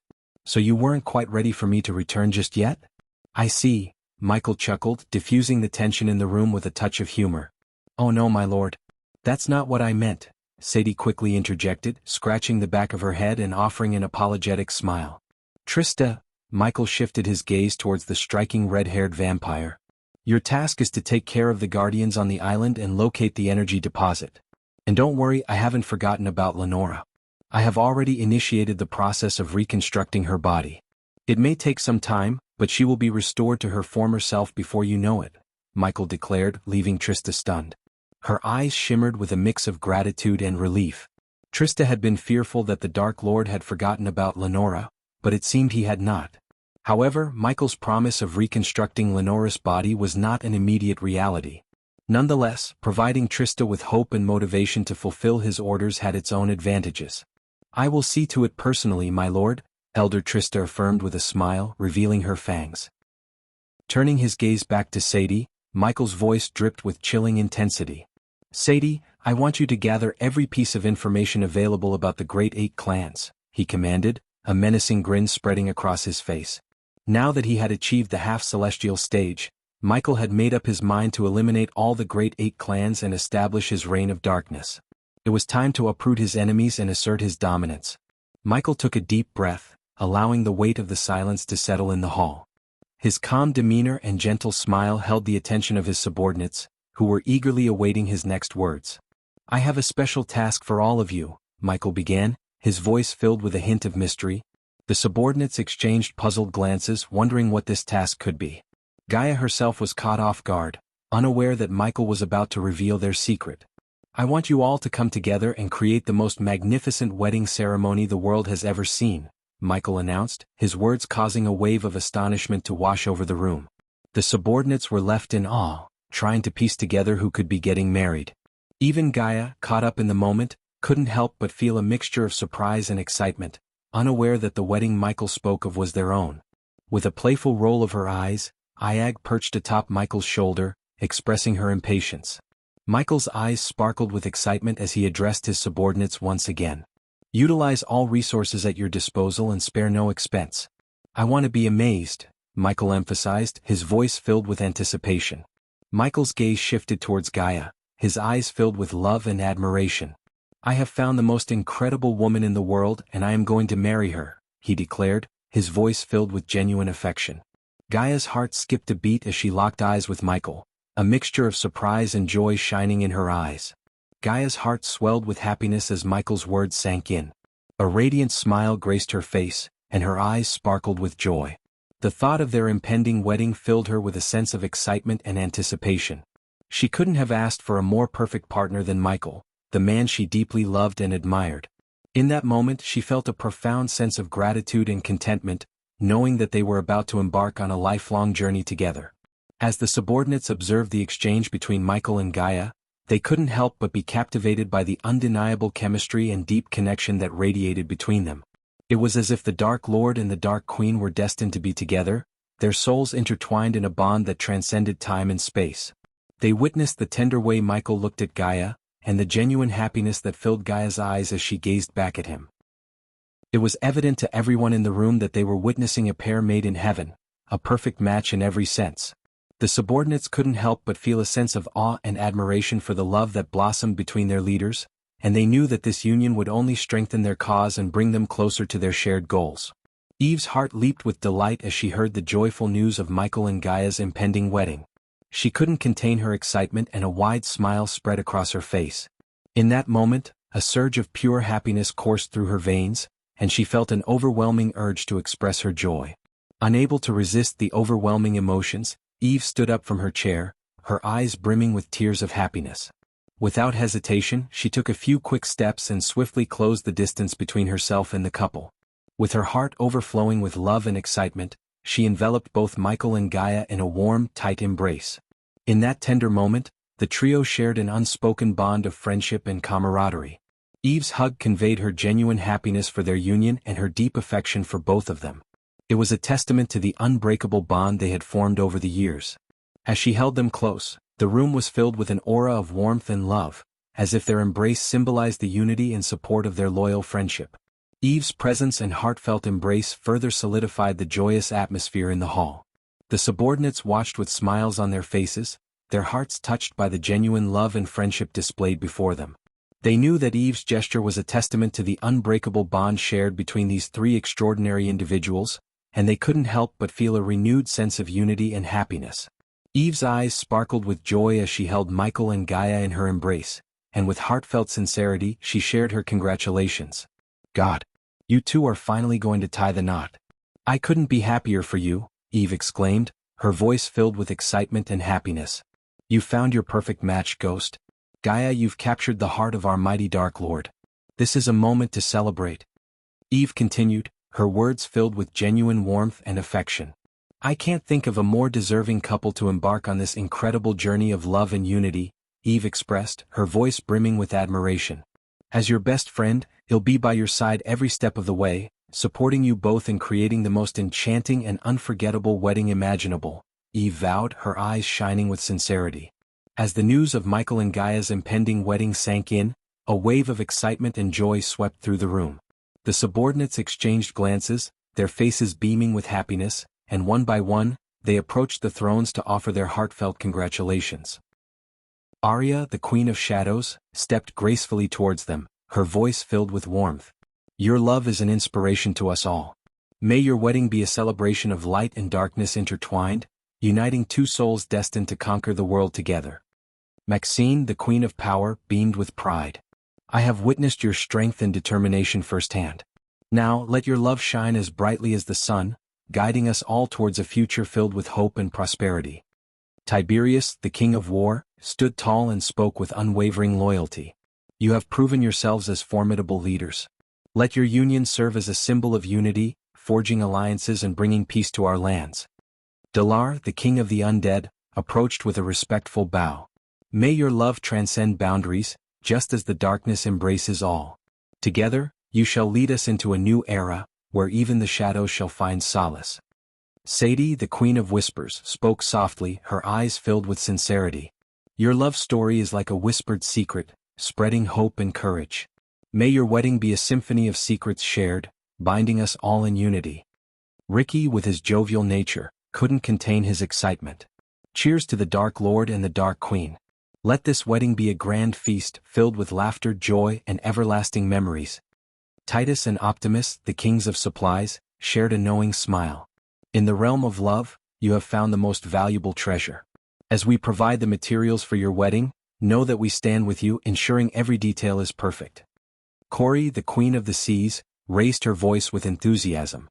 "From the depths of the ocean to the heights of the skies, your love will conquer all. May your wedding be a celebration of adventure and boundless possibilities." Gibson, the King of the Skies, expressed his admiration. "Your love soars higher than any aircraft. Let your wedding be a testament to the heights we can reach when love guides our path."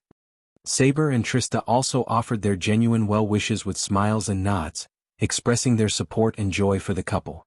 At that moment, surrounded by their loyal subordinates, Michael and Gaia felt an overwhelming sense of love and unity. The room was filled with congratulations, laughter, and heartfelt blessings, as the Dark Lord and the Dark Queen prepared to embark on a new chapter of their lives together. Michael's countenance shifted as the cheerful atmosphere settled, his smile fading into a serious and determined expression. He stood up from his throne, commanding the attention of his subordinates, who sensed the change in his demeanor. The room grew hushed, and a sense of anticipation filled the air.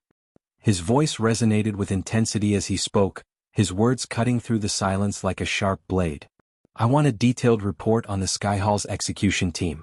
I want to know every name, every face, and every connection they have. I will personally pay them a visit." The gravity of his words weighed heavily in the room, and a sense of unease crept through the subordinates. Michael's unwavering determination was evident, and they knew he meant business. The Dark Lord's thirst for vengeance against those who had wronged him was palpable, and his subordinates braced themselves for the storm that was about to be unleashed upon the Sky Hall's execution team. The subordinates exchanged silent nods, each understanding the importance of their task. They would delve into the depths of their intelligence networks, uncovering every piece of information related to the execution team. This would be a mission of utmost importance as they worked to unravel the web of conspiracies and connections that had led to the downfall of their beloved Guardian Guild. After giving his orders to his subordinates, Michael's gaze returned to his beloved Gaia. He spoke with a firm tone, concern evident in his eyes. "You stay here and rest, Gaia. I don't want you to overexert yourself," Michael said, trying to reassure her. Gaia opened her mouth to object, but Michael gently placed his finger on her lips, silencing her. "Eve Vidora, I want you to keep a close watch on her," Michael commanded, turning to his loyal friend and his three-headed Hydra companion. Eve nodded with determination. "Don't worry, Michael. I won't let her lift a finger. We have plenty to do before the most important day in a girl's life." With a grateful smile, Michael acknowledged Eve's dedication. He gestured for Azazel, his loyal demon butler, to accompany him as he prepared to leave the hall. Just as he was about to step out, Gaia couldn't help but ask the question that lingered in her mind. "Where are you going?" Gaia inquired, her voice filled with curiosity and concern. Michael paused, his eyes flashing with a mixture of determination and a hint of menace. He turned to face Gaia, his expression hardening. "I have unfinished business to attend to. There are things I've left behind, and it's time to reclaim what is rightfully mine," he replied, his voice carrying an undercurrent of unwavering determination. Chapter 960. The Dark Lord's Herbal Garden. Once a bustling and vibrant place, the Sunrise Sect now lay in eerie silence under the embrace of the night sky. The Lust Mountains, cloaked in darkness, loomed over the deserted sect with an air of mystery. The green forests that once flourished with life now appeared as dark shadows, their foliage rustling softly in the night breeze. The paved streets, once bustling with activity, now glistened under the pale moonlight.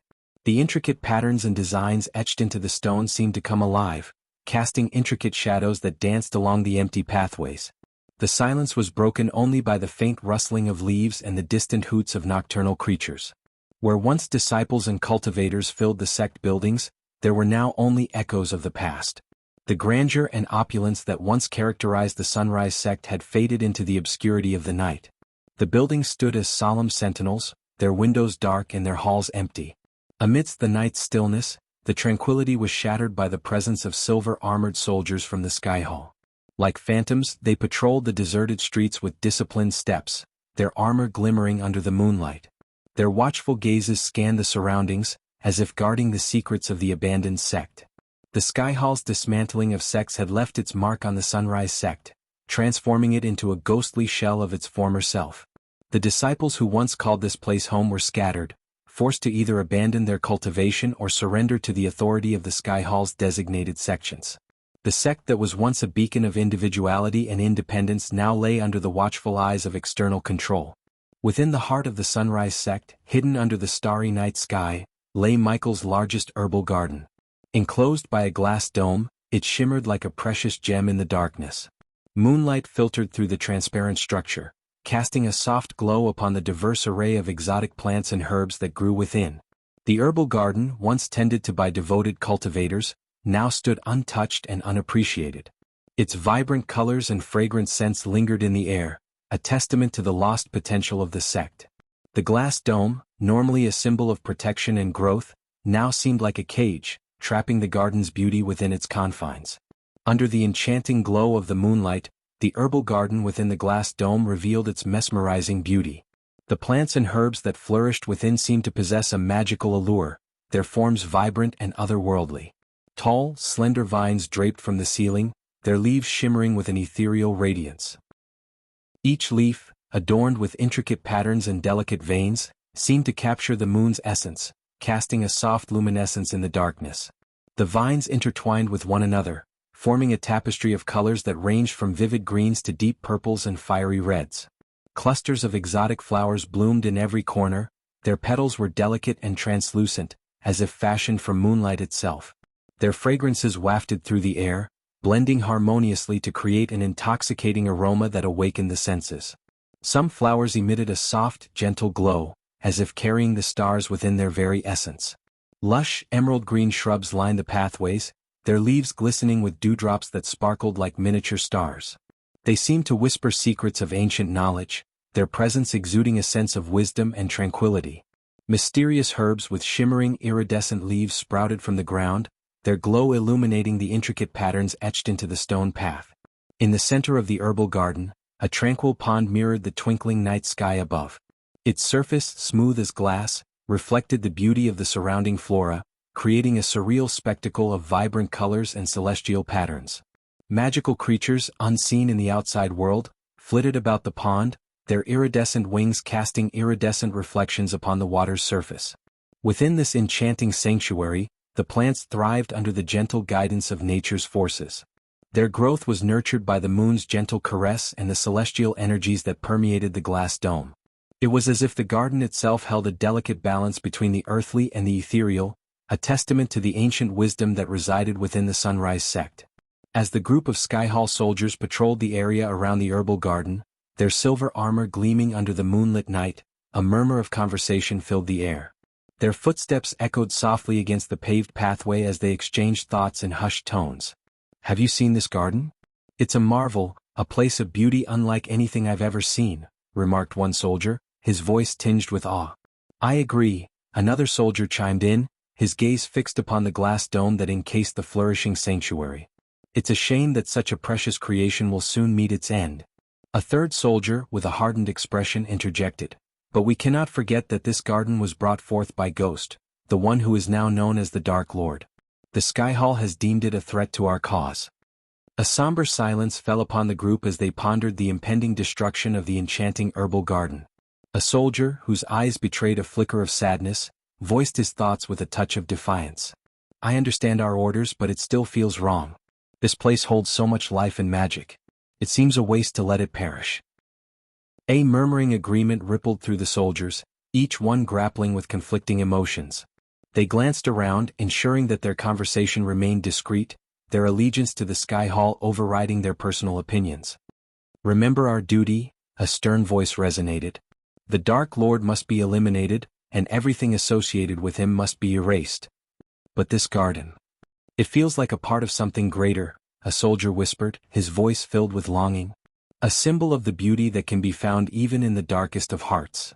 Their steps grew slower, their eyes glancing back at the glass dome that sheltered the vibrant life within. They could sense the pulsating energy, the living essence that seemed to emanate from the herbal garden. It stirred emotions they thought they had long buried.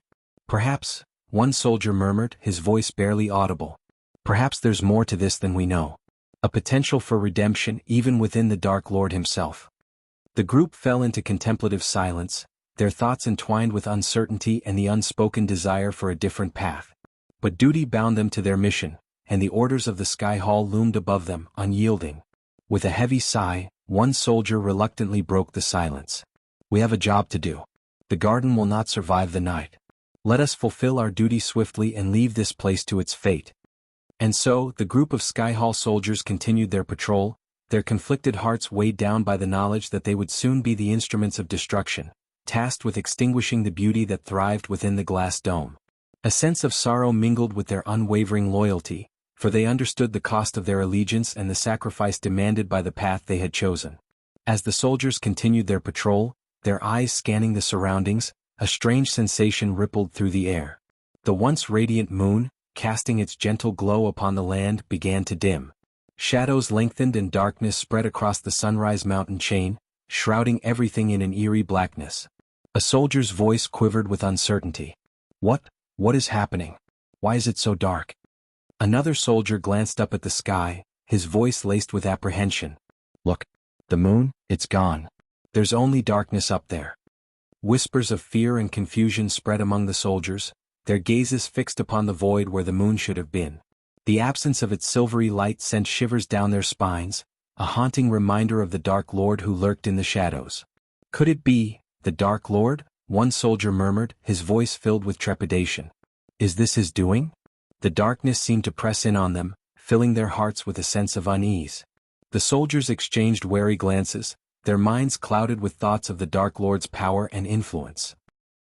Another soldier, his voice barely above a whisper, voiced the thoughts that plagued their minds. We've heard stories, tales of the Dark Lord's ability to command darkness itself. Is this a sign of his imminent presence? As the soldiers stood in the enveloping darkness, a mixture of fear and awe washed over them. They could not deny the unsettling familiarity of this eerie blackness, a darkness that mirrored the depths of the Dark Lord's influence. Their breaths quickened, their senses heightened as if anticipating an imminent confrontation with an overwhelming force. The soldiers tightened their grips on their weapons, readying themselves for whatever darkness would come.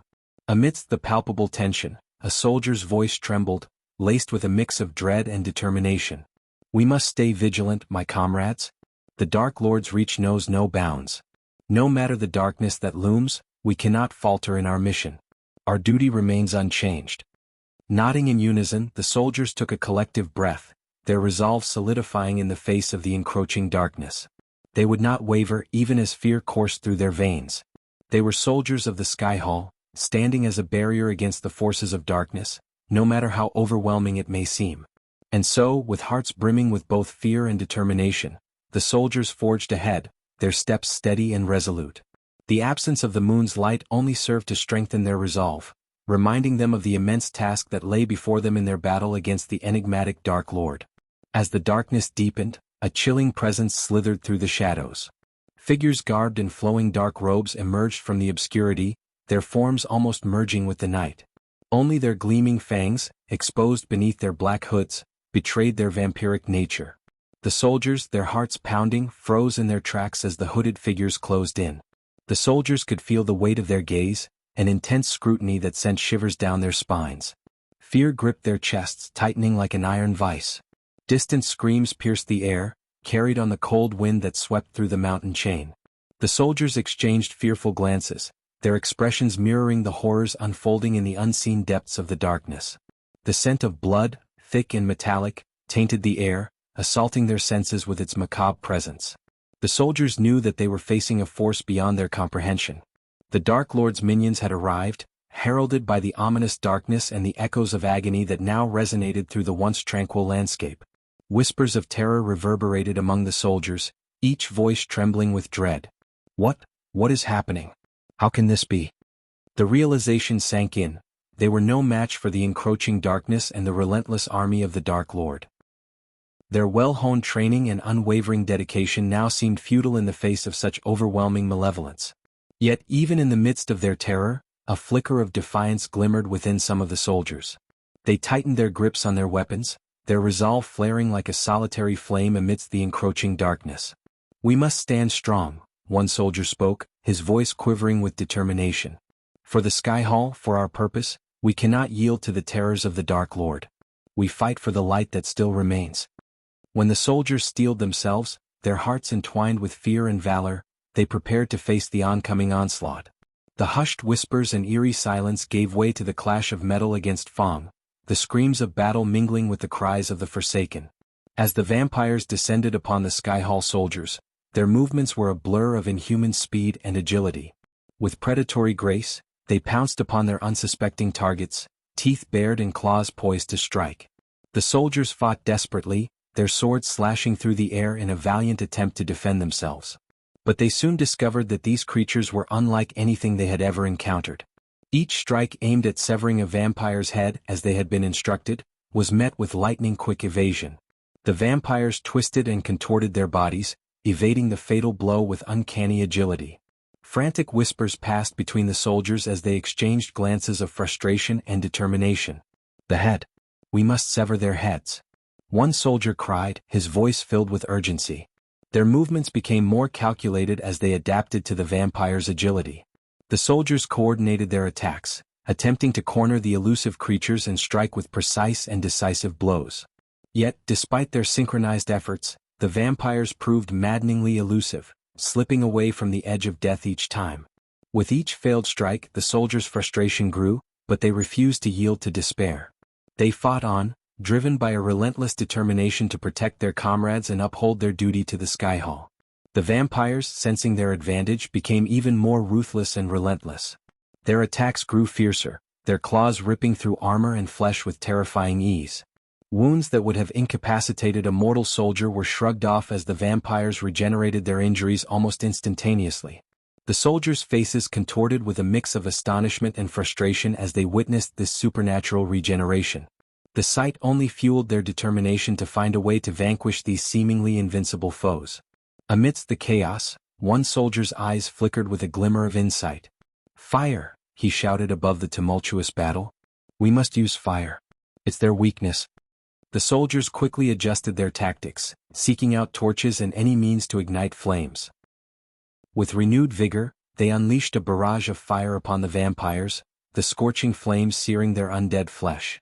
The vampires howled in agony, momentarily driven back by the onslaught.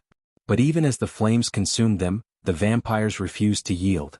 Their bodies smoldered and charred, yet they emerged from the flames, their eyes burning with an unquenchable hunger for blood. The soldiers watched in awe and horror as the vampires, now engulfed in an inferno, continued to fight, undeterred by the pain and destruction inflicted upon them. The realization settled heavily in their hearts: these creatures were not easily defeated. As the battle between the soldiers and the vampires waged on, a few soldiers caught a glimpse of a figure shrouded in dark mist hovering above the herbal garden, surrounded by its protective glass dome. Their eyes widened in both awe and terror as they recognized the Dark Lord himself. Time seemed to stand still as the soldiers momentarily diverted their attention from the relentless fight to witness this ominous sight. The Dark Lord's presence cast an overwhelming aura of malevolence, his dark silhouette contrasting sharply against the backdrop of chaos and carnage. Suddenly, two beams of darkness shot forth from the Dark Lord's eyes, cutting through the air like deadly lasers. The ground beneath him trembled as he unleashed his power, his intent clear.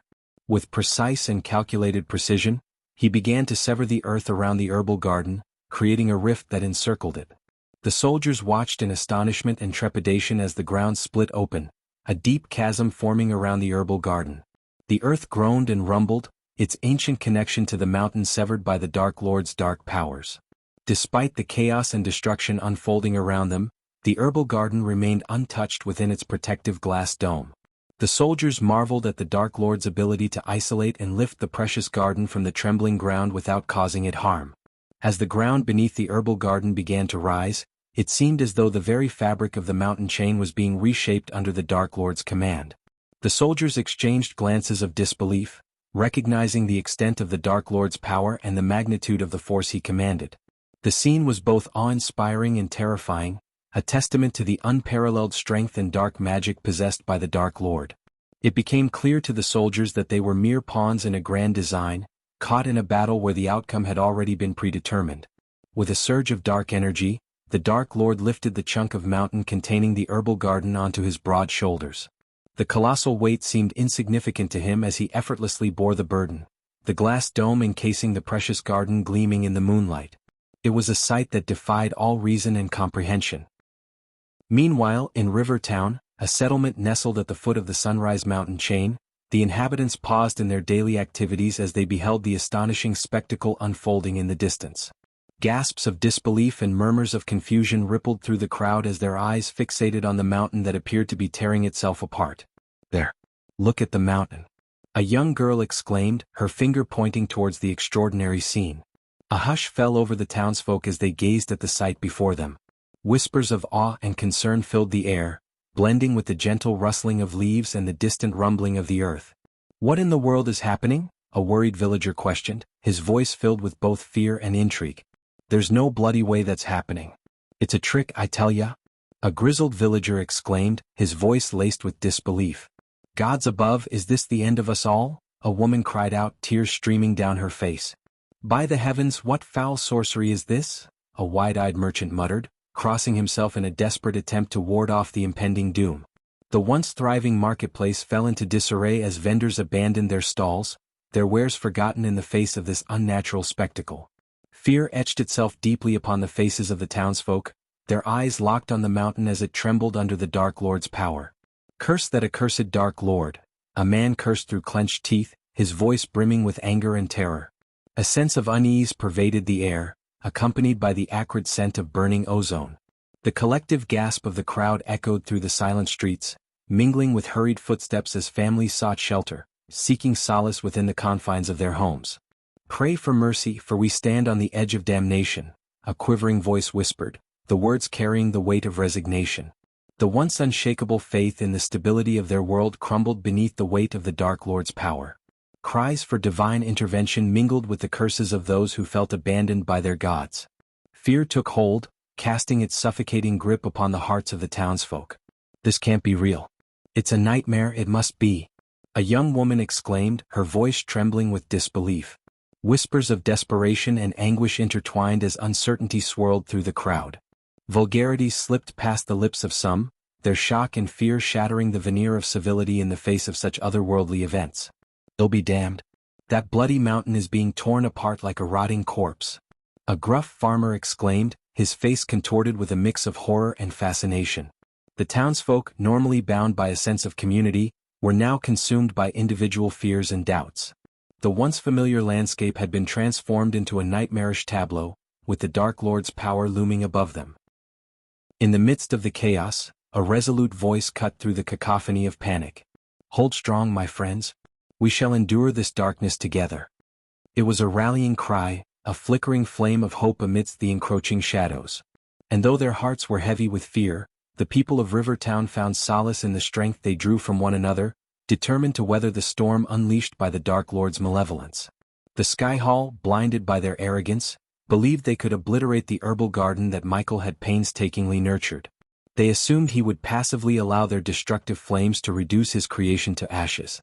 Oh, how sorely mistaken they were. None among them could have fathomed the depths of his power and determination. In a move that defied their expectations, Michael unleashed a display of raw might and cunning. With a surge of dark energy, he severed the garden from the very ground it had been rooted in, lifting the colossal chunk of mountain onto his broad shoulders. The audacity of his action sent shockwaves through the ranks of the Sky Hall, their futile attempts at destruction rendered insignificant in the face of his command over the elements. The awe-inspiring sight of the Dark Lord, his figure bathed in a sinister aura, shouldering the weight of the garden like a titan of old, struck fear into the hearts of those who dared to oppose him. The celestial powers that coursed through his veins allowed him to soar above their reach, defying gravity and expectations alike. With a purposeful stride, he embarked on a journey, carrying the precious cargo of his creation towards the dark abyss of the ocean. You're tuning in to the Han Lee's Wuxia Chronicles YouTube channel. We're so grateful for your support, and don't forget to subscribe to join us on this incredible journey through captivating stories. Your generosity through donations truly makes a world of difference, as it's the primary source of revenue that allows me to expand and enhance this channel for you. Thank you from the bottom of my heart for being a part of this adventure.